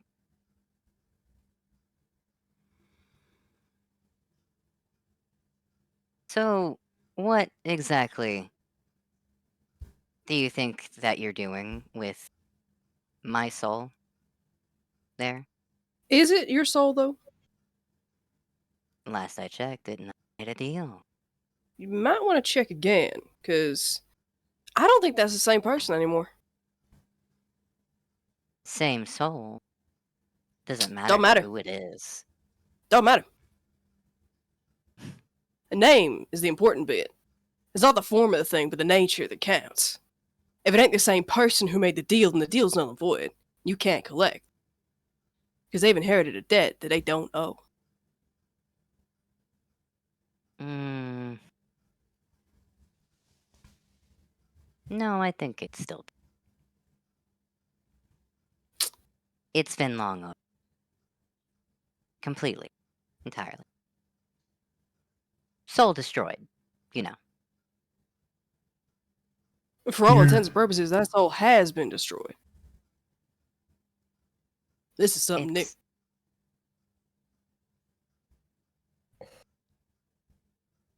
Why did you even make that deal in the first place?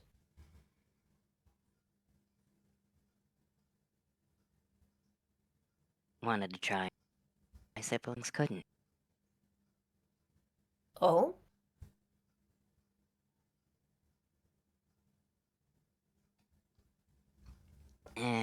Something about second chances, trying again.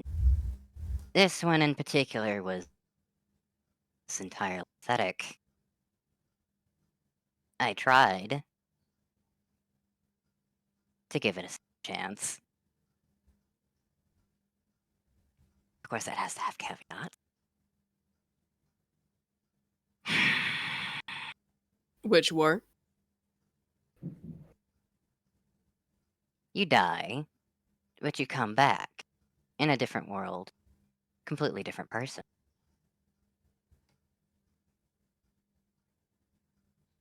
Fresh start. None of the ties that come from the last. Except that not quite true, is it? There's a tilt of the head. You say there's no ties from the previous lives, but that's just not true.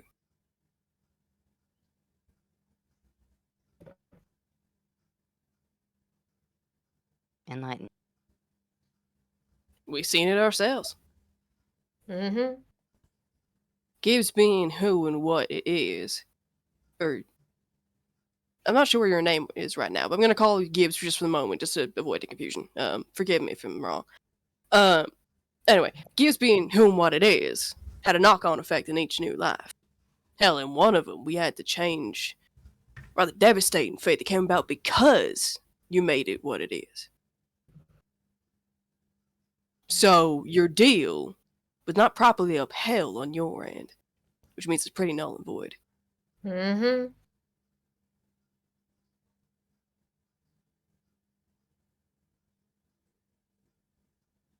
It's only when it reaches its happy. It never got. You'll realize it was happy when you decided to leave your lane. You came in and stuck your nose when it was happy. Yeah, it's been through some shit in the life it's in, but it's still alive, and we were very happy until you showed up. I didn't show up till after it was dead. I am very doubtful that you did not have a hand in the fucking explosion. I didn't. You can believe that if you want. That's not my business. But I didn't show up to kill it. What did kill it?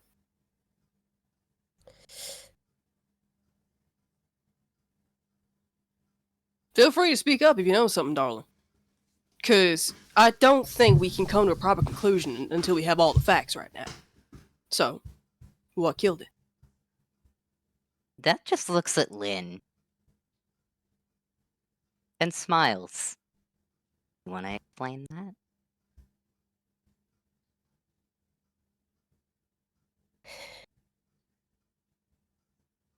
It was love.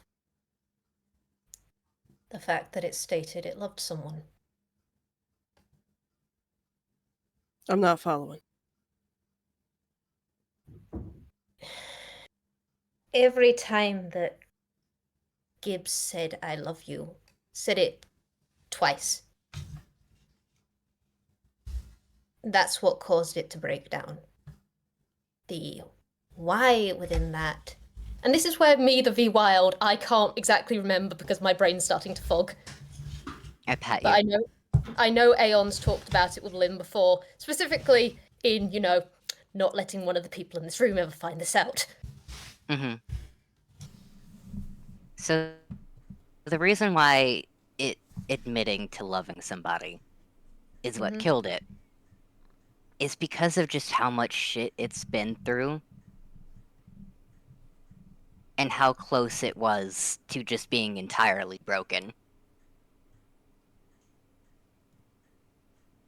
In which case, allowing itself to love and everything that could possibly come with it is what made it break down. Mm-hmm. Does Lynn say this? Yes. Then the deal is definitely void. Because that ain't no clean slate. If the knock-on effects from every life and all the shit that it went through caused that, then there is no fucking way that you can argue you gave it a clean slate in each new life. You didn't uphold your end of the bargain. So your attempt at collecting a payment is out of line.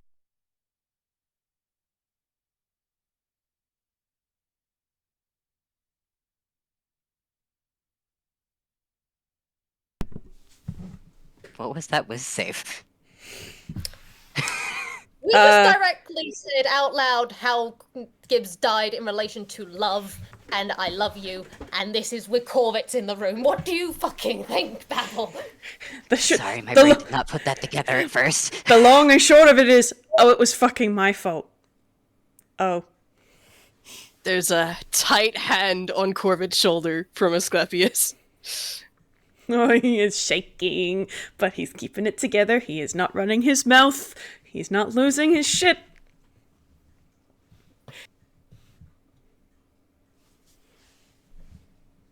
Part of the deal was also kept its memories. That it kept his memories. Yeah. So that it could Keeping take what your it learned from each memories. one. Keeping your memories and clean fucking slate do not go together. They are opposites. It can't have a clean slate if it knows what happened last time. Your contract that's pecking ridiculous. Antithetical to the entire concept. Have you never heard of tabula rasa? Come on now, this is basic philosophy. This is... Fucking bitching about a deal where you got stiffed on payment. You can't even make a terms of deal that makes sense. And if the contract in and of itself didn't make sense in the beginning, the sheer fact of how it's written voids itself. To summarize, you don't have claim to dick nor shit. Aye. So we're gonna walk out of here with that soul, and we're gonna get him a better life than you guys ever offered him. That goes for you too, Aeon. You didn't do him no favors. All you fucking gods just fucking around with people.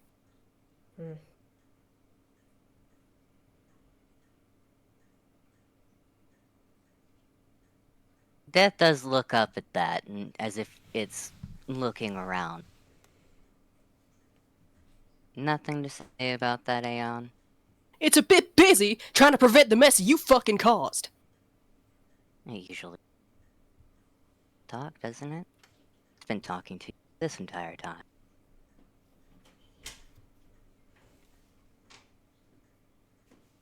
You do like attention from your siblings, don't you? What is that Trying- supposed to mean? Well, you said it earlier yourself. You were trying to do something that your twins couldn't.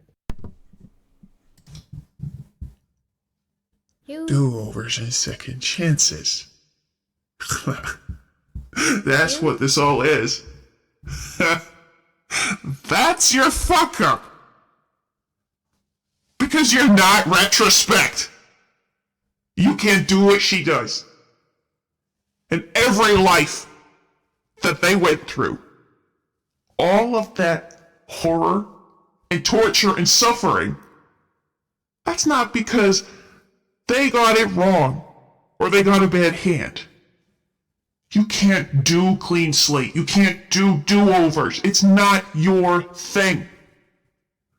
That's like me trying to fucking run a wedding or animus. It's not my bag. I get you're jealous. Perhaps that's the problem. But do-overs aren't your thing. Why are you trying to do their thing? Because it's obviously not working. It ain't the form or the thing that matters, it's the nature. And your nature is to kill. Do you think it's fun? Do you think No, I enjoy don't. this? No, I don't. You fucking forget, we live in a town full of monsters. We know it ain't fun.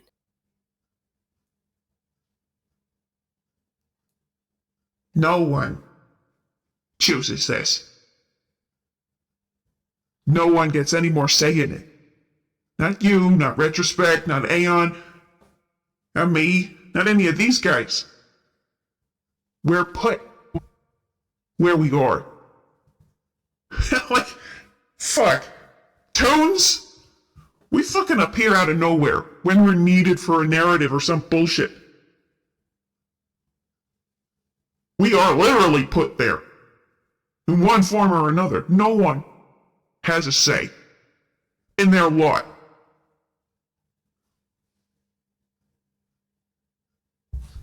At least eventually you have an end.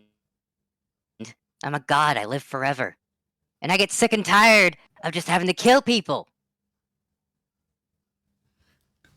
For once, I just wanted to do something that people thought would be good. You do things that are. Do you think the person who is suffering with a painful disease does not welcome your arrival? Do you think the person who knows they have lived long enough and is ready for things to end does not smile at your appearance? It is That- easy to see the negatives. It is easy to focus on them. It is so easy to forget that you do bring relief. Death is an end. But it's not the.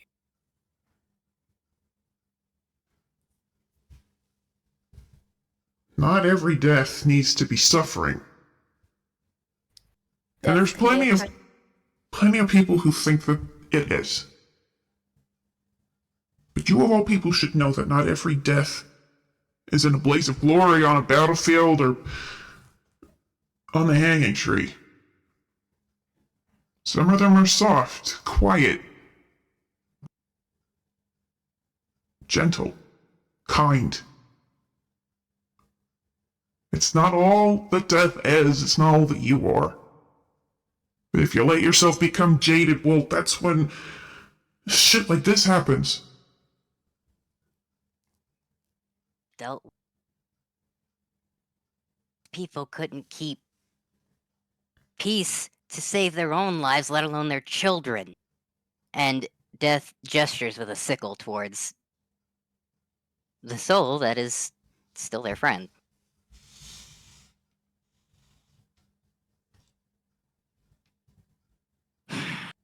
For one thing, its mother was a coward. Couldn't have gotten out of there later if they tried.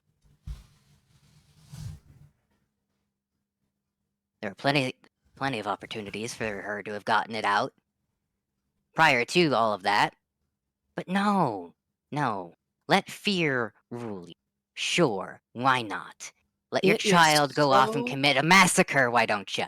It is so easy for you to sit and throw stones in your glass house. You're God. You don't have much to fear. We're mortal. She was mortal. And no one is perfect. Not even gods. They all do things that are not necessarily in their best interests, or in the interests of the people around them. I have, historically, burned a lot of buildings down. More so recently. And you put your sickle in my chest.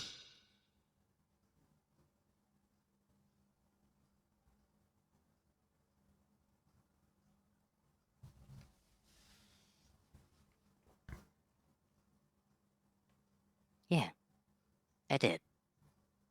So I knew that you'd try to intervene. Well, here I am intervening anyway.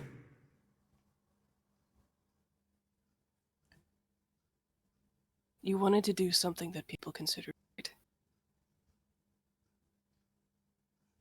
This, letting us leave with this new soul. Letting it have an actual second chance. That is right. And I think you know that. This is a second chance.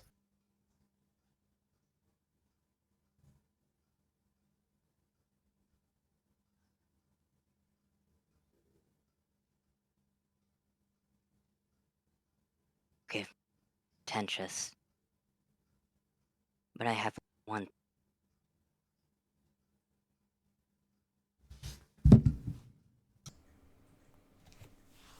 You cut out, my guy.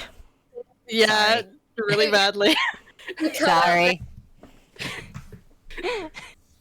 Forgive me. Just one. Let me move my fucking mic. I pat you. Let me put my mic in my fucking mouth. This is the consequence of playing soft-spoken characters. I feel you, homie. I'm gonna put my mic in my fucking mouth so that you guys can hear me. It's like when I play Chifley, I'm like this when I'm Chifley or Selly. They're both the same. Incredible. Asclepius himself, like, get.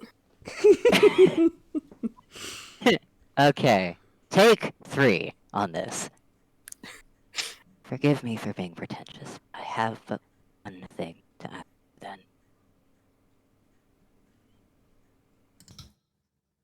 We're listening. Prove to me that it's worth it. Fight me for it.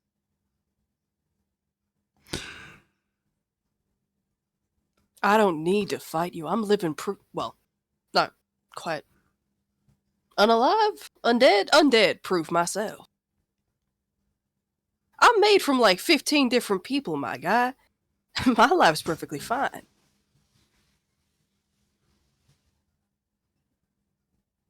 Fighting has its merit.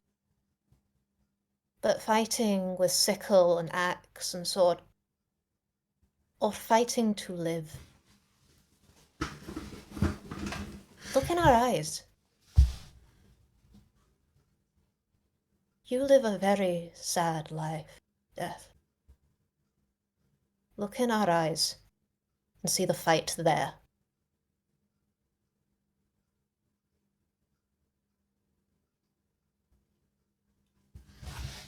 Alright. Give me just a second. Where you want- is... Do you want like a persuasion roll or something? You will need to do that, yeah. Alright. Can Let's I go, do team. it? I think I've got the best mod for this. I don't think it's going to go up to Lynn or Korvits. Because I think that Death knows.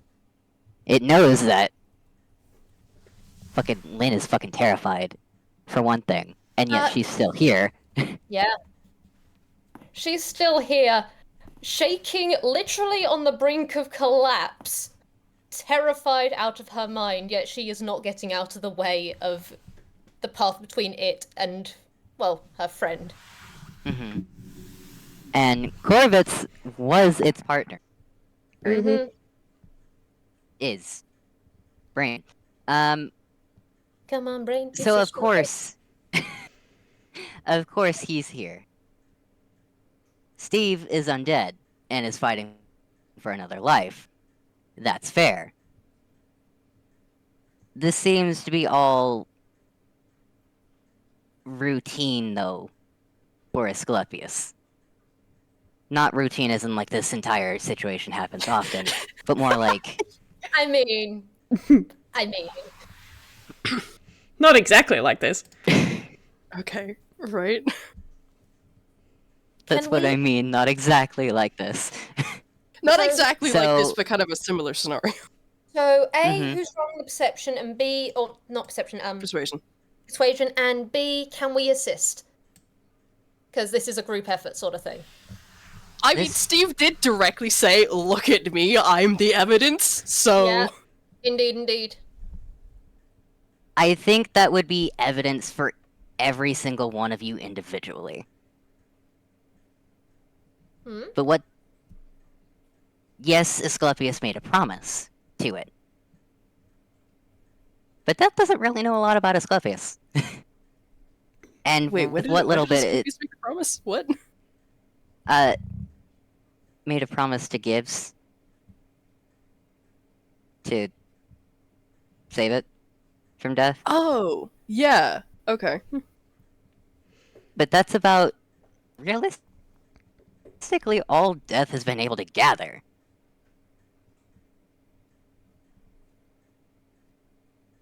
So I think Death is going to A, get up in his face and do an insight check. Okay. All right. Make a persuasion. Oh, fuck.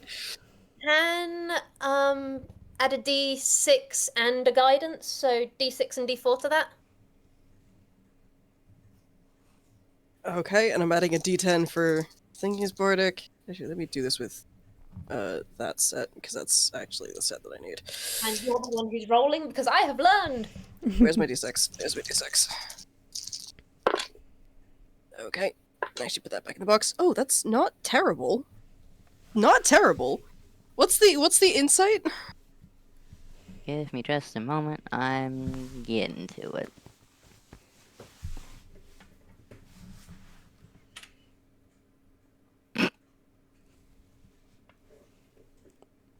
What's that Okay. roll for, Vwild? That's not me, that's No, me. that was me. That ain't Oh. much for a deity. Right, yeah. 21. No, Well, I know I've... Oh? yeah, no, that's the insight for them. Okay. That's one of their lowest stats, not their all-time lowest, but like their third What's that then? lowest. Well, I know I've beaten that. It's a 32. Nice. Okay. Alright. We helped! Okay, Asclepius. Alright. So outside of what all has already been said, what does Asclepius have to say about this? Is it... Okay, so what's the exact presentation of this? Is it like... he's looking into Asclepius' memories, or what's the kind of sitch here? Why he did this, why he came along, why he was so insistent. What is it worth to him? Fuck. Okay. Right.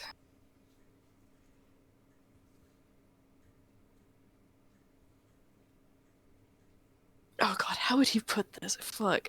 You put me on this one now. I pat you. Dialogue, our one weakness! For Asclepius, it's the only one that doesn't make sense to death. I'm sorry. Okay.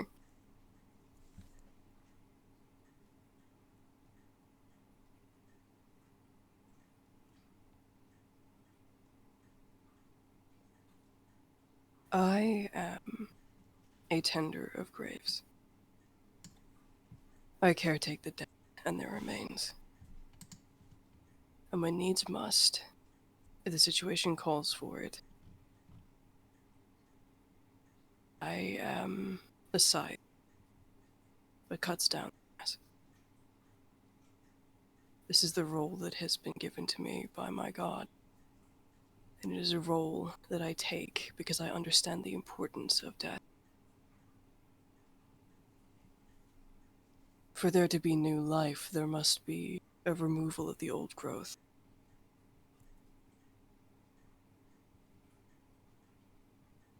But to plant something new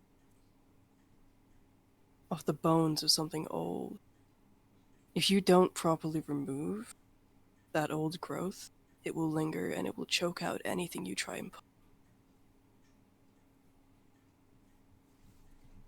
You've done the best that you can. I see your efforts, and I'm grateful.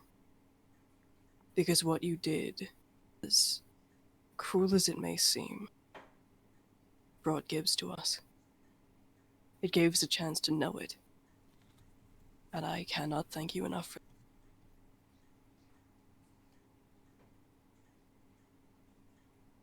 You did not do a good job, because you do not know how to do a good job. But this is what I do.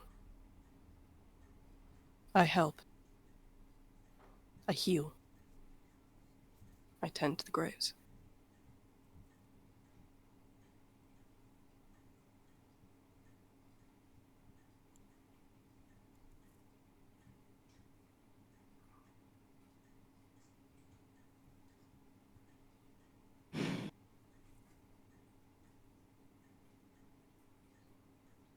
Death slowly retreats back, eyeing all of you, but then settling on Asclepius. The air around it changes. And Death just looks kind of tired.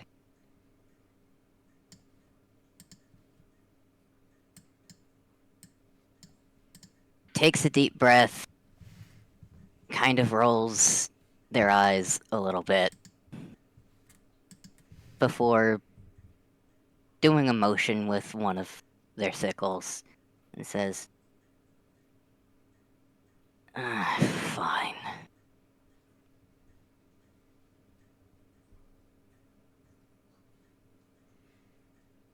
Take it.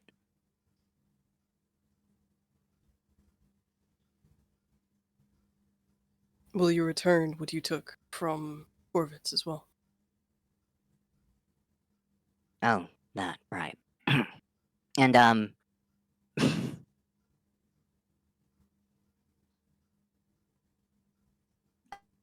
from underneath its, their poncho, they pull out a little Christmas bauble, and they toss it to Korvits. Or Embero's bauble. Okay. Roll to catch, motherfucker. That's what I'm doing. Do you want me to add just dex or sleight of hand? If it's smashed on the ground, that just means it comes back quicker. Scatter! I want people to be out of dodge.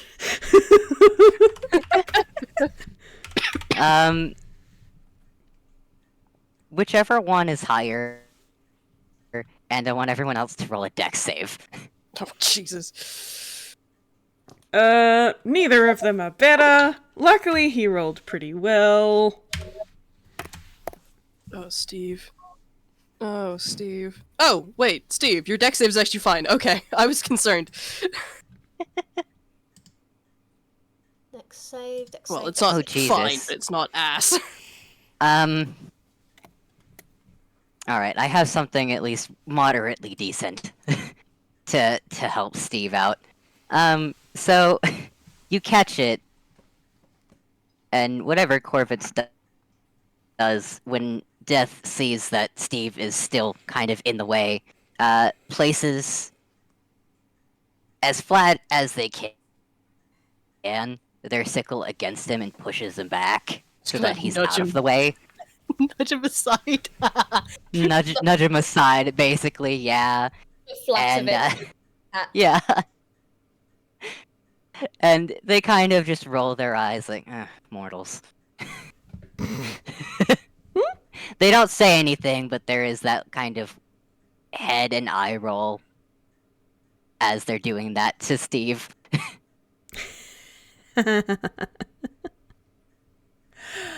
Oh boy. Everyone got pretty alright, I think. Apart from Steve was the lowest. Everyone else got above a 20, so. perfect. And So, I'm saying that Steve is going to be fine because Death intervened. love that. So Korvits will catch the bauble and he just sort of holds it, like he's only got one hand, so he can't really hold it in both. But he holds it sort of up to his face and then holds it close to his chest. Hi, missed you. Let's see what else we can do together, hey? And he'll crush it. And then it's not quite an explosion with a whole lot of outward force, but there is a lot of upward force and heat. And it's vibrant orange and red and yellow and white fire in this big plume that is absolutely scorching those nice white tiles. Crack 'em. You can get a mop. It's fine. He's a god. Surely he's got a mop. He's no pleb. I mean, if you look at Death doesn't really seem to care about the marble flooring. That's a spot of color. A spot of colour. But you can't see Korvits through this big hot plume of fire. And then there is a movement, like you can start to see movement inside it, like the flames themselves are sort of changing and moving and kind of coalescing in the middle a little bit. Pause for responses, then I will continue. Holy shit. Hoo-wee, that's Brad.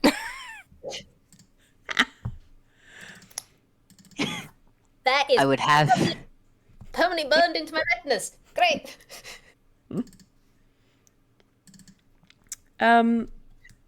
There is that moment as the fire coalesces down, and then there's this sort of shine from inside, and it's kind of like a stretch of an arm almost.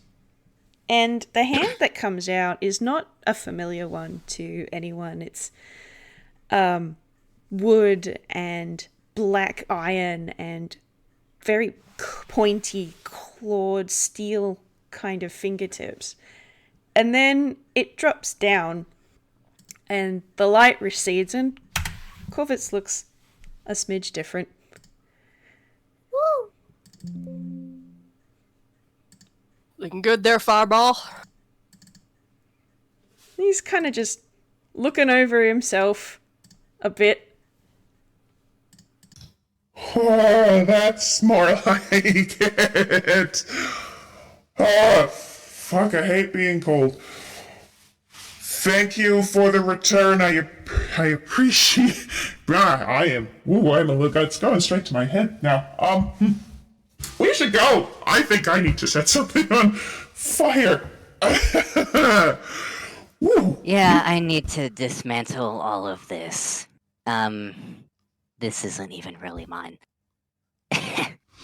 Right. Well, everybody needs hobbies. Let's leave the man to his work. Let's leave the entity to his work.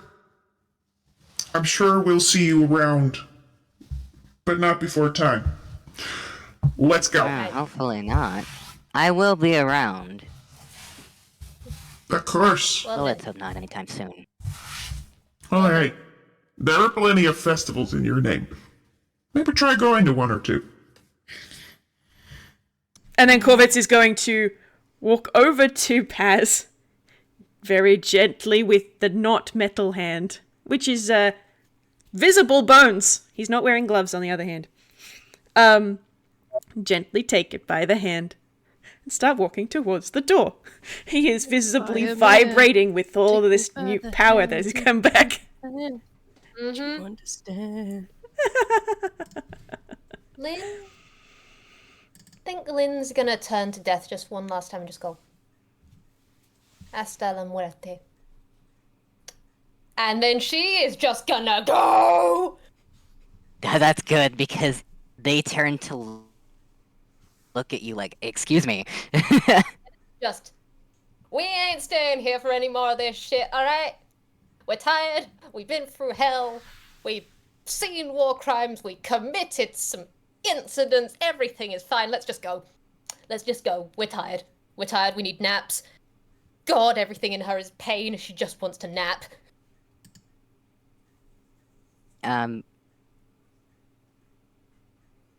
Just as you guys are going over the edge of the area into basically what it would be falling into Satori, Death seems to perk up and they look almost panicked as they try to run towards you to tell you something, but they don't get the chance before you guys are already gone. Whoopsie. Well, that was concerning.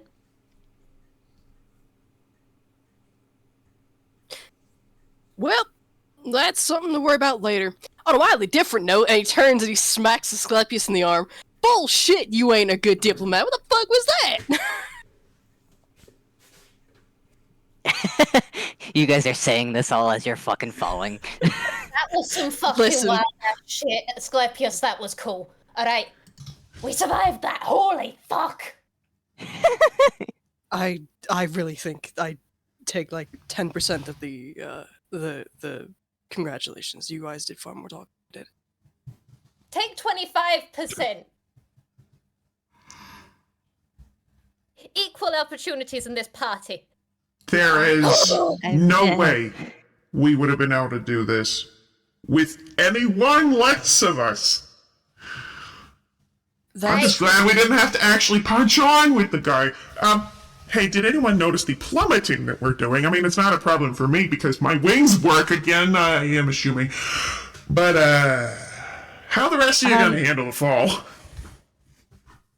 I'm just accepting this as bullshit, and so I'm just rolling with it so I don't start fraying to pieces. I'm assuming that we're gonna be fine. We're gonna be fine! I'm assuming this is gonna be fine. I have a result that might be painful, or I can try something else and it might not work. Or we could just do this the easy way. Lynn, come here. Okay. Listen, we got several 100,000. I don't know how many feet we're falling, but we're falling a bit. We got several rounds. And Korvits is going to grab Lynn and stick her on his shoulder. And then he's more or less just going to grab Steve and Asclepius. Not quite under one arm because he's still got, I assume he's still got Paz as well. Or has Paz disappeared or something? So make me a dex save, every single one of you. Oh, good. Oh, good. Oh no. Oh, that's not good. Let me just check something real quick. Ah. Korvits, you are trying to do too many things at once, man. Asclepius, by the by, has cast Death Ward on himself and Steve, so when they do inevitably pancake their asses, they just pop back on 1 HP. Okay. Let's see. Oh dear. Can Lynn cast another bless as we're doing this so you can add a d4 to your rolls, my guys? It's too late, we've already rolled. Oh, okay. change. All right, thank you for letting me know. I thought it was at the result sort of thing. Cool. Hey, there we go. I've done Lynn. Everyone forgets that if you get hit with an instant death effect while you have Death Ward up, it's just negated. Actually. So they'd be perfectly fine, actually. They'd be in whatever health they're at right now. Okay, so that's a dirty 20 from Lynn. Oh, Paz, honey. We don't know Paz's roll yet. Can Paz add a d6? So Paz rolled a nat 1. Fucking hell. Rip. Oh dear. Which unfortunately makes sense. And with those rolls averaging out to average, I'm going to say that you guys do a very good job at keeping each other together when an extremely strong wind current ends up sweeping everybody around.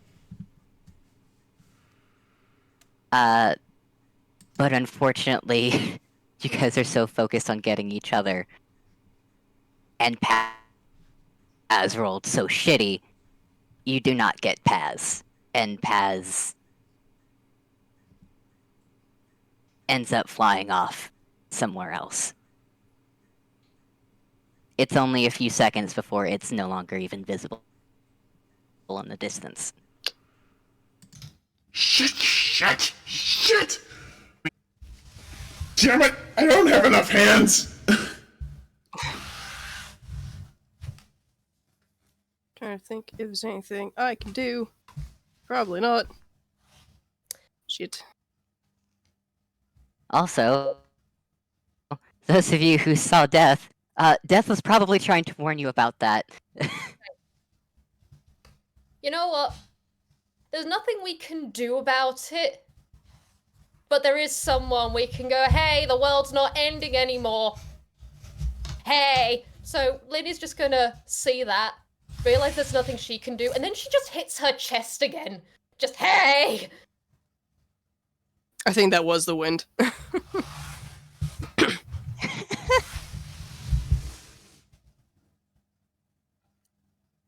So after you guys talked with Death and Death let it go, time had stopped. Well, had not stopped. It started again. So there are no more stars falling from the sky, for one, but the world is turning by this point. Also, the fact that that's happening means that Aeon can be physically there. Yeah, just, hey! Hey! Why are you doing this? So now there's Aeon falling with you guys. Why are you doing this? It just went there! Because Souls we are followed each apparently other like like- lemmings. Souls are apparently like feathers. Okay. But I don't know what you expected. They're light. They're meant to float. Go I and don't get know shit Paz, nor we'll dick figure about this out. souls! Exactly. Aeon, as is falling from the sky. We're good here. Go. You wanted it. It's here. Get it. I wanted it alive. I didn't. Yeah. Okay. And it's not gonna be We can alive. figure out the alive thing later. Please go retrieve the soul. Son of a bitch. Sorry, that was my alarm. It's all good. I can't make any promises, but I will see what I can do. If it's alive and it can return to us, that's fine. Okay. I'll, And I'll owe you snap one for and they're this, off. Aeon. No. And then they're gone. Are we still, like, above Halloweentown? Where are we falling to, exactly? You guys are falling in Toontown, because that's where the world ended up turning, so that you guys... Yeah. Okay, well, that's... Korvits is also going to be like, hey, look, I've got wings. Ta-da! And make it a nice gentle boop. He might even do a couple of laps of town and then, oh, there's the teleportation circle station and land right in front of it. The world does seem to slow down for like a good second. The world itself, not people or anything. So that you can do a safe landing and not move anymore. Now that was very high up. I don't think I've ever flown that high before in my life. Right. Next time we do this kind of horse shit, I'm getting Ro to write me a fucking scroll of Featherfall first. I'd like one of those as well next time that happens. If it ever happens. Also, parachutes. Featherfall's more reliable. You're cleric and bard? You warlock? What are you? Barbarian, bard, cleric. Yeah. Cool. Yeah, you'll be able to cast it then. Yeah, I'll get Ro to make a couple. No problem. Yippee! Alright. We survived that! Korvits has Well, fuck me sideways and call me Daisy. has stopped. I don't want to do either of those things. You're right, big man. Korvits? He's got his hand on his chest. I... Can you still feel it? No.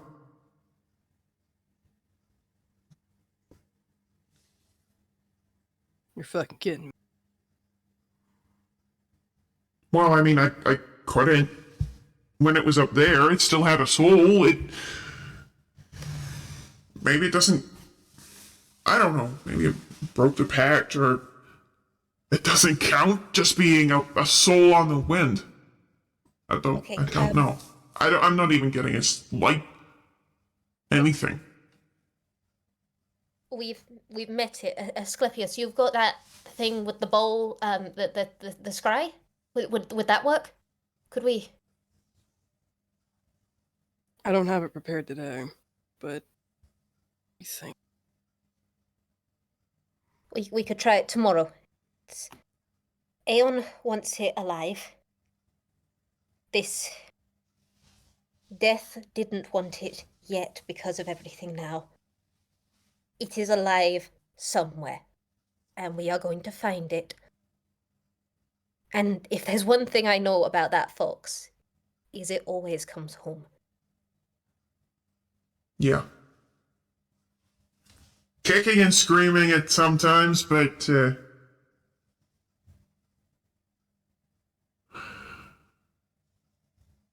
no, just kind of got used to having a little bit more warmth in my chest, you know. But I think I have done enough panicking today for a lifetime. So I'm just gonna try. I'm gonna have faith in Aeon. Aye. And see what happens. And if Aeon can't find it, then we will. well, if Aeon can't find it, then like I said, we will.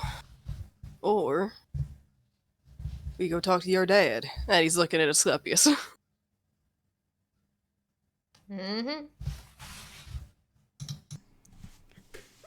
Korvits is all confusion right now. Understandable. My father could potentially cast True Resurrection. We wouldn't need we just need... Well, we just need it to still be willing to be coming.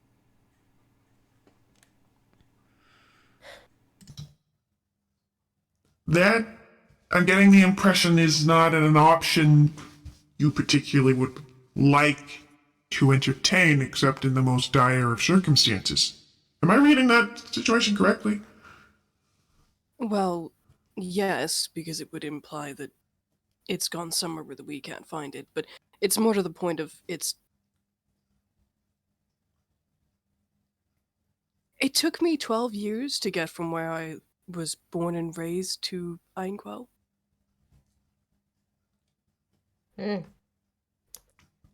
That's... I did Speaking admittedly of take that, meandering route, but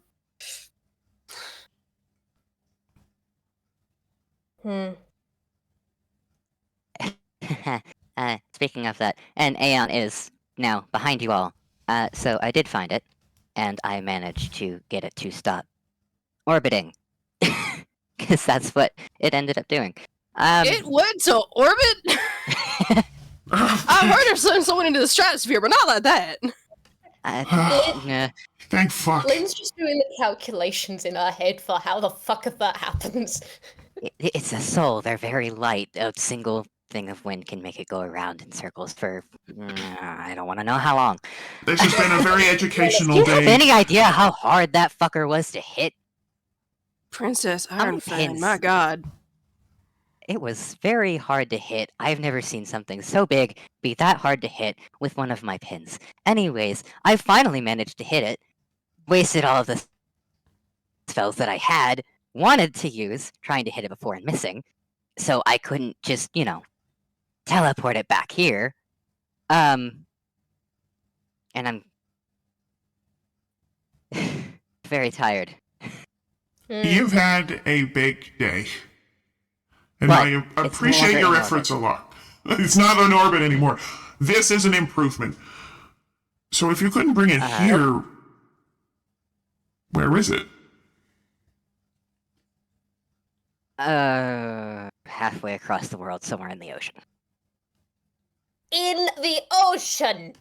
That's not ideal. No, the it's not. ideal. It's a fox! I tried. I don't know how long it's gonna be encased inside that giant star, but I tried. That was the only thing that I could really do left that was going to get it out of orbit.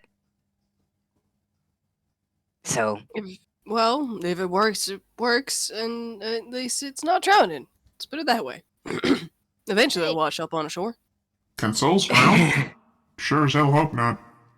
it's not a soul anymore. The closer that it got to, actually hitting something in Zatori, the more physical, I guess, it got. I don't know how you. I don't It's know a real how boy a lot now. of this. That So- sure. So it's going to be that size now. It's not going to be fun sized.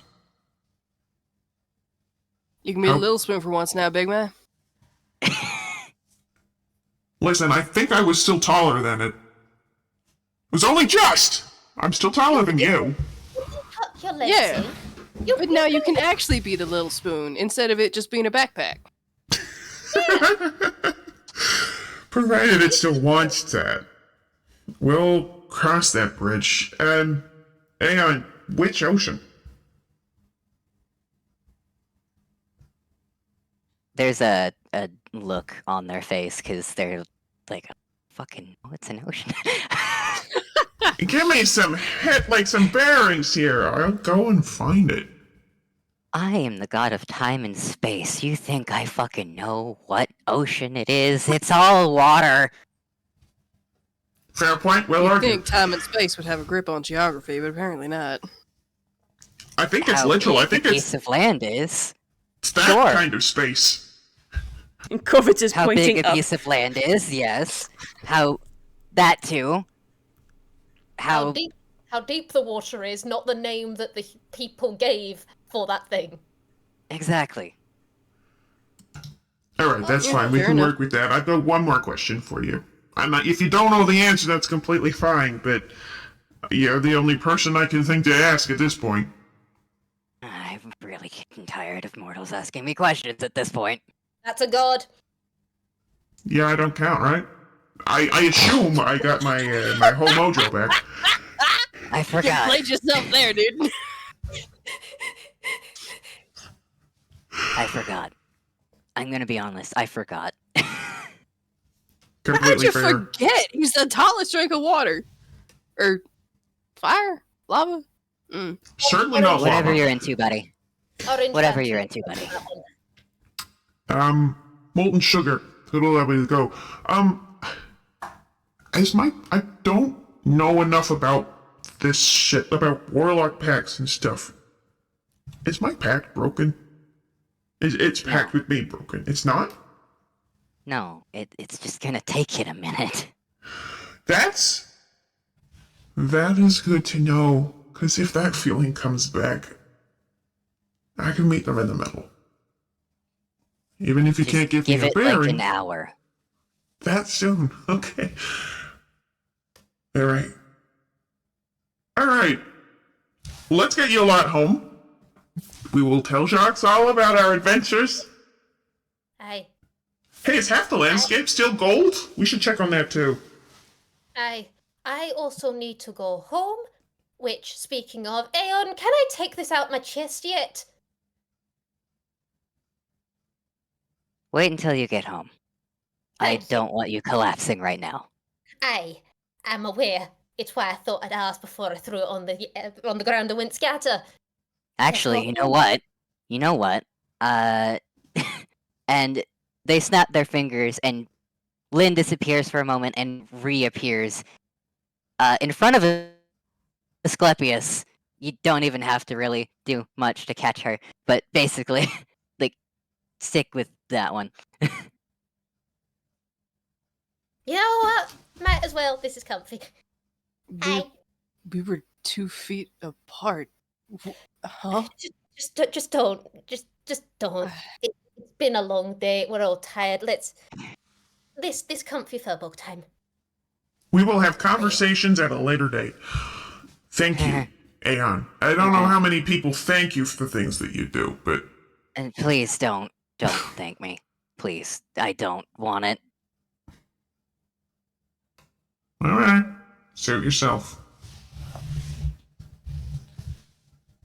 We'll be off then.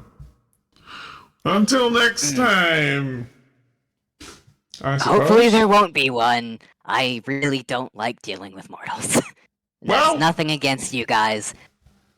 Maybe I'll Like see you at the Steve said, staff I picnic suck at then. this. No, please.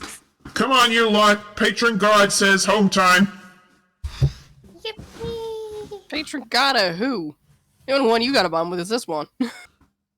Patron God of the town you live in, asshole. Get moving. Go to Halloween. Schmoove it or lose it. I'll eat all your cookies. I'm schmoovin'. You can tell Lynn's tired. Korvits like Steve. Also, Korvits. Mm. Last thing I heard, whatever its name is now, I don't think it goes by Gibbs, given the discomfort. Last thing it said was, why couldn't I just stayed with my fucking husband? So, I think it's safe to say that, yeah, no, it's still interested. He doesn't say anything to that, but he is grinning. And with that, I'm out. I hope to never have to deal with something like this again. And so that you guys never have to deal with me. Goodbye! And they're See ya. out. Steve just kind of shakes his head like, that Pantheon is a fucking mess. We know. Oh, Meanwhile, Asclepius looks at Lynn and goes, so that's one happy proposal done. When's yours? Just takes a moment first. Just shoves her hands in his face. Oh! If there was more transit time, we would have time for gossip, Lynn. Well, maybe we have to wait in line for tickets. Come on. You've got goss to spill. Shut. It's gonna be a while away. We want to take things slow. I don't have to tell you guys jack shit. I'm literally your god. And as far as I'm aware, you're partnered with someone who is very impulsive. For all that you say you're taking it slow, I have my doubts. I have yet to have a conversation with this other half of yours. Maybe I should organize that soon. Do you have any that's a idea good how many point. people have to shovel talk him? My Oh, I uncle don't need to said shovel he talk did him. a hole. I don't need to shovel talk him. What do I need a shovel for? Jacques is definitely my new favourite of the group. And Ava. Ava's nice to me. Oh, you Let's love go, us, Hubble. really? Yeah, I do, you pack of shits. Let's go. I suppose we're just bantering as we go into the teleportation Yeah. circle station and buying tickets. Lynn has got her head pressed into your chest, Asclepius. Just all of this is being said while she's got her head just pressed there, just, oh, God.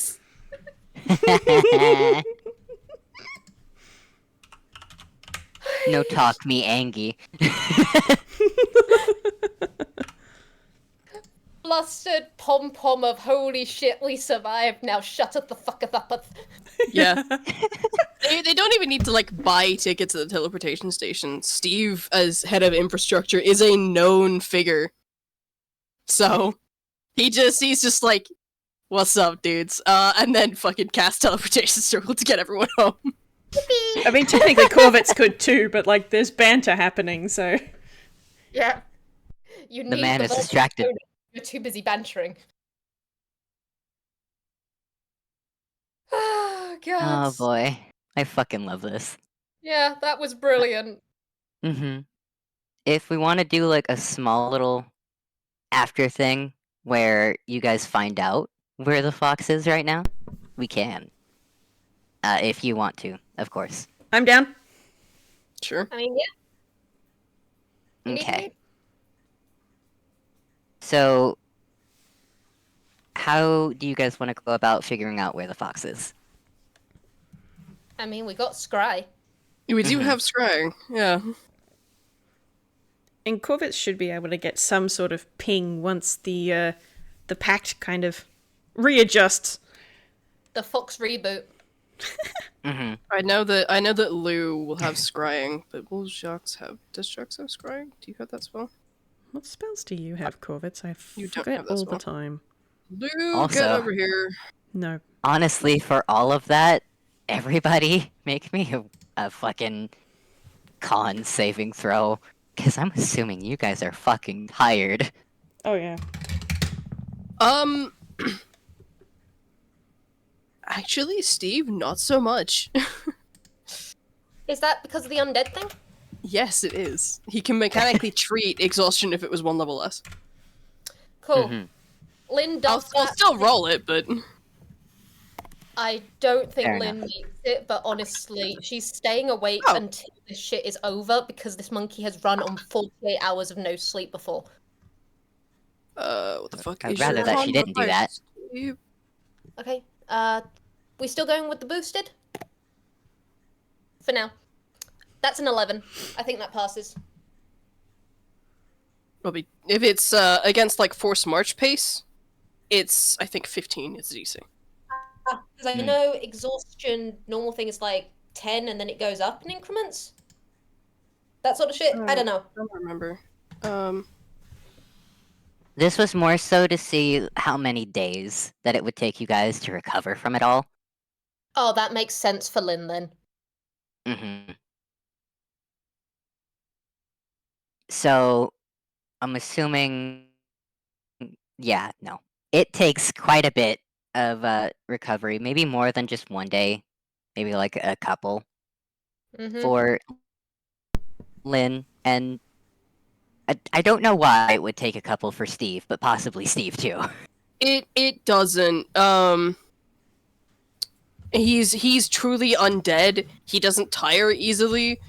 Even if he does gain points of exhaustion, he can ignore them to an extent. So. Mm-hmm. Maybe then just some, like, damage control. He gets stuck with all the meetings that they gotta do for the... So that True. happens. LMAO, true. Asclepius just goes, it's your duty, and just goes. You're on this one. I mean, yeah. There we go. Fucking recovery time for everyone else, because holy fucking shit. And I'm assuming that Jacques is not okay after all of that. He's upset, obviously, because Gibbs was his friend, but, you know, he's taking it fairly well. Mhm. Mm-hmm, mm-hmm. fair enough. Then there's Gino. I gesture at Vwild. So what had happened and why it was that Lynn wasn't so affected for any of this was the fact that mostly because Aeon actually cares and didn't want her to be hurt as much as she would have been if they didn't do this. Of course, there is the fact that they did need her, but mostly it was the fact that I like this mortal. I don't want her to, beef it. Mm-hmm. And maybe this is against everything. But at the current moment, I don't really care. If Death gets to cheat, I get to cheat. That's only fair. Mm-hmm. So, 'Cause- they essentially put a pin in Mm-hmm. to keep deal her with fray the points down. Yeah. Because Lynn was pretty easily able to piece together when she was looking out the window and saw, Korvits and Gibbs running off. But that doesn't really help when all of a sudden you actually see the explosion and grief becomes reality and shit. And Network Mhm. was working double time to, keep her standing. And they needed her alive and doing stuff. But honestly, without Aeon really saying it, it's really because Aeon actually likes Lynn. Yeah. Tsundere motherfucker. Yes. Listen, it likes this town of mortals. It doesn't really want anything to happen to them. Bless. They're funky little bastards and they're brutally honest, and they like that. Mm-hmm. And fucking Death, not gonna lie, Asclepius is fucking Death's favorite now. Well, goddamn. Okay. That's how well you did. I won't lie. I can't remember most of what I said. I got possessed again. I don't know for every time this happened. That's why we record this shit. I It pat happened you. with the thrall, and it happened now. Understandable. Have been nice. I pat you so gentle. All times it was for Gibbs' sake as well. Goddamn. Which case, I myself am just wah friends. Ow. But also very good. The lines that Asclepius did were fucking baller, by the way. In which case, I lay here. Mm-hmm. Yes, correct. Trying to wrap this up, sorry. So you guys want to do scry or Yeah, after the damage control?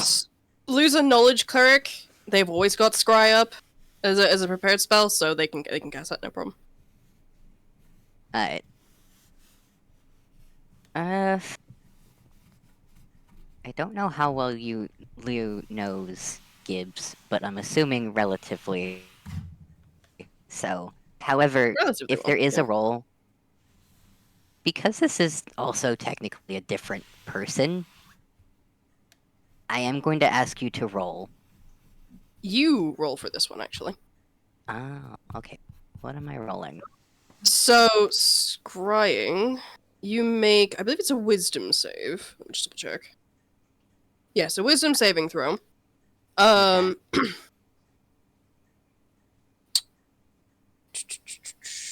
might actually be better if Asclepius does this, because then at least it won't be so bad.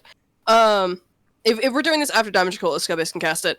But you have modifiers to save depending on the knowledge of your target and the connection to it. So, Asclepius has at least met this new being, so that wouldn't give a modifier to it.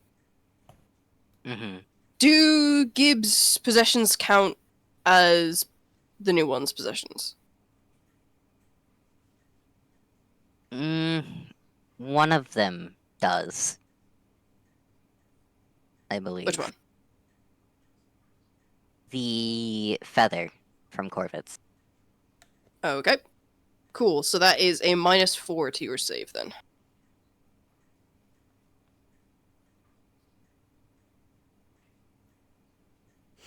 Well, that ain't much.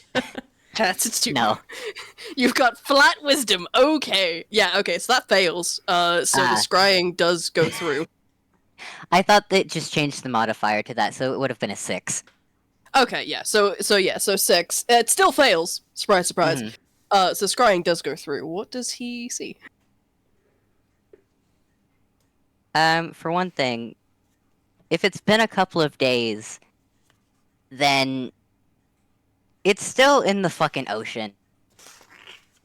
Given the fact that there is a little hole in this strange ice ball that it's in, and there's seawater outside of it, but it's safe somehow. It's just extremely fucking cold. And you see it's putting its paws against the little sphere from the inside of it and casting some kind of ice magic to make it thicker and to cover that hole that was there. And yes, it is hurting itself in doing so, especially since, like, this sphere seems to be using its tail and its back as a fucking thing to build off of.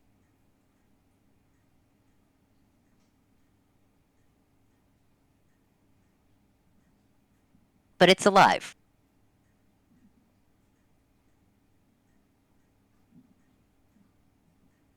It's just somewhere adrift.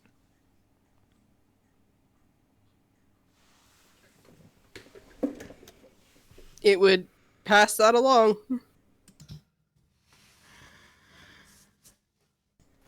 Has Korvits got full directional ping from them?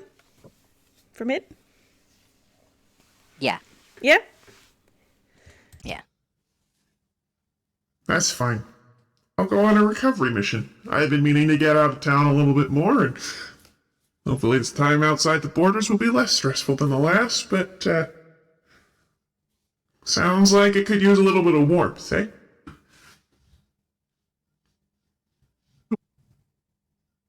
Okay.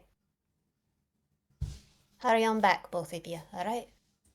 Hey, you were fine without me for nearly 200 years. You guys, you'll be fine for a couple of days.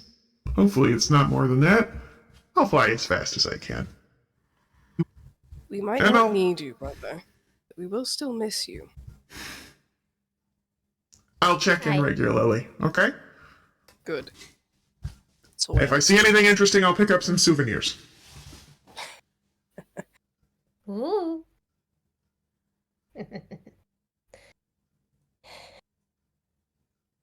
Be safe, you lot. I'll see you when I get home. Hey. Godspeed. I'll do my best. And he will take off and dash and disappear off into the sky, heading in that direction.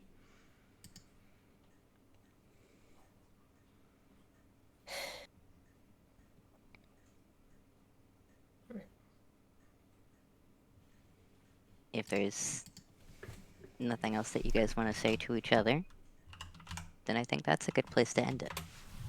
Mm-hmm. good as any. This is at least as long as heads or tails, so. And Lighthouse game.